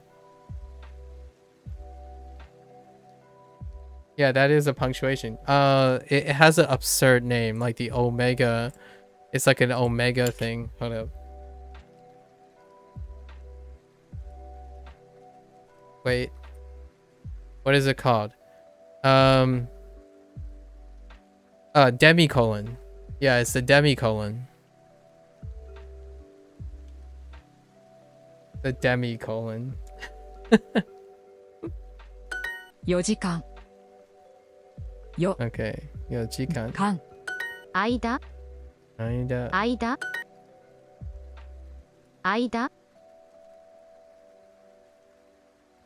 If you give me most of the time, I feel like if someone suggests something and they're incredibly passionate about it, and then if they're exuding incredible passion and then they suggest a video, then it's likely, in my opinion, that that video would be also likely to be a person that's incredibly passionate. And I love those things. I think I go down a deep rabbit hole. I actually learn a lot less Japanese and a lot less Mandarin in the exchange of acquiring more experiences. And I think that's worth it. So pardon me if my Japanese and Chinese is going to slow down as more and more as I interact with more and more people. I absolutely think is genuinely worth it. Because if you're asking me, why are you learning a language? I don't literally have to learn and speak Japanese to have more and more opportunities to talk to other people. I'm only doing this so I can actually talk to more people. That includes all the people who want to learn Japanese or thinking about learning Japanese. I think one of the things that is underappreciated is that when you learn a language, you are in it with other people, not just trying to be people that don't know that you're one of them yet, per se. Like, for example, before you become a Japanese speaker or someone who comprehends Japanese, you are also a Japanese learner. And sure as heck, I would definitely sacrifice any amount of time to continue to enjoy the journey along the way. Rien to the max. I don't have to be good at a language to love being part of a community, right? At least that's how I feel.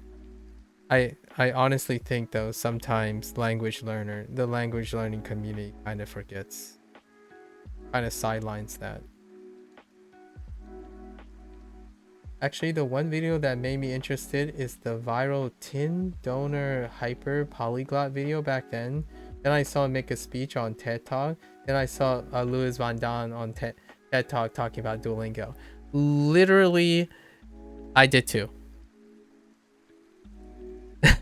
I did too. That actually happened in that order.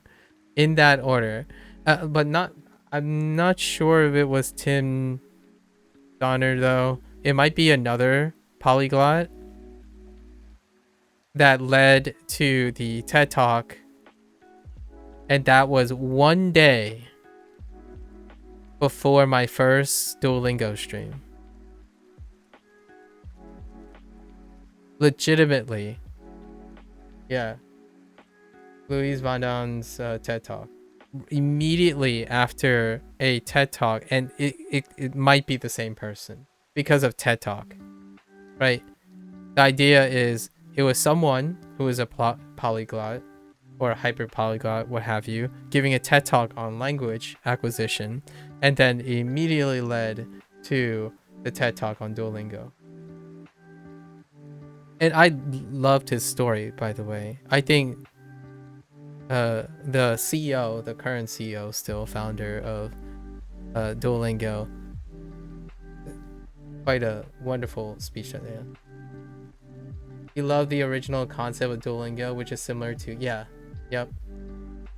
CAPTCHA. I don't really know how to pronounce that thing. How people go around pronouncing this when read out loud.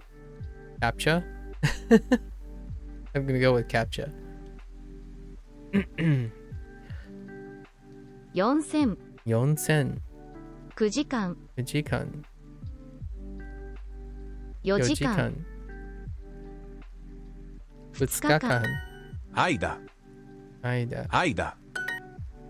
4人4人200 200 4時間今間4時間4時間 It's gonna be another long day for me.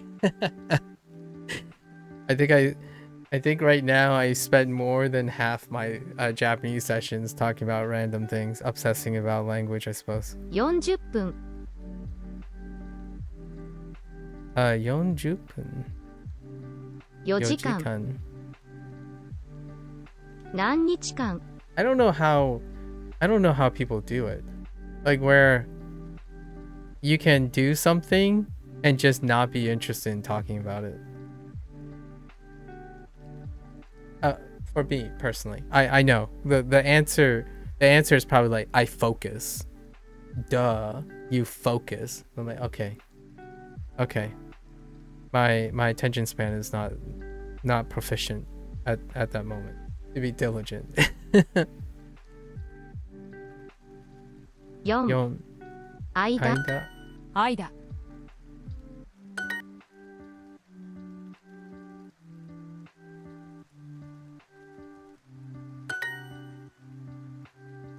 間間見ます12時何日間4時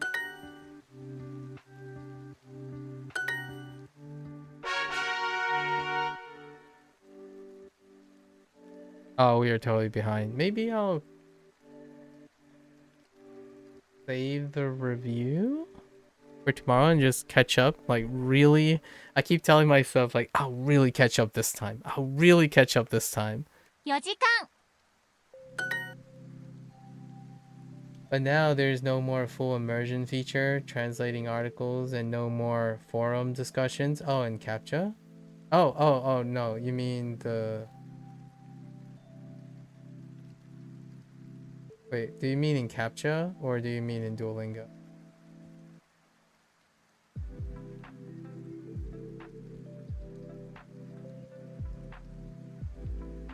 The reason why I'm saying is because there used to be a discussion feature. Oh, okay. I didn't know there was a translating articles feature, huh? 間 Ida.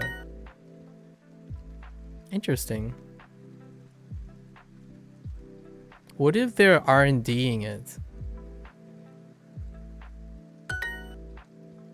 Manifest. What if they're R&Ding it? You know what I mean? Like a video game? It's like, yeah, we know, but we can't release another thing half-baked. What if they're R&Ding something?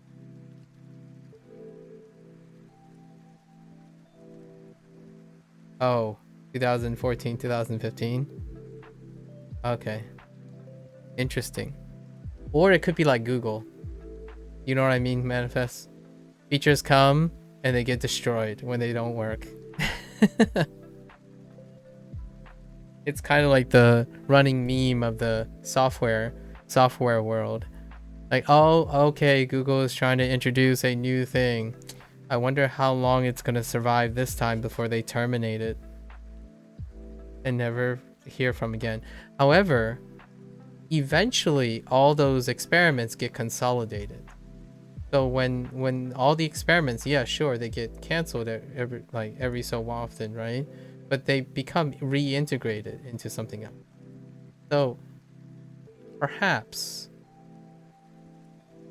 that might be something. That might be something to hold on to. I actually I saw a few videos of people who review the discussion thing. I do. You don't understand. Oh, you don't understand why they removed it. But the forum discussion thing, I understand. Or like I immediately had a strong agreement with the business side of things on removing such a thing because of live service. So so many times businesses get wrecked by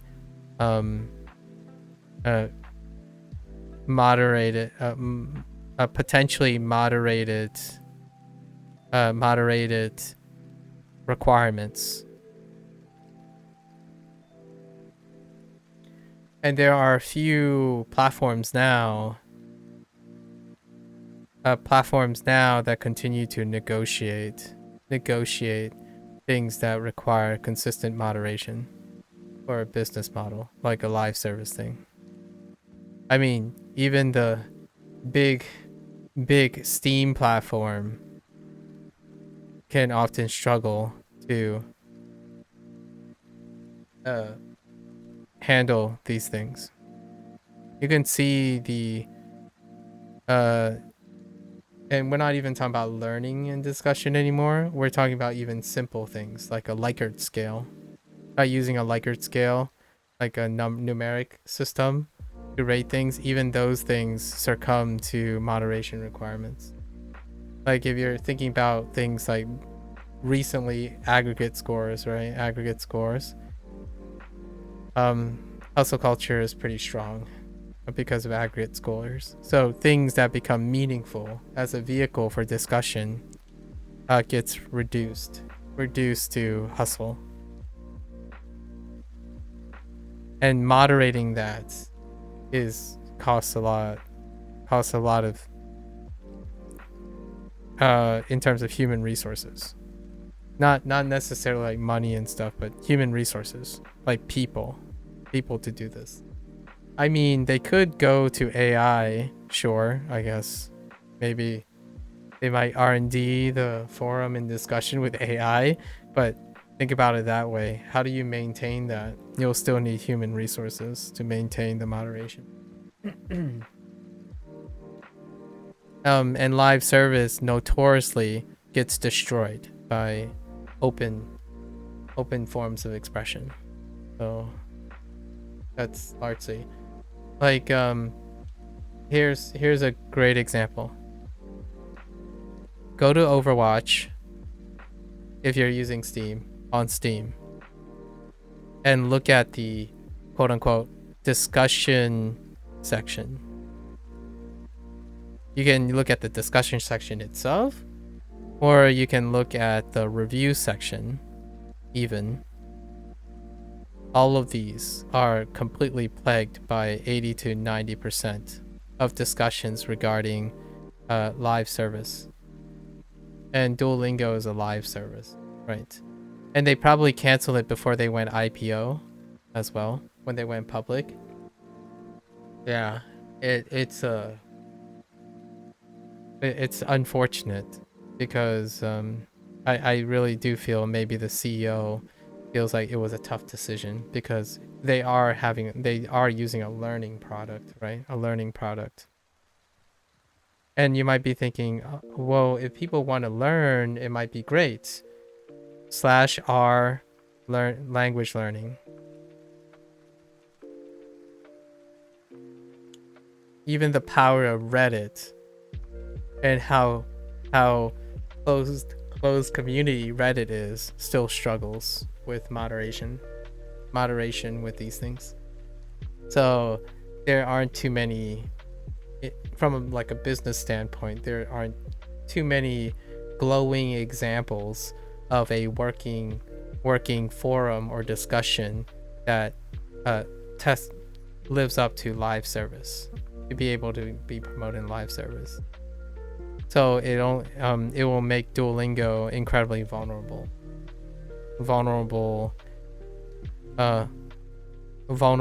to flames, right? To flames. So it's understandable.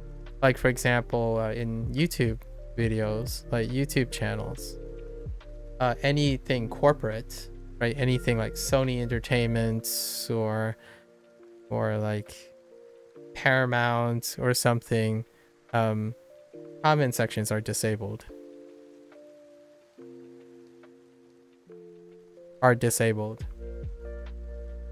Because it would be devastating to the business to have to moderate it and all the wildfire. That's kind of my best, like my current tentative explainer. I still would have loved it, in my opinion, right? But it's not my business. As in, like, not my... Oh, that's a fun pun. It's not my company. So I would be very scared. It only takes one person to set the whole place on fire. Yeah. Kind of a shame, I know. Kind of a shame. If you want to see what I feel like it would turn into in 2024, subreddits. If you go on a subreddit about the Duolingo subreddit or the language learning subreddit or learn Spanish or learn insert subreddit, and then you go there and then you cross-reference Duolingo, that's probably a great way to demonstrate what the discussion would be like in 2024, in my opinion, in 2024. So axing it early is probably a tough decision that they had to make. I did see the feature, but though I watch a lot of people who review Duolingo, right? I watch all the people who review Duolingo, and I did see the discussion section. It's really wonderful in the early days, for sure, in the early days. And even in those videos, the closer they got to the current year, the more often I saw troll messages in the actual videos, like people not helping, as in people treating other people like garbage in the things, like in the actual video of the person using the feature. You can see as it gets closer in year to the current year, when they're scrolling through the discussion, like half the comments are like, well, get a dictionary, bro, like things like that, in spite of the ones that are very helpful. So it's kind of like the nature of the beast at this point. It was so nice interacting with a lot of people, native and other language learners, that could add on tips. Yeah, exactly. Where Duolingo doesn't cover. Exactly. And hence why I choose to stream, right? Stream Duolingo. I've been exposed to so many things. The unfortunate situation here is I like streaming Duolingo because I'm not popular. So it would take a very special, interested person to go out of their way to interact with me. So they have to pre-select themselves. It takes a lot of pre-selection to commit to interacting with someone who isn't popular. Now, imagine if I was a polyglot who has like 10 million followers, and I suddenly spend most of my time using Duolingo. That would be a flame war. You could not possibly end up addressing all the things that could possibly happen. And Duolingo isn't even interacting with 10 millions of people. I think Duolingo is more interacting with hundreds of millions of people. And that's kind of, and all of them can be set off by, like, I don't know, one comment. I did one comment in the Norwegian Duolingo topic, and it was in the exercise, which was like, Brazil has 26 states, and I commented in one administrative region in Norwegian, of course. Wait, you did one comment in Norwegian, and it was in the exercise. Okay. Oh, in the discussion? Ah, I see, I see. That's a pretty neat trivia. I would love for it to come back and work. That was about it. I got an email later of someone replying to it. Aw, that's pretty cool. What did they say? Nar, did you remember what did they say?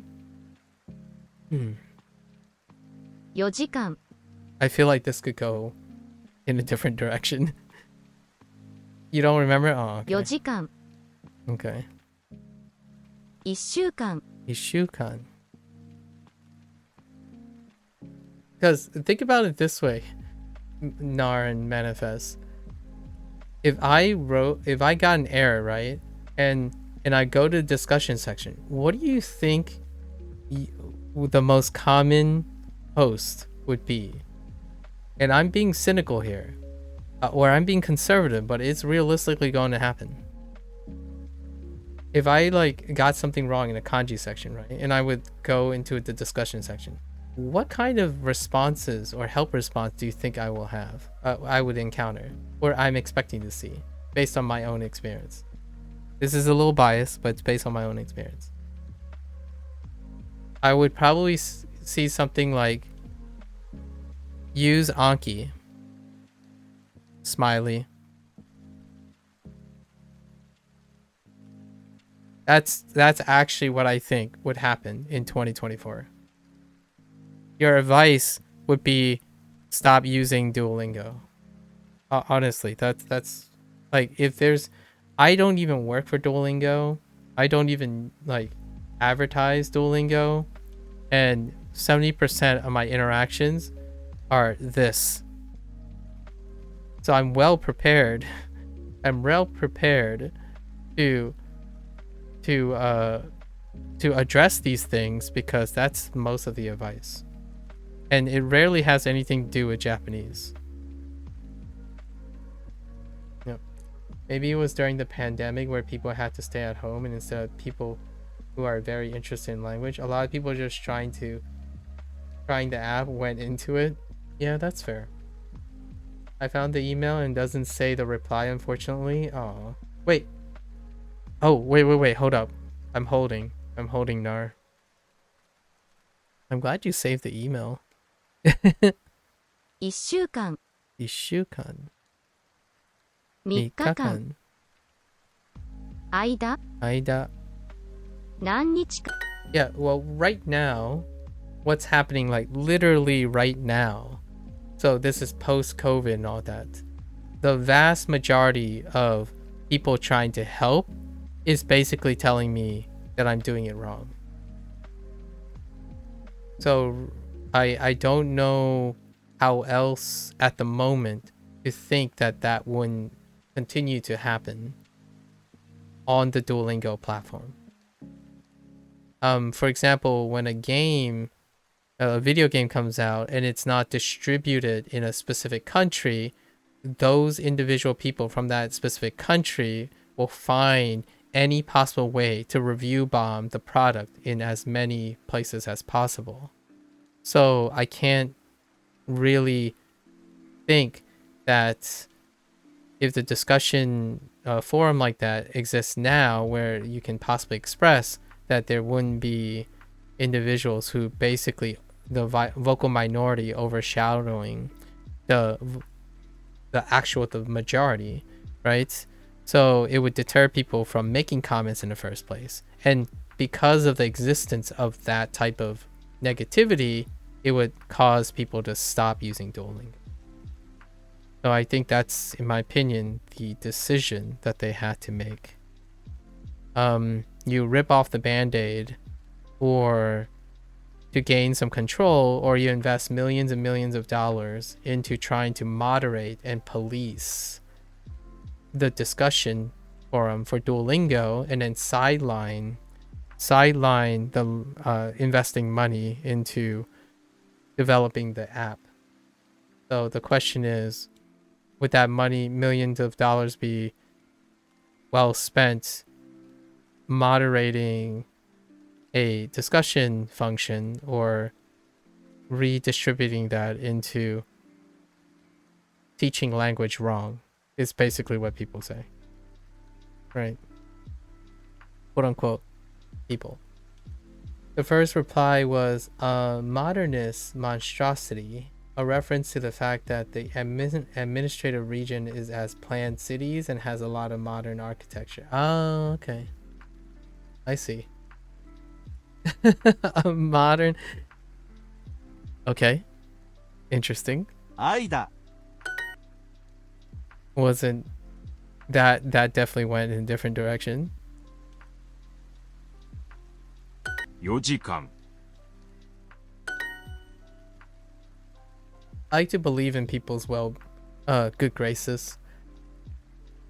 We can't account for how devastating a vocal minority can be to a larger effort. Yeah. 4時間愛だ間間4時間4時間何時間1週間何日間 Okay. Oh, okay. I really need to book it. I think we're gonna do the personalized practice and save the review for tomorrow. It won't take too long, so because I have to switch over to Mandarin. Yeah, we're past 5 hours. I have to switch over to Mandarin. I think the Brasilia architecture is cool, but the city is obviously associated with politics, and that's where the Brazilian White House is located. I see. So the Capitol building. I like how you call it the Brazilian White House. Is it the Capitol building still? Actually, nod to North Americans, or to Americans. Brazilian White House. Capitol buildings. Kujikan. 9時間愛だ9時間9時間間間9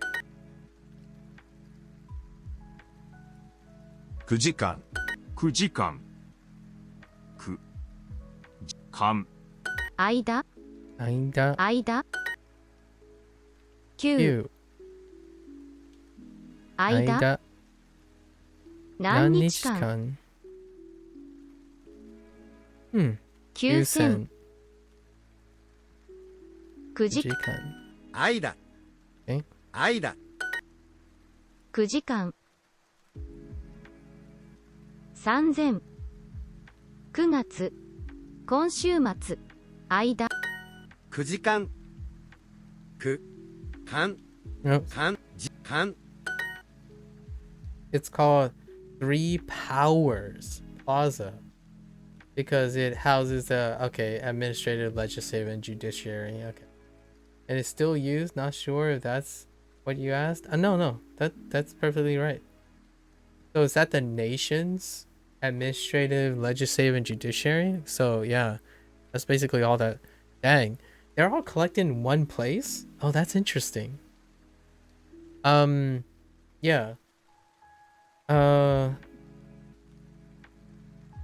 Yeah, the White House in the United States, right? The White House in the United States is the executive. Place. And then judiciary is in the Supreme Court, which belongs to a different building. And then legislation is, wow, I don't know I'm very terrible with American government. But the legislative one is also a different building, which composes of the House and the Senate. So lots of like a bunch of people. The House, I forgot how many people. The House has a lot of people, and then the Senate is 2 per state. 2 per state. Yeah, and then the White House is just the executive branch, i.e. the president, and maybe the cabinet members, and the president and the cabinet. And the judiciary are like Supreme Court judges. I forgot how many Supreme Court judges there are. I'm so terrible nowadays with... I haven't kept up with US government. 7?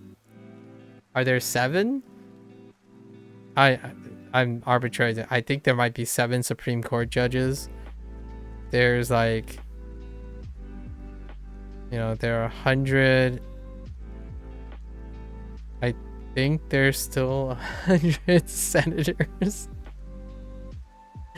And then the House is like, I don't know, 300 or something. These are made up words at this point because I'm super terrible with this. Yeah, the White House is only the executive branch. So president and cabinets, like the secretaries. The secretaries. The numbers are don't quote me on the numbers. Pretty that's like high school government level. I'm really not that great with the bigger governing bodies. And I guess it's a little confusing because there's also the state government. Every state also has a capitol building, if you will. So every single state itself has their own quote-unquote White House. Yeah. Every single state themselves also have a White House. But the state government, which I guess is comprised of the mayor, the governor, yeah, and then like at the federal intersection, it's the senators that link the state government with the federal government.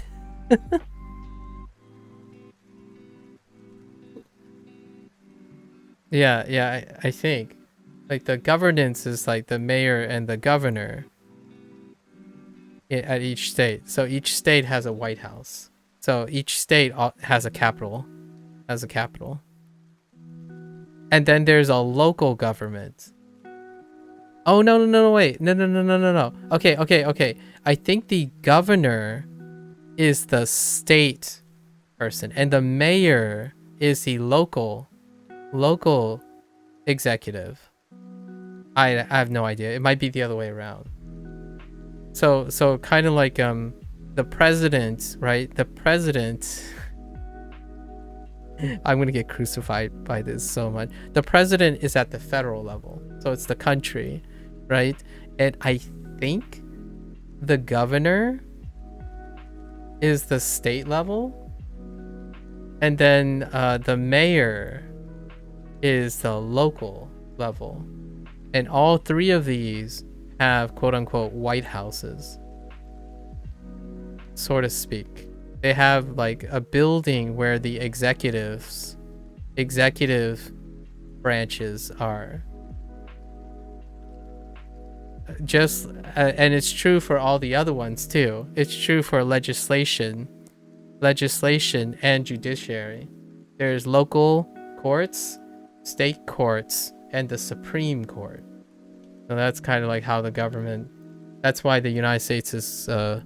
Whenever someone talks about the United States and they talk about government, they oftentimes people are referring to the federal government, the one that unifies the whole country. But if you're talking to someone from the United States, you have to identify which state are you talking about, because the quality of education and stuff varies also based on the state government and the local government, not necessarily the federal government. So a lot of times all the federal policies may affect the entire country as a whole, but each state affects its own regulations as well. And that's why you have such varying. If anyone from outside the United States ask an American what do they think, you're going to have varying discussions, largely due to the nature of, we have to remember that it's the United States of America, not America. I know how that sounds. Like a lot of times people refer to as America. Americans do too. But they're United States. There are multiple states and people in different things, and they all kind of varyingly expect certain things.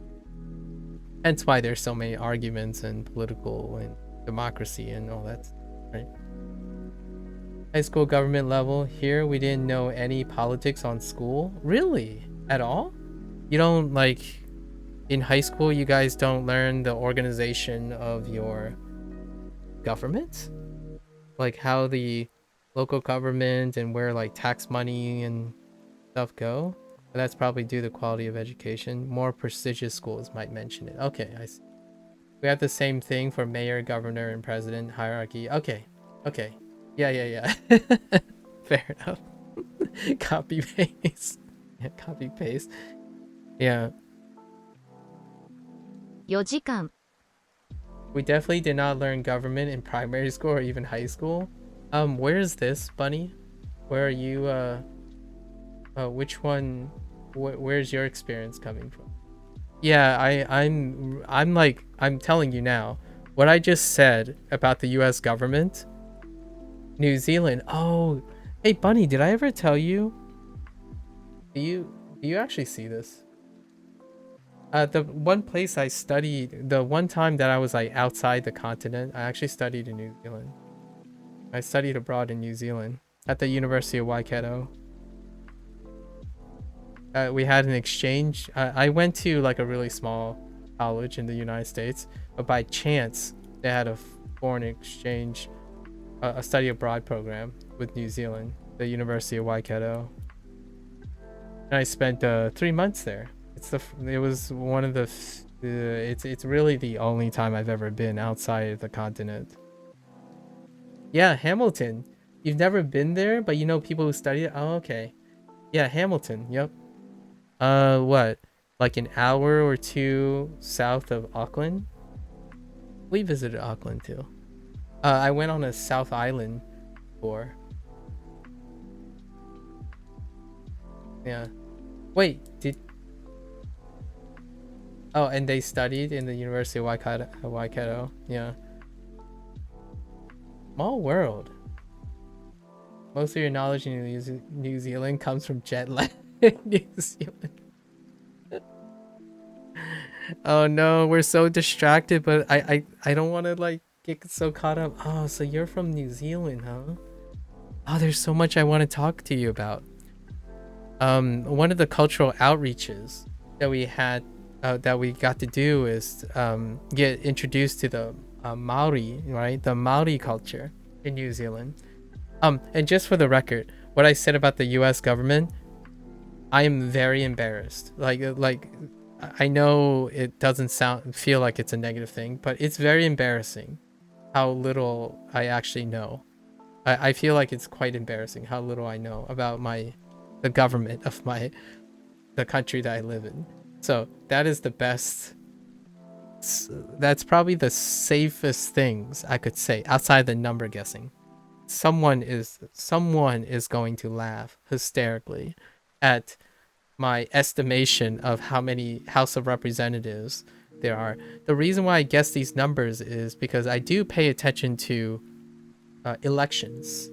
So I remember seeing like the number bar all the time. So that's how I'm guessing the numbers. But I don't know if they're accurate. Yeah, New Zealand. I have so many things to ask about New Zealand. Yeah, I have a fish hook necklace around my I have ponomu around my neck since the day I visited New Zealand, since the time I visited New Zealand. So, I have greenstone from New Zealand. Every single day. I've kept the greenstone on me ever since I went to New Zealand. I had the privilege of it being blessed by a Maori priest. Yeah, Pounamu. Yeah, the cultural symbols. Yep. And it's in the shape of a fishhook.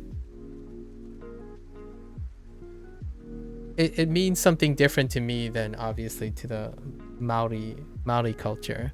However, I don't want to make it sound like it's a appropriation. I'm not any more connected to the Maori culture, but it means something different, right? As an American and a Chinese person visiting New Zealand, greenstone, like jade itself, symbolizes a lot of other things too. So it's kind of like collectively interesting, right? I saw jade and I learned about greenstone and then learned about Pounamu, like, and their symbolism. I'm like, sweet. How appropriate would it be for a Chinese person who's in the United States, who's doing cultural outreach, to have to carry a symbol that kind of unifies different cultures? It's so neat. Duolingo always calls Norwegians as Norwegian Bakmo, which reminds me of how I wish they had a Norse course, Norsk course, maybe a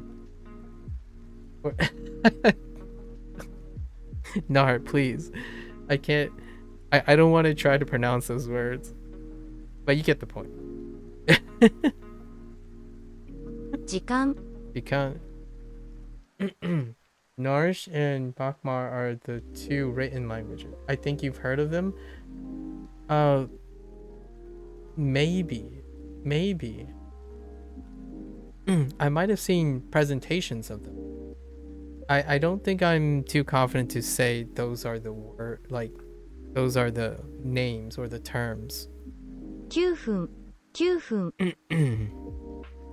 間9時間 Speaking of Norwegian though, Nar, I have. We might save it for when I play God of War. Like the newest like God of War series.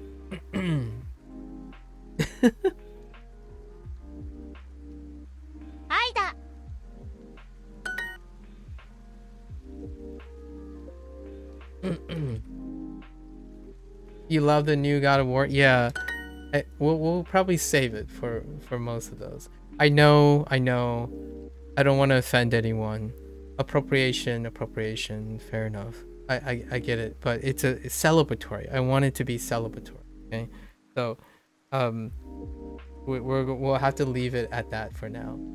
Like right now, the explosion of Chinese mythology is all over the place, right? And I think that's pretty rad. Not even being natively born in China, I still think it's incredibly rad that you see such an explosion in Chinese/Japanese. Hey, hello there, Jeff. Hello. 食べます Tabemasu. 11 11. 間 Aida. 9時間話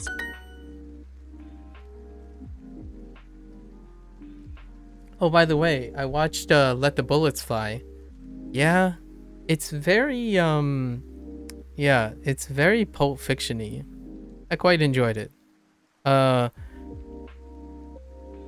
was a reference in Let the Bullets Fly, and I couldn't help but wonder, what would Redcliffe, the Battle of Redcliffe, be like as a comedy? And that's how I summarized Let the Bullet Fly. What would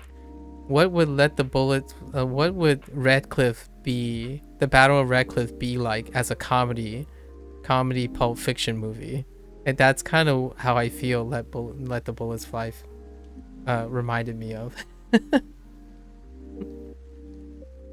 And they literally had a reference to Redcliffe in the movie. Yeah, that sounds about right.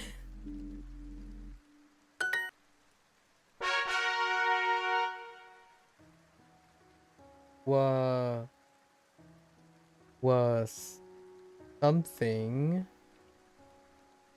something something something something on something. So all I got was w- watched one and me in that sentence.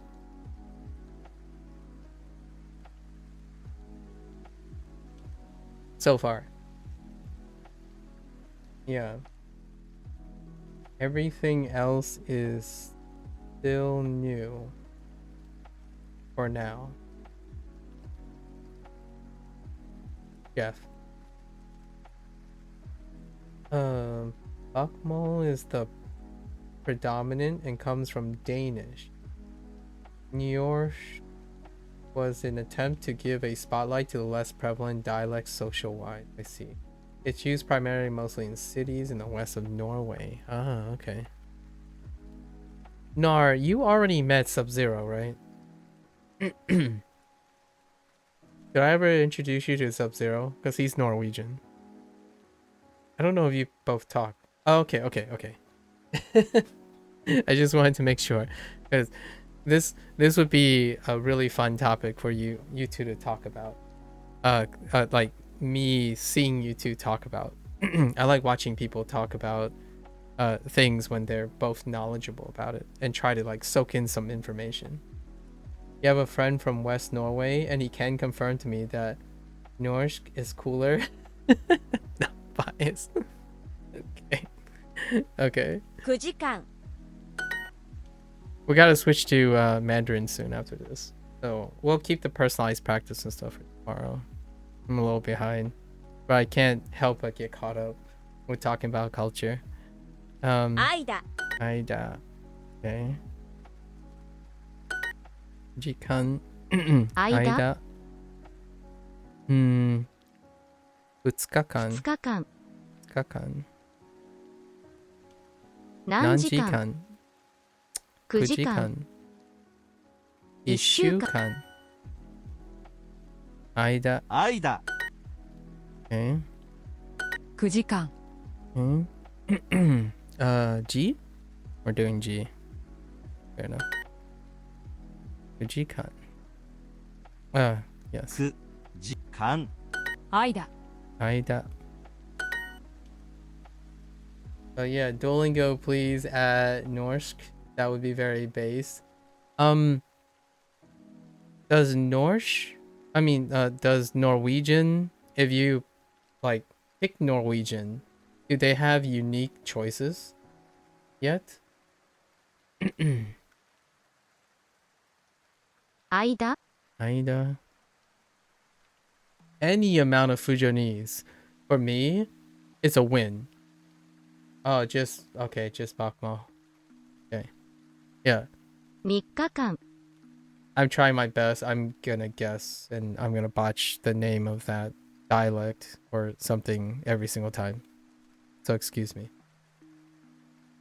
I don't think any language has unique choices. In Mandarin, you can learn Cantonese. It's not in the English. It's not in English though. I love it if Duolingo adds Filipino or Thai. Yeah. So in Mandarin, if you switch your language to Mandarin, you can have a Cantonese course, which is not in the English course. Actually, it's not listed in the English. Bakmal. Okay, Bakmal. Okay. And what about Niorsk? Or something? Niorsk? Something like that? I feel like I've heard Norsk before, like someone say the word Norsk, but I don't know if that's how that's said. But Bakmal.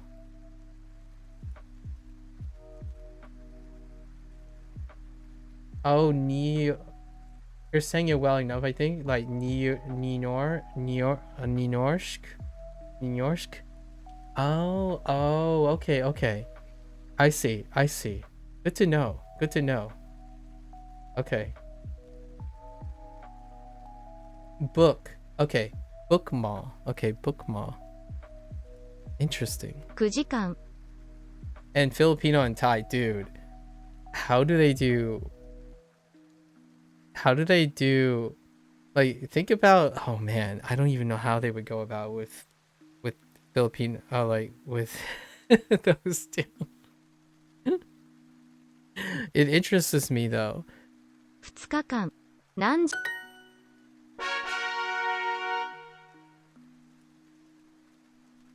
You know what would be do you know if Duolingo has a voting thing? Do you know, Manifest, do you know if, since you've been using Duolingo for a very long time, do you know if they have a voting thing or something where every once in like 2 years or something they would poll like their users which language do you want to see next, or something like a video game thing, like Capcom releasing a survey like which one of our video game properties do you want to see return or something, like in anticipation for like a 3 or 4 year project down the line. Has that ever happened in Duolingo? Yeah, so let me show you what I mean. Nar. So you see here, right? In English, this is marked as Chinese. Nar. This is marked as Chinese. However, if you go up here and say, you can't see the drop down, it's fine. You're gonna, if I change this, whoops, that didn't work. If I change this to Zhongwen, Chinese is now replaced with Cantonese. So it's not Mandarin anymore because your target language, your common language is Mandarin. So this thing is unique. So I'm curious in the future they'll go about doing it this way.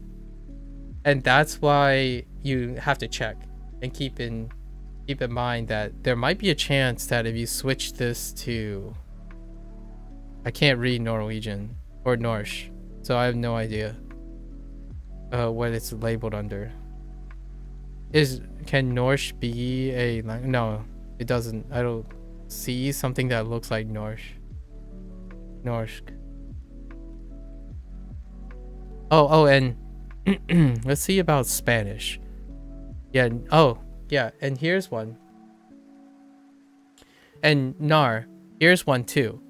Under Spanish, if you say your speaking language is Spanish, you have Catalan, which is the Spain's localized dialect.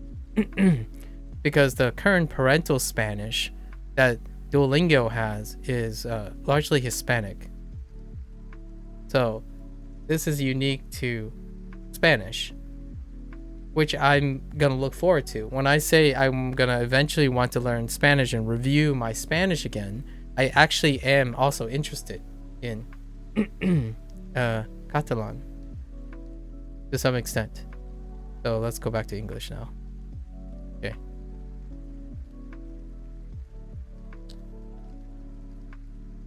It doesn't have it right now. Okay. It's just not there yet. I see. I can't stand Spanish with 10 times more learner. Okay, Nar. It's okay.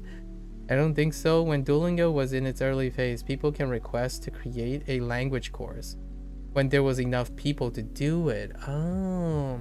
Currently, they use professional tech. Yeah. I keep seeing like they're looking for hires or expanding their professional input. I thought Spanish course had Guarani? I have no idea what Guarani is. Oh, like, no, I don't know where that is from. Yeah.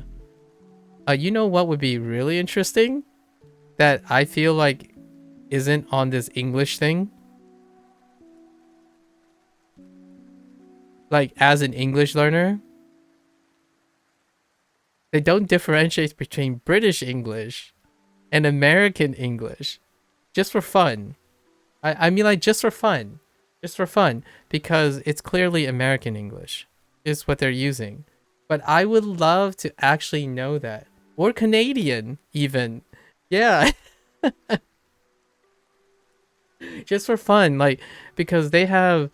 Duolingo has... Duolingo has, like, Valerian, right? And Klingon. I would love to have a dissection, at least the most macro dissections. So you could probably have British and even Canadian, because Canadian has really specific ones. So it would be fun to have like short little courses just for fun of it for as an English speaker. That's kind of how I feel about learning other languages. And you know what? If you wait, let me see if Japanese. Hold up. What if I switch this to Japanese? Hold on. Nihongo. Oh, they don't have it. You know, they could do Kansai. Like they could add a Kansai course to the Japanese, and it will be a short course, but for those who really want to get into it, they can do Kansai, or like Kyushu, right? Kyushu. That's cool. I mean, that's for the future, maybe. I don't know. I already know a couple Kansai stuff. You know, Osaka, the things from Osaka. So that would be cool. I think there's a room for that. I really think Duolingo is going that route, where they splinter the speaker, parental speaker. Yeah, the Kansai. I would love. Honestly, I have a soft spot for so let's do a little tiny little story before I switch to Mandarin. So I'm in a state, right? We talked about this a little bit, PA, right?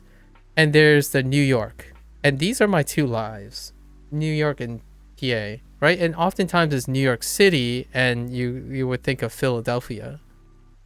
And oftentimes the relationship between Philadelphia and New York City is like Osaka, and Tokyo, right? And Tokyo. And I kind of, because of that bias, I kind of have a bias towards Osaka. And Osaka is Kansai. And easily one of my favorite game series, like the longest impacting legacy game series, is Like a Dragon. And it takes place in these two regions. It's Osaka and Tokyo. Less for Philadelphia rolls, which don't come from the city, but what Philadelphia rolls. Yeah, so yeah, that's kind of my little tiny little thing. I'm a little biased towards the quainter cities. Like Philadelphia is often a second string to New York City, and it's kind of the same relationship between Tokyo and Osaka. Or even different, Baltimore for that matter. I also spent time in Maryland, and Baltimore is quote unquote charm city, and it's a smaller city, so it's a quainter city, and it has its ups and downs and all this weirdness and whatnot, but it's oftentimes it's second fiddle in notoriety to New York City. I would say Baltimore is kind of more like a Nagoya in this case. Oh no, wait, we need like a river and stuff. It's more like Fukuoka. Yeah, Fukuoka, probably like a Fukuoka of as a to Tokyo. So Baltimore is more like a Fukuoka. I don't know what dialect is prominent in Fukuoka, but it might be something that's evident around like the Nagoya area. And I don't know if it constitutes as a big dialect or not, but it is outside of the Kanto of Kanto region, so you could probably hear some differences, right? Pretty cool. Pretty cool. Okay, we're gonna save these review for tomorrow because I got sidetracked again. Don't worry, we'll catch up. We'll definitely catch up tomorrow. I think. Swedish has more learners than Norwegian, but Norwegian is quite close. At least we beat Danish, and it's not a competition, you silly goober. Nar, you and your competition.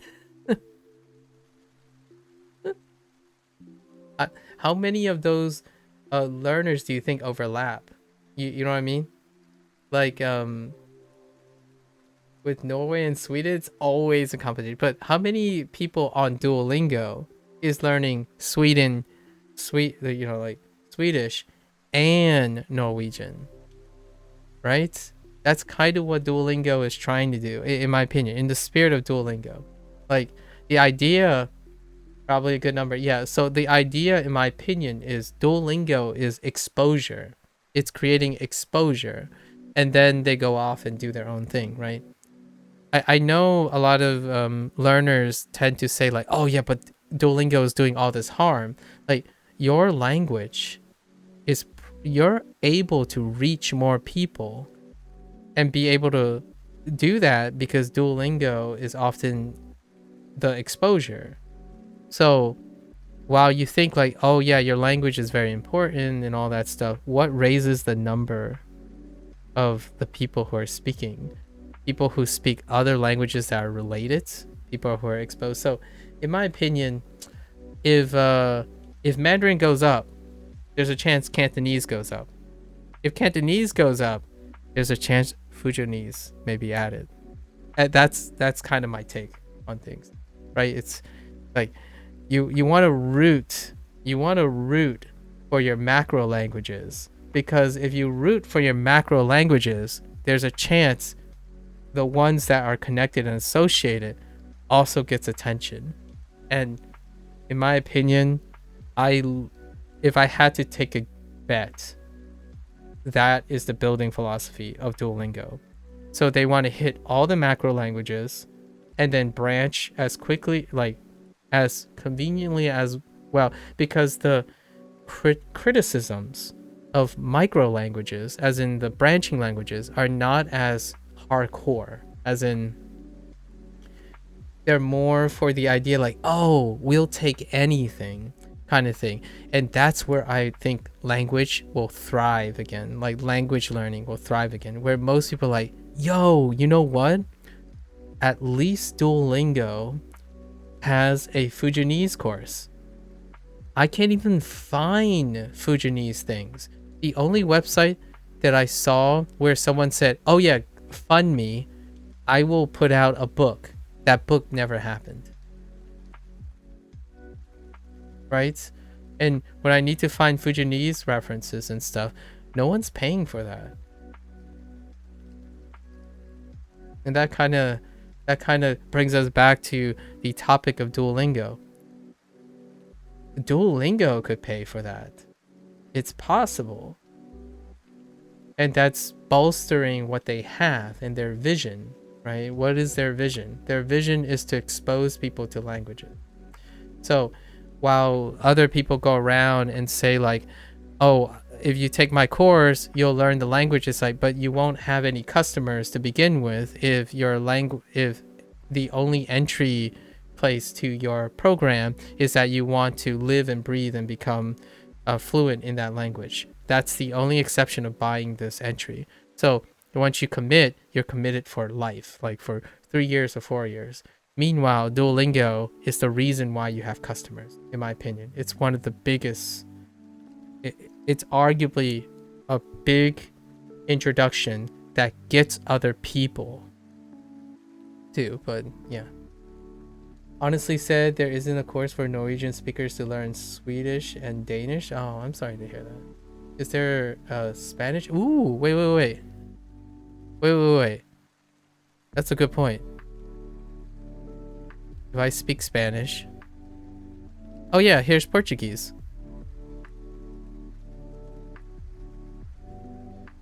Well, oh, is there a Spanish course for Portuguese? Oh, yeah. Isn't this it? Oh, no. You're saying like there is. Oh, like there is. Yeah. It's sad that there isn't. I see. Yeah. And yeah, which is why I'm confused as to why they remove such a minority language. Now, here's the thing.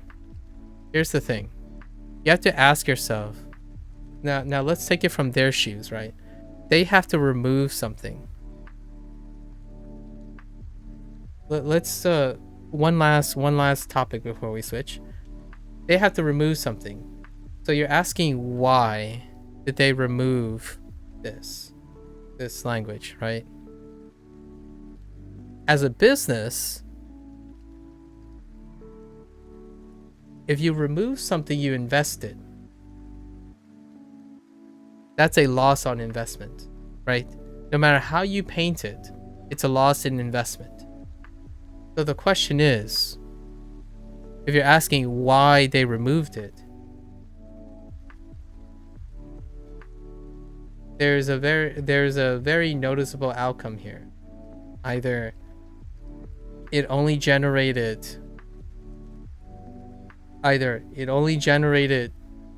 negative sentiments, is usually what I say. The end user only illustrated negative sentiments. So what happens in negative sentiments? Well, if you have to divert faculty, as in your staff members, right? The people you hire, you have to hire people to pay them to make something. And if it generates a significant number of negative sentiments, and it's a small thing, like it's a minor thing, and it applies to very small people, then naturally the outcome, in my opinion, the most reasonable outcome, is that end users just didn't care. And they have to make a they have to make a business move to maintain staff to doing this. So that's kind of like, in my opinion, it doesn't really say specifically why. However, I would say largely from a business standpoint, it doesn't actually make sense to remove something they invested resources in. However, the question is it creating a hole, like a sink for money? As in, are they draining money? I thought Duolingo language courses are ran by volunteers for the most part. Wait. Where did you... Are they? I was told the complete opposite. Or like I assume or maybe I presume. Maybe this is my bias because they're an IPO. I don't think they can afford to operate solely on volunteers. That would be very scary. I wouldn't know how they would generate investor interest based on volunteers. That's scary. Maybe it was back in the day, but the Norwegian course had the people who basically made the entire course. I see. Fair enough. And we're all volunteers? Are they volunteers now?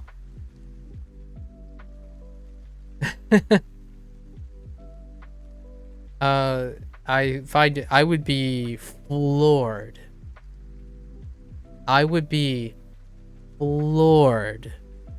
If what I'm using now is produced by volunteers.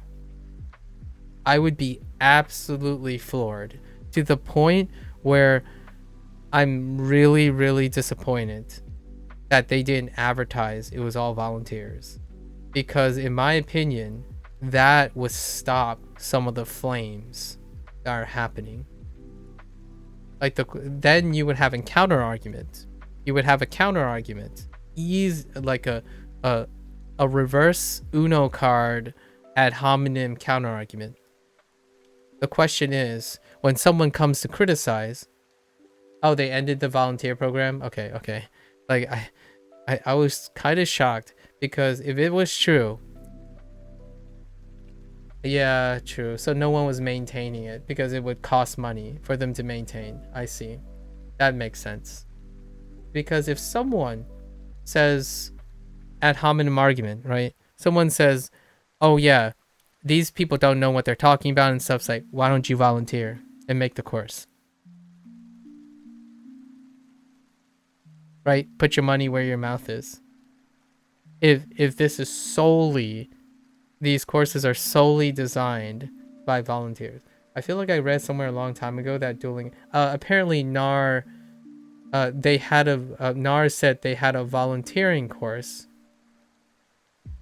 Yeah, they had a volunteer program to make courses, but that volunteer program ended in 2021, 3 years ago.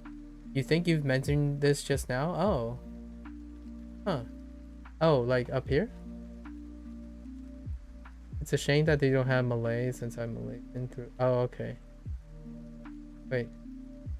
I don't think when the people can request currently. Oh yeah. You talked about people creating. Yeah. You talked about people creating courses. I didn't, but it wasn't clear if they were volunteers. Manifest.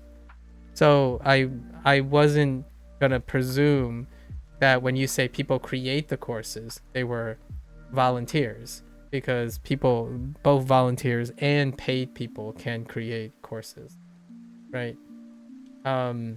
So it's kind of like a game development. When a modder, like for example, when a modder gets a association of official release, right? I kind of thought that's what the relationship is. Like, oh yeah, there were volunteers at first, but when they green light their course, right? Kind of like green light in Steam. Steam used to be called green light, but now it's not. It's called early access. Then they get a launch, and you get the support of the Duolingo's main staff, right? So that kind of thing. But if they're purely doing it voluntarily, that's absurd. And that would be so cool. I would spread that. I would advertise that like nonstop. Because that would quell so much fire. It would quell so much fire of criticism. Well, you know, most people would say like, well, are you giving your program out for free? Like, are you giving your courses out for free? Are you volunteering? Because you can make a difference, right? And the answer would be like, nah, I don't believe in that. It's like, so you don't believe in that, then you didn't place your money where your mouth is, kind of thing, right? So, not the case anymore, I suppose. They made a blog post. You can read about it when they changed it. Main reason being that Duolingo now makes money, yeah. They make money to expand. So, that's kind of the whole idea, right? I feel like I read somewhere a long time ago. Yeah. I read all that. So, okay. That's a good discussion to end the Japanese thing. I need to really book it tomorrow. It's okay though. It's okay. I need to start booking it.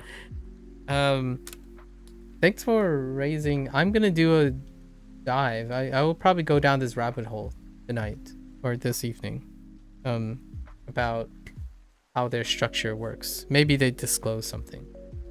I know for a fact that in their blog post, like that site with their blog posts, they have what I feel is an incredible list of people who are associated with each of the projects that they have going.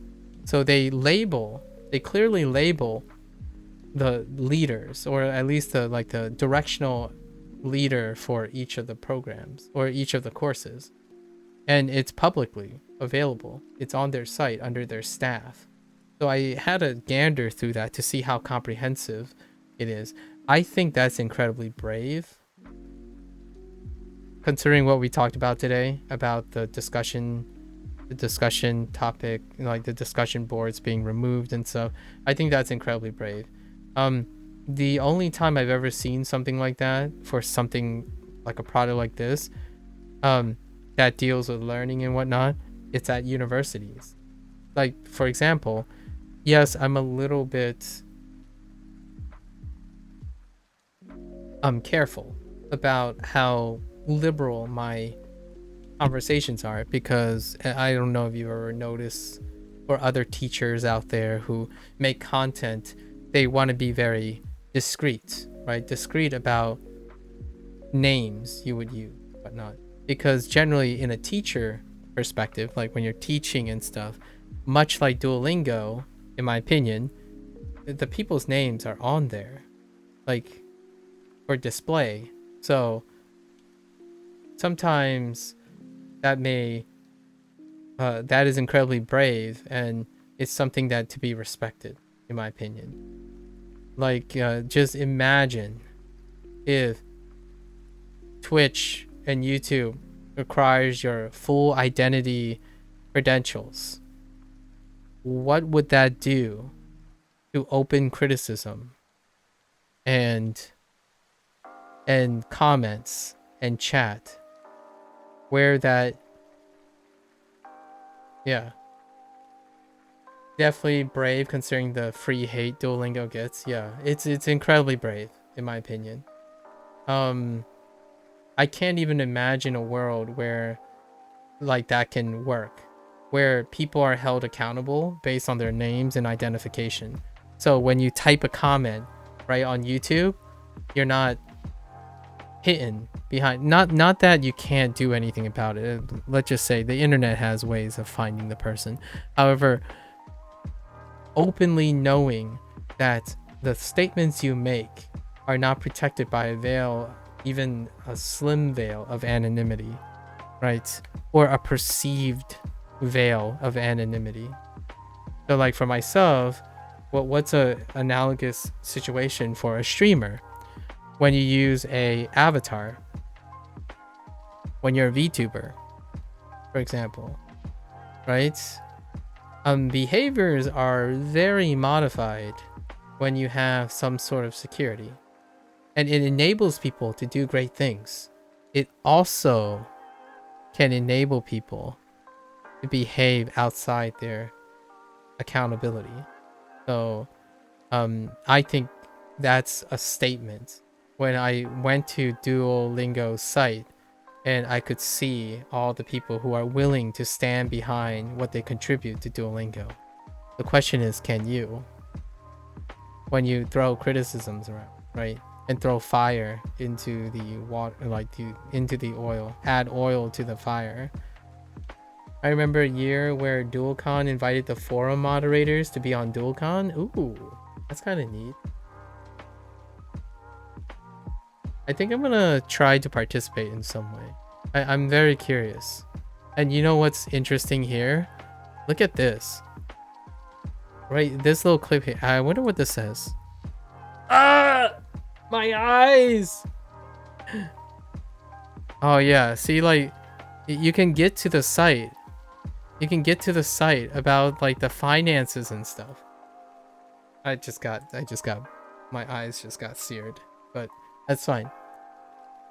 Disclosing these things, I think that's more than a lot of people do with their products. I'm just saying, right? So we'll end it on that topic. I think open interest in language, you want to root for open interest in language, in my opinion, because it also means everyone else gets to win. At least I think. It might not be ideal, but one day I feel if I encourage something like Mandarin and Cantonese, then Fujonese might be something. Who knows? Taiwanese? I think Taiwanese gets a nod, right? And then you have all the other outskirts like Malay, everything that deals with Malaysia. There's just all the offshoots in Malaysia, really. Crazy. All right. So that's a good leaving message. I gotta switch beforehand, good luck with anyone who's only interested in Japanese. Good luck. Enjoy. This is the end of my Japanese session for today. So end of day 118. I'm falling behind, but it's okay. I've been this far behind before. So for all the Japanese people out there who's interested, right? If you're gonna watch this now, if you're hanging out, thanks for hanging out. If you're gonna watch this later, thanks for watching. And mata ne, matashita, ja ne. And I'm gonna go take a break. I'm gonna get up and walk around a little, stretch a little bit before we switch over and do Mandarin stuff. Okay? All right. Jayu. Oh, Jayu. Yeah. Jayo. Jayo. Jayo. Okay. All right. I'll be back. Talk to you in a few minutes. Thanks again, guys.